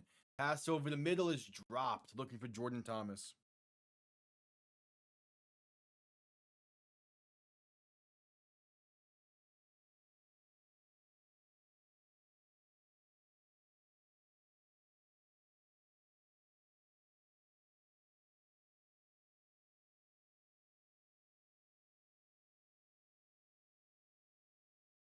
All right, 4th and 10 for the Stallions.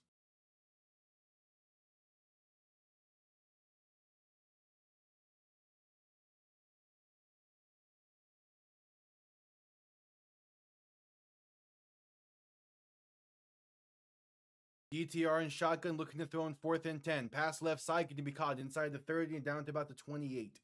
Jaden Mickens on the grab once again.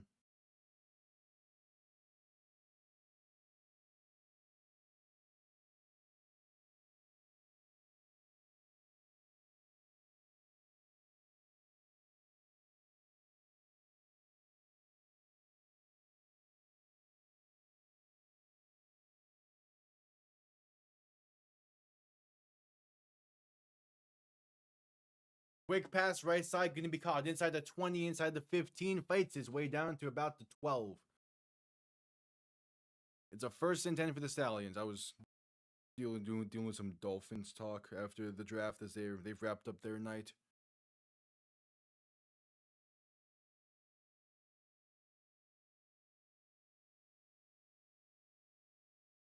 DTR and shotgun back to his right. 3 receivers to the left, looking to throw in 1st and 10. Has some time, pass left side, bobbled and incomplete, looking for Deion Kane. Just under 3 minutes to play in the game.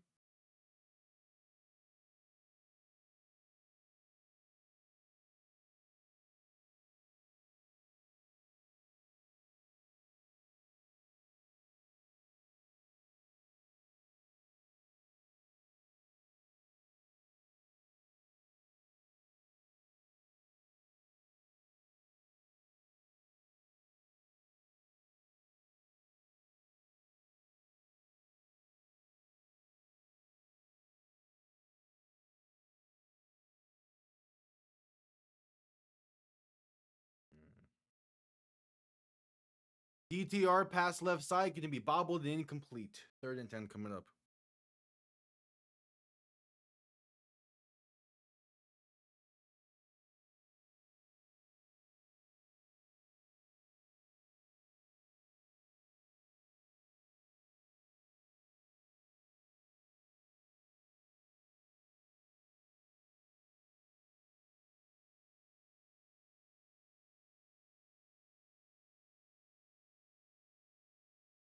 All right, DTR looking to throw in 3rd and 10. Rolling to his right to buy some time. Has space inside the 5, and he's going to walk it in for 6. Dorian Thompson-Robinson, right before the 2-minute warning, is going to keep this game alive a little bit for the Stallions. We'll see by how much.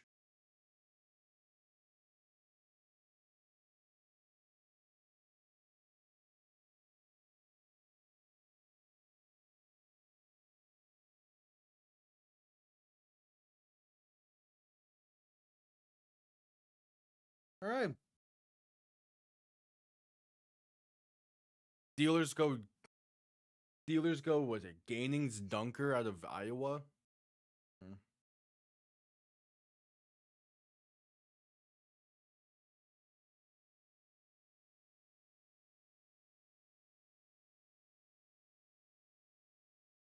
As there is also a DC player still to get up afterwards. We're at the 2-minute warning, a minute 53 to play in the game. It's a 20-point DC lead. Birmingham is going to have to go for the onside kick after this.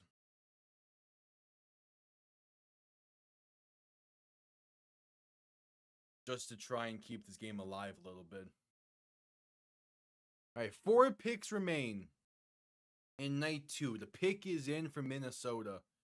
They have back-to-back before we get to Seattle and Jacksonville to round out the 3rd round.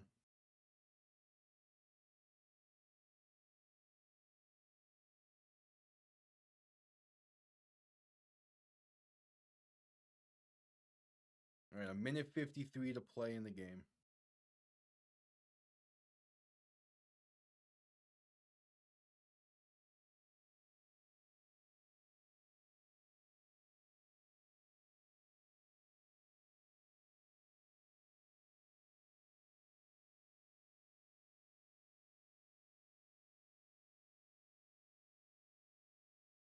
Well, there's 100 picks through the first three rounds, and that's because of compensatory picks. So when you lose players in free agency, if they sign to a certain dollar value, and you don't sign anyone to a similar dollar value, you get a pick as compensation for losing the talent.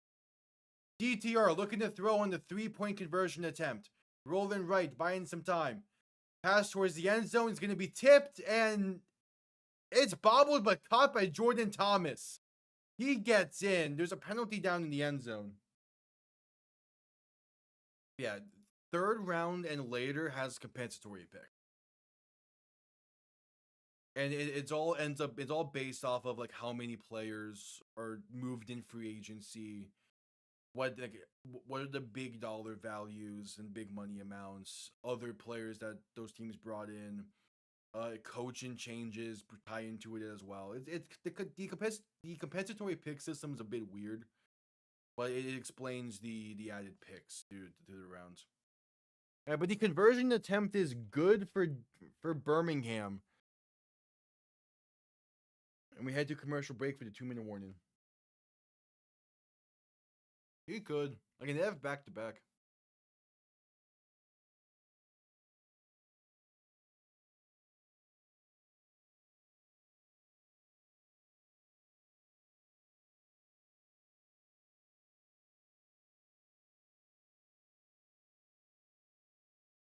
As we're at commercial break.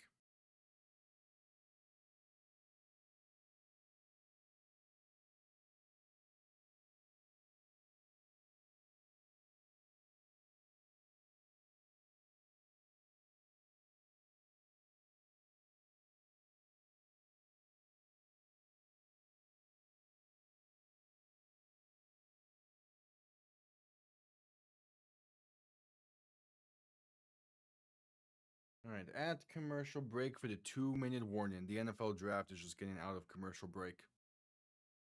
Pick is in for Minnesota as they have back-to-back picks here.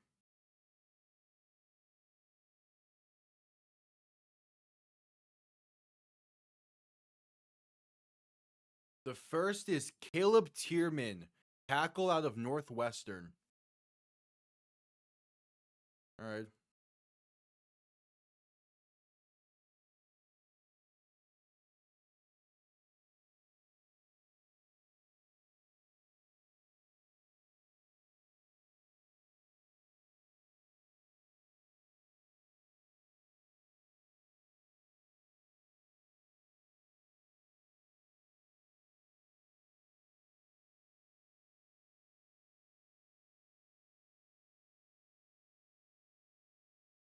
All right, just getting back from commercial break. Again, tomorrow, week 5 continues with your Orlando Storm hosting the St. Louis Battlehawk is Anthony Beck coaching against his former team for the first time. That should be a very interesting game. And then Sunday has a double header to wrap up the week. 1:53 to go from this one.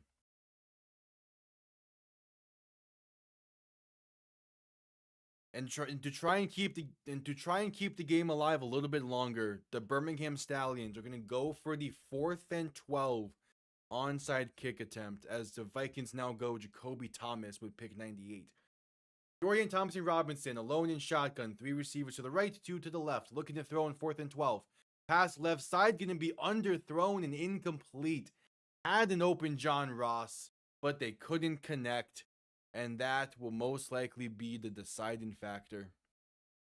No, not deciding factor. That most likely be the closing factor of this game.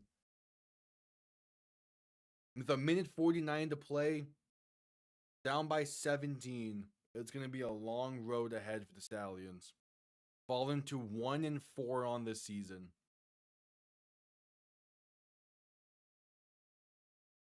And what was a pretty solid game by Dorian Thompson-Robinson, there's definitely stuff you can build off of there.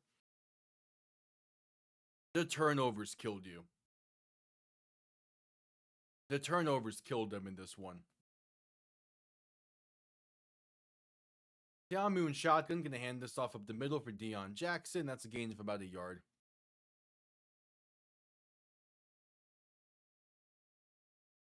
Yeah.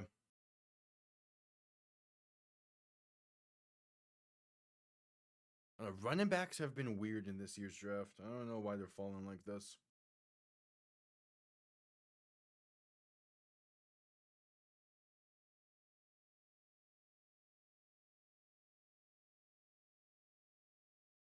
All right, 2nd and 8. They're going to let this clock run. Seahawks go Julian Neal, corner out of Arkansas for pick 99. That just leaves the Jaguars, pick 100 to wrap up the 3rd round. Meanwhile, Tiamu and shotgun back to his left to get the snap off in time. Handoff up the middle, going to be a gain of about 2. One more play is needed before they can let the full clock time run out in this one.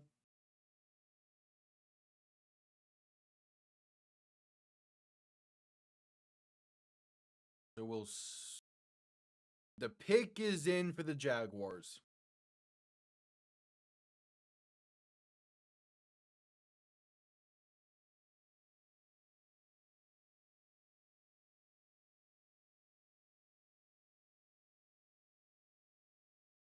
Yeah, DC has their third 40-plus point game of the season. No one else has come close as there's the final kneel down. DC kicks off week 5 with a win, and the final pick of the 3rd round is Jalen Husky, safety out of Maryland, going to the Jacksonville Jaguars. Perfect timing on these 2 wrapping up.